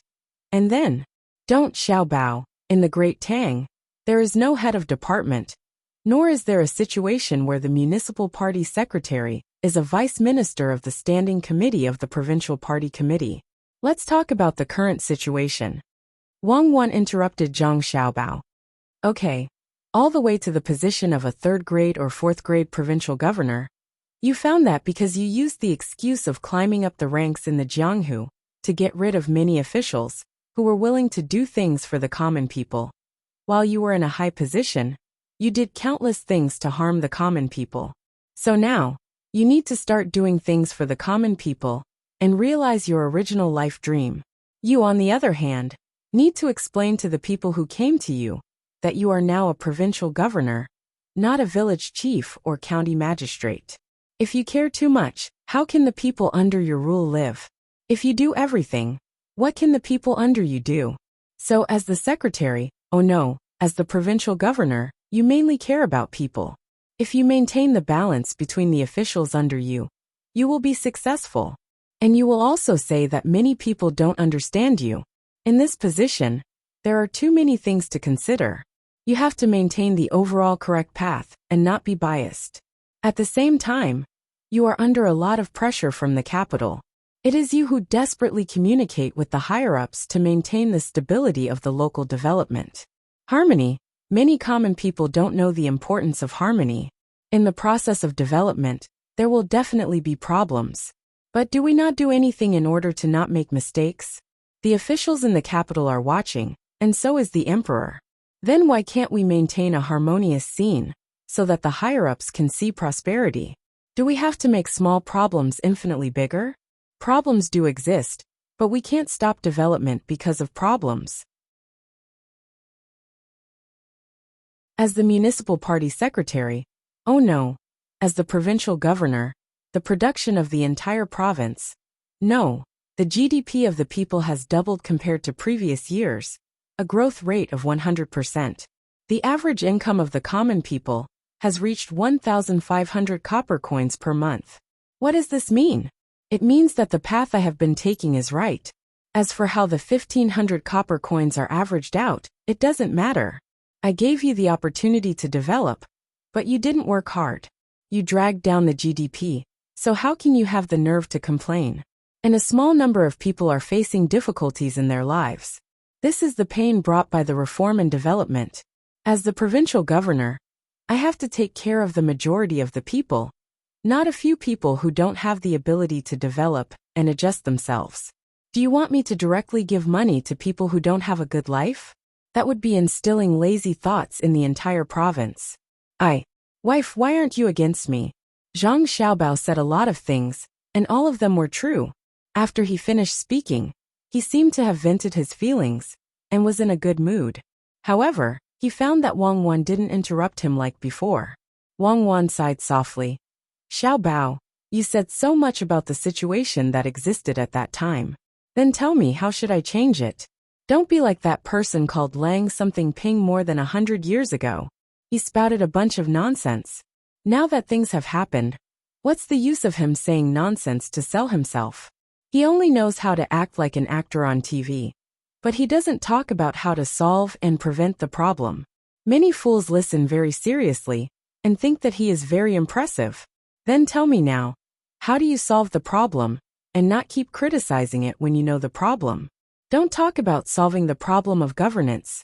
According to what you said, from the section chief level to the central government, they are all rotten. Even if you can take them all down, who will fill in the positions during that time? You can just take down a mayor, and find a normal person to tell him that you are now the mayor. Do you think he will be the mayor? If you take them all down at once, the country will collapse. Zhang Xiaobao was stunned after hearing this. After thinking about it, he admitted, "Yes, I have been criticizing it in the past, but it is useless. I need to solve it. China belongs to everyone, so I have to start with myself. If I feel that society's imagination is wrong, the first thing to consider is what I have done. If my actions are to go with the flow, I have no right to criticize others. I should not be thinking about going against the flow. What I need to do is to do my best to guide." The solution you asked me for is actually very simple. The reason for this problem is one of the problems of China's bureaucracy since ancient times. The other is the problem of economic expansion. To solve the bureaucracy, the upper echelons need to have absolute control over the military. They need some people to replace the current officials. If it is difficult, then solve the economic problem. First, investigate the illegal merchants at the bottom and punish them harshly. Let the people have a sense of hope and expectation for the upper echelons. Then investigate the merchants in the middle. They have been playing the role of a link. After investigating them, the people will realize that the situation around them has changed. Then, it will be a political game to get rid of the illegal upper echelons. At the same time, strengthen the country's military in advance to prevent a large amount of money from flowing out and being protected by other countries. Then what if there is a protective umbrella when investigating the merchants? Wang Wan nodded and asked, "Protective umbrella? Let their opponents deal with them." The upper echelons only need to take down a small portion of the officials under the protective umbrella. The strong ones will send a signal to the other officials under the protective umbrella to let them fight each other. Then the upper echelons will laugh at the situation. The final result is that the officials under the protective umbrella will first make a move on the forces under their protection. They are all shameless anyway. They can just find an excuse and compromise with their opponents at the same level. Only then can they keep their position or step down with dignity. During this process, encourage the people to sue the officials. According to the normal principle of fairness, let the people win a few more times to give the people confidence. Then for 5 to 10 years, some of the officials will not dare to secretly collude with the merchants. After they retire, the new officials will want to collude with the merchants again. However, they will realize that the people are no longer the people they used to be. They know how to resist. Even if the leaders at the top change, they have no choice but to follow this rule. Zhang Xiaobao explained his method of changing a common social phenomenon. He started with the merchants. Although a portion of the merchants would be wronged, if others could suffer, why couldn't they? Then do you think the people will listen? As you said before, many of the people are not complaining about the bad society. They are complaining that they can't occupy a position where they can get more benefits. They scold the officials and profiteers because they can't be officials and profiteers. How do you think we should change it? Wang Wan asked another question that was difficult to answer. Losses. Use losses to exchange, Zhang Xiaobao answered. How? Who are we going to lose? Wang Wan asked again. We will lose the country's economic and international political interests. We will raise the industry standards for foreign investors. We will even confiscate the assets of foreign investors. We will show a strong stance internationally and suppress the neighboring countries. The upper echelons can even broadcast a strong speech on TV and scold people. This way the people will feel that their country is very powerful. Although it is an illusion, at least they will feel that their backs are straight. The result is that the countries that trade with our country will be very angry. They will use various means to sanction China's foreign enterprises and be politically isolated for a short time. However, there is no need to be afraid of a large-scale war that will destroy the world. It will be a long process to get through this period and then make concessions internationally. But if we want to keep the roots of this nation, we must do it. First, we will mention the pollution of the enterprises and cause public opinion. Then, we will investigate and pull down some of the officials and give a hint to the opponents of the same officials in other places. Then we will investigate every official who is exposed After Zhang Xiaobao finished, he waved his hand. Don't talk about it. It's useless. Let's talk about it now. I want to use practical actions to tell the people of the Tang Empire that cold jelly can also be made on a large scale. Let them see it and they will learn. And then we won't go to war. We can use it to divert domestic conflicts and give the Ministry of Works Technology some time to adapt to the civilian application. From then on, all problems will no longer be a problem within a few years. Zhang Xiaobao liked the current system more and more. The emperor had so much power. It was so easy to do things. Wang Wan knew that Xiaobao might not attack the previous system in the future, because he knew it was useless. But Xiaobao's words were worth thinking about. If the upper echelons had the same idea at that time, they might have handled it better.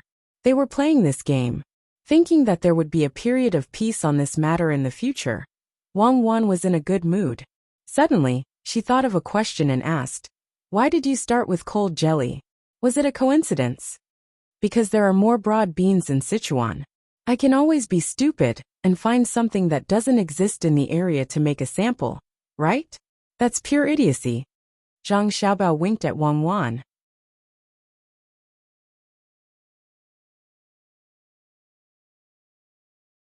Chapter 1260. Lu Pan came back quickly. As the leader of a group of dock workers, he had a lot of authority in the hearts of the other 22 people. He said that he had met a benefactor and wanted to support Goyer's business. The 22 people gave up the rest of their work, including the money they should have earned before, and came with him. Everyone was wearing fine linen clothes, and there was a large patch sewn on the shoulders with cotton cloth. It seemed that the patch was not patched after it was worn out, but rather, an extra piece of cloth was added before it was worn out. First of all, this attire reflected the better life of the people of Tang. In the past, they were all bare-chested, and when they carried things, they would put a sack under them. When the crumbs on the sack fell down, they would be stuck by the sweat on their bodies, which made them itchy and allergic. Goyer no longer sold her cold jelly outside. She waited for others to finish the little bit in their hands before she took the bowl and brought them home. With a group of men around, she naturally did not need to push her own cart. The group left the dock and walked for half an hour before they entered a residential area far away from the main street. At this time, all residential areas had their own courtyards. No matter how big or small they were, they would definitely use fences to enclose an area. Inside the fences were some vegetables that they usually ate. Almost every family set aside an area to pick onions, so that there was no need to buy them. In Goyer's courtyard, there were 4 chickens, 1 male and 3 females. Their wings were cut short to prevent them from flying over the short fence around the vegetable field to eat the leaves. There were 2 rooms and a warehouse on the side. The windows of the main room were covered with paper, and the house was built with mud and grass. The walls were flattened with a trowel, which could be considered as a kind of pressure press. There were exposed rafters in the herringbone frame, and above them were blue tiles. Judging from the situation, the tiles were just scraped this year, and someone added a hat on the chimney. Looking at the surrounding courtyards, they were also not bad. Zhang Xiaobao and Wang Wan were very gratified. This area in Idyll City belonged to the slums. When they came here, many families were living a better life, which showed that the overall quality of life of the people was improving. For a long time, they had not heard of anyone starving to death. Unless he stayed at home and did not know how to ask for food from others when he was hungry, or went to the local government, he would naturally be able to eat. They didn't set up a separate department for the relief of the common people. They were directly assigned to the yamen. If there was a problem, they could directly go to the yamen to find the yamen. This was to prevent the external departments from arguing too much back and forth. Goyer was a single woman with 2 children, so it was impossible for her to take care of the roof tiles. As a single woman, she would need at least 5 days to take care of the roof tiles. If she slipped and fell, it would increase the court's medical expenses. Even if the medical treatment was free, one could not risk one's life. "Little brother, come in and take a rest." Goyer did not care about the 23 dock workers. Instead, she was very enthusiastic towards Zhang Xiaobao. But this enthusiasm carried a sense of distance. Zhang Xiaobao walked in with Wang Wan while Gui went to make tea. Some people went to fetch water from the wells in this area. The dock was very dusty, so they wanted to wash their bodies and cool down before continuing with their work. When Zhang Xiaobao saw that the tea was black tea, he was immediately worried. After thinking about it, it was understandable. The local tea must have been fermented for many years. Otherwise, pu'er tea would not be so famous. If it was sold to people who lived in the grasslands, they would prefer fermented tea. If it was green tea, it would be less effective for cleansing the stomach.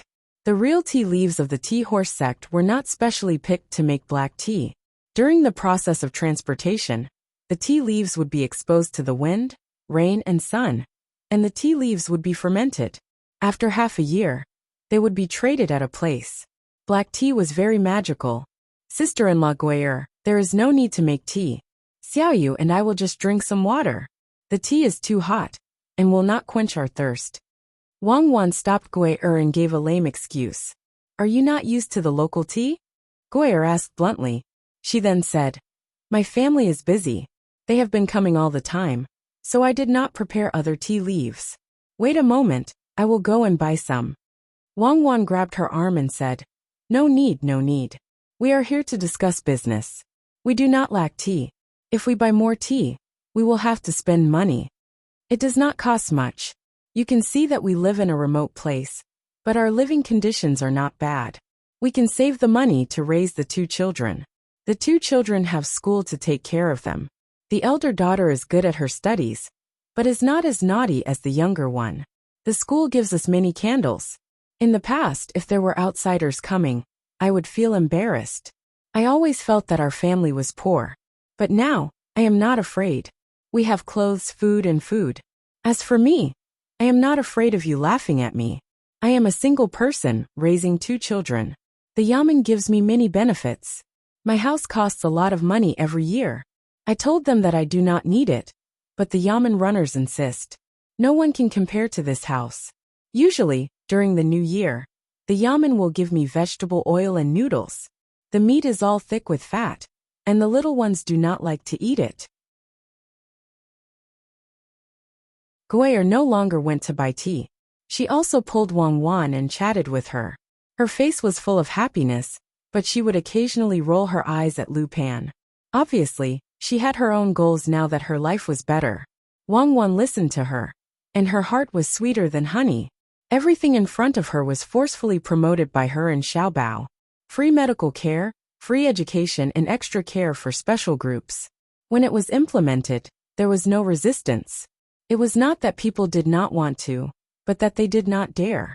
When it was implemented, it was like holding a knife in one hand and a pen in the other. If the pen was not put down, the knife would be put down. There was no room for negotiation.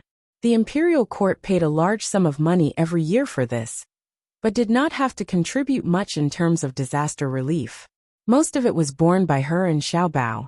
It was like a large family that once controlled the country's politics and economy. Therefore, when they obtained power, they had to bear a large part of the responsibility. Moreover, they had to fulfill their dream of developing China. Therefore, the 2 of them contributed to the good lives of the people.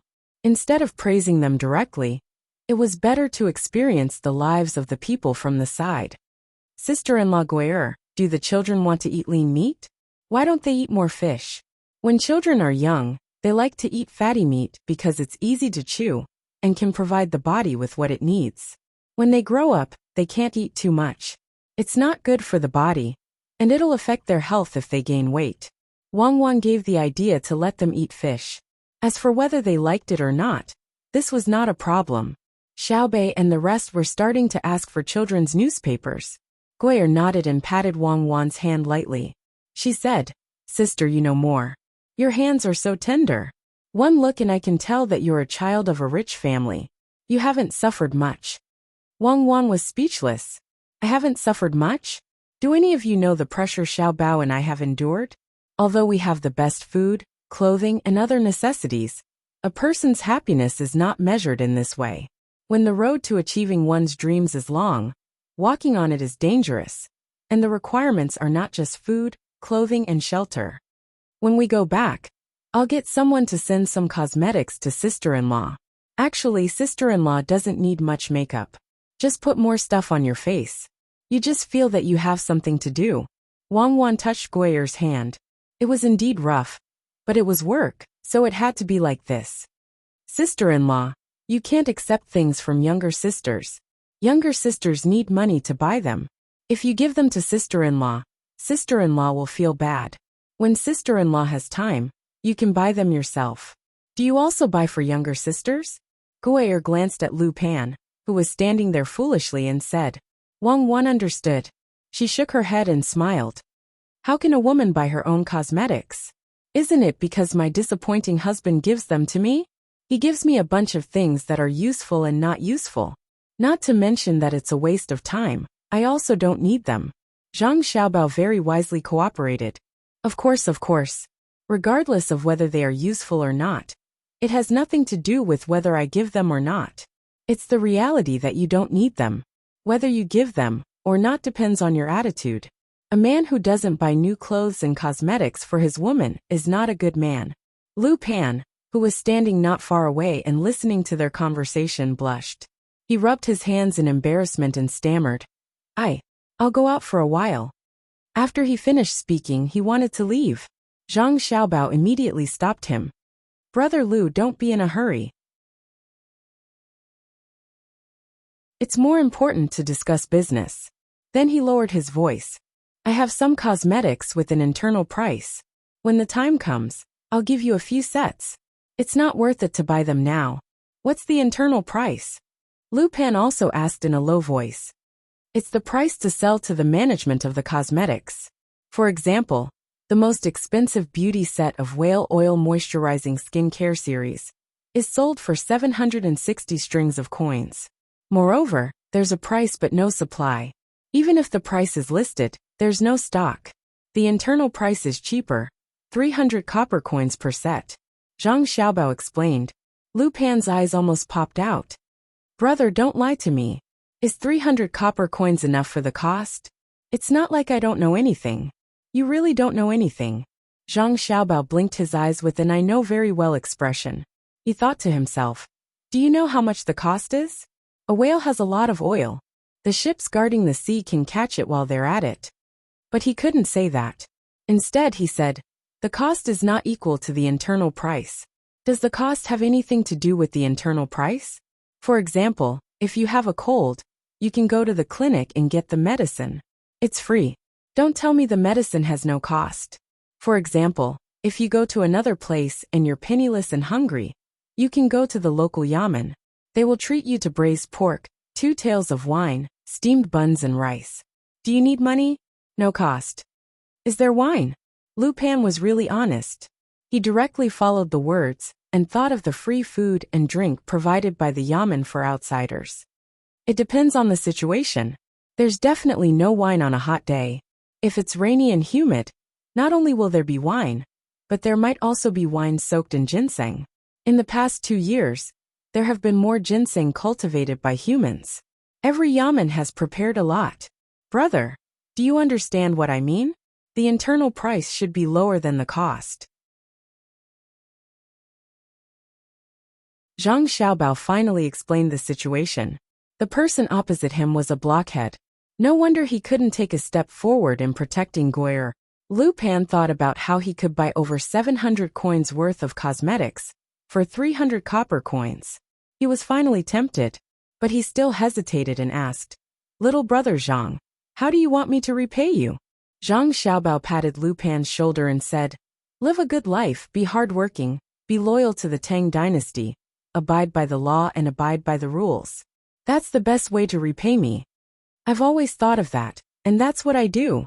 Lu Pan didn't understand what his actions had to do with repaying the other party. Very good. I've already received my reward. Here's the water. Let's wash up. We'll talk later. Zhang Xiaobao said as he saw people carrying in 4 large buckets of water. He called Lu Pan over. Wang Wan was talking to Guiyer. Sister-in-law, you should raise a few more chickens. You haven't looked at the backyard, but the front yard is big enough. It's enough to raise 20 more chickens. If you really can't do it, you can tie a rope between their legs so that they won't be able to take big steps and eat the vegetables in the field. Let me think, if you have 23 hens too, no, one rooster would be enough. You don't need to use eggs to hatch the chicks. It's just eating eggs. The rooster will guard the hens, and it won't be a problem if it crows normally. Guyer was very surprised. She lowered her head to look at Wang Wan's hand, then looked at the size of the yard. She looked at the 4 chickens that were not afraid of strangers and asked in surprise, "Big sister, you know how to raise chickens? Aren't you from a rich family?" "I raised 6 hens in the past, but they didn't lay eggs. It wasn't easy for them to lay a soft one. How could there be eggs to eat?" Wang Wan didn't explain why she knew how to raise chickens. She said to Guyer, "Sister-in-law, it's easy to solve the problem if the chickens don't lay eggs or lay soft eggs. There are river snails and shells nearby. You can take a rake and rake a basket of them back for the chickens to eat.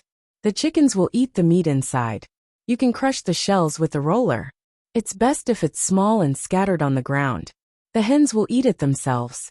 Not only will it replenish the nutrition of the chickens, but it will also replenish the calcium. When the time comes, the eggs will be laid one after another. With 23 hens, you can at least provide about 20 eggs a day. My chickens can sometimes lay 5 eggs in 4 days. Sometimes, but it's definitely not a problem to say that they can lay 4 eggs in 5 days." Guyer was tempted. It was said that rich families were very capable. Normally, they could lay 4 eggs in 5 days. At that time, whether they sold it or kept it for themselves, or made into salted eggs, it would be good. "Younger sister, what did your chickens eat when you raised them?" "Sister-in-law, it's not suitable for you to use that method. Just a little less is fine. For example, 2 eggs in 3 days. My chickens eat fish bone powder, earthworms, rice grains, vegetable leaves, and the fermented products of the stalks. When the sun is high, there's a place to shelter them. When it's cold, there's measures to keep them warm. We also feed them running water and fine grains of wheat rice stone. The chicken dung is cleaned every day. The temperature is low, and the temperature is low. Sister-in-law, you don't have to do this. The cost is too high. My family's poultry is mainly responsible for the imperial court's research. In fact, they can lay more eggs, but we need to add other things. We thought about it and gave up." Wang Wan explained in detail. If she let other people raise them like this, the cost was too high. Guyer understood and said, "Then I'll feed them some vegetable leaves and officials. When the time comes, I'll go to the river and get a basket of shelled things. 2 eggs in 3 days. It's not a small amount. I didn't know in the past. Younger sister, you've helped sister-in-law today." Wang Wan was not satisfied when she heard this. "The government didn't tell you how to raise chickens? What kind of bullshit government office are they? Are they all freeloaders?" "The government does?" Guyer asked, puzzled. "Yes, of course they do. The imperial court pays for things that affect the people's lives. The information is free. Moreover, in important places like Idyll, there are specialized technicians in charge of answering questions. It seems that either they don't have the printing materials, or they don't advertise. It's too unreasonable to teach them a lesson when we go back." Wang Wan said angrily. The more she thought about it, the angrier she became. The people didn't know how to raise livestock and poultry. It was definitely the government's responsibility. Wang Wan was angry. When it was Guyer's turn, she was shocked. She looked at Wang Wan and asked, You can control the government?" The government also needs to be reasonable, right? We'll make money in 2 days. Moreover, we don't need to do things by ourselves like now. Sister-in-law, you can wait to get rich."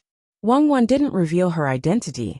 Once she did, she wouldn't be able to find the right atmosphere to talk. Although others looked normal, their thoughts would definitely be different. Guyer was happy and confused. She asked, "Sister, how do you think we can get rich?" "Ask him." Wang Wan pointed at Zhang Xiaobao.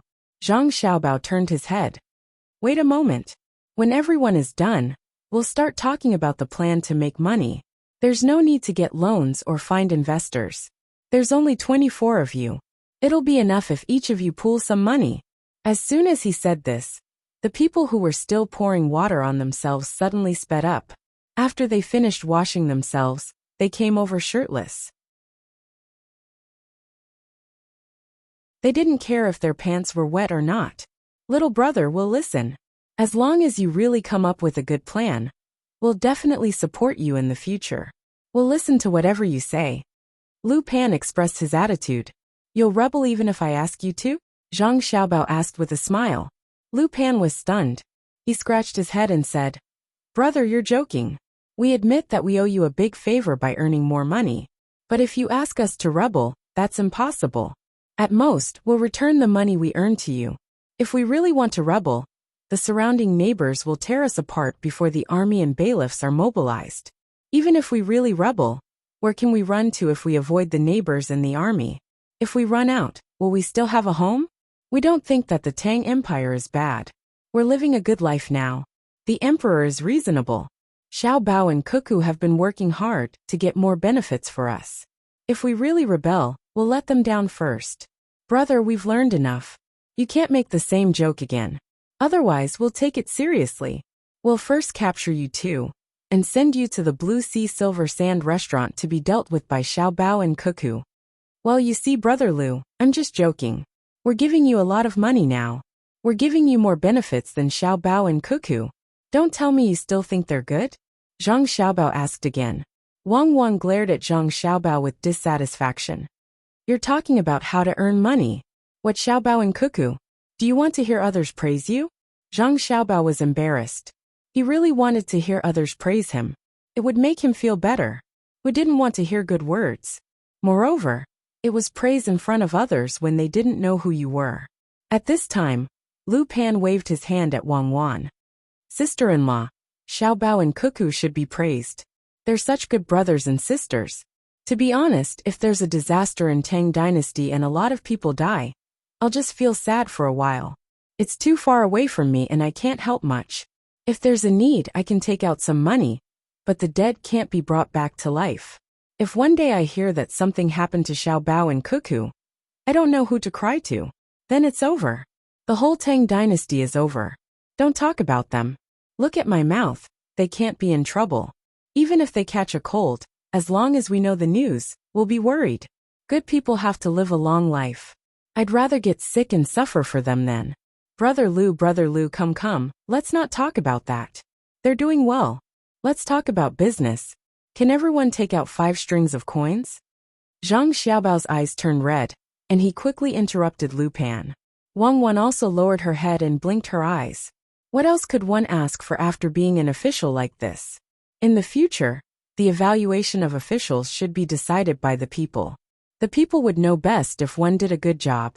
During one's term, has the income of grain increased? Has the welfare of the people stabilized? Has the living environment improved? That's the most important thing. As for why you would cry whenever you see the people suffering from disasters, and then boast and promise this and that, you are just like an actor. Perhaps you could fool some people in the past, saying that you are cute, a baby, and so on. But the social environment is getting worse and worse. Then are you not embarrassed to be a high-ranking official of 2 worlds? You might say that you have a lot of helplessness. For example, when you can't control the military power during the disaster relief, you can only shout, "Who raised you? You're not the leader and you're being suppressed. If you can't do it, you should take the initiative to step down. What's the point of occupying a position?" Wang started to get angry again. As she thought about it, she suddenly realized that Xiao Bao wasn't criticizing her, so why should she? They were all in the same class. Why should she be so anxious to attack each other? She shook her head and wanted to throw away the bad thoughts in her mind. She looked at Xiao Bao and waited for him to play his role again. Every time this happened, she would feel the most comfortable. This kind of description of economic operations was as long as an ink painting. Every time this happened, Xiao Bao would always look very, very handsome. You're tuning in to the Li Mei's Wuxia Whispers YouTube channel. We're so grateful for your support, and don't forget to subscribe to join us on this incredible journey through captivating stories. Your generosity through donations truly makes a world of difference. As it's the primary source of revenue, that allows me to expand and enhance this channel for you. Thank you from the bottom of my heart for being a part of this adventure.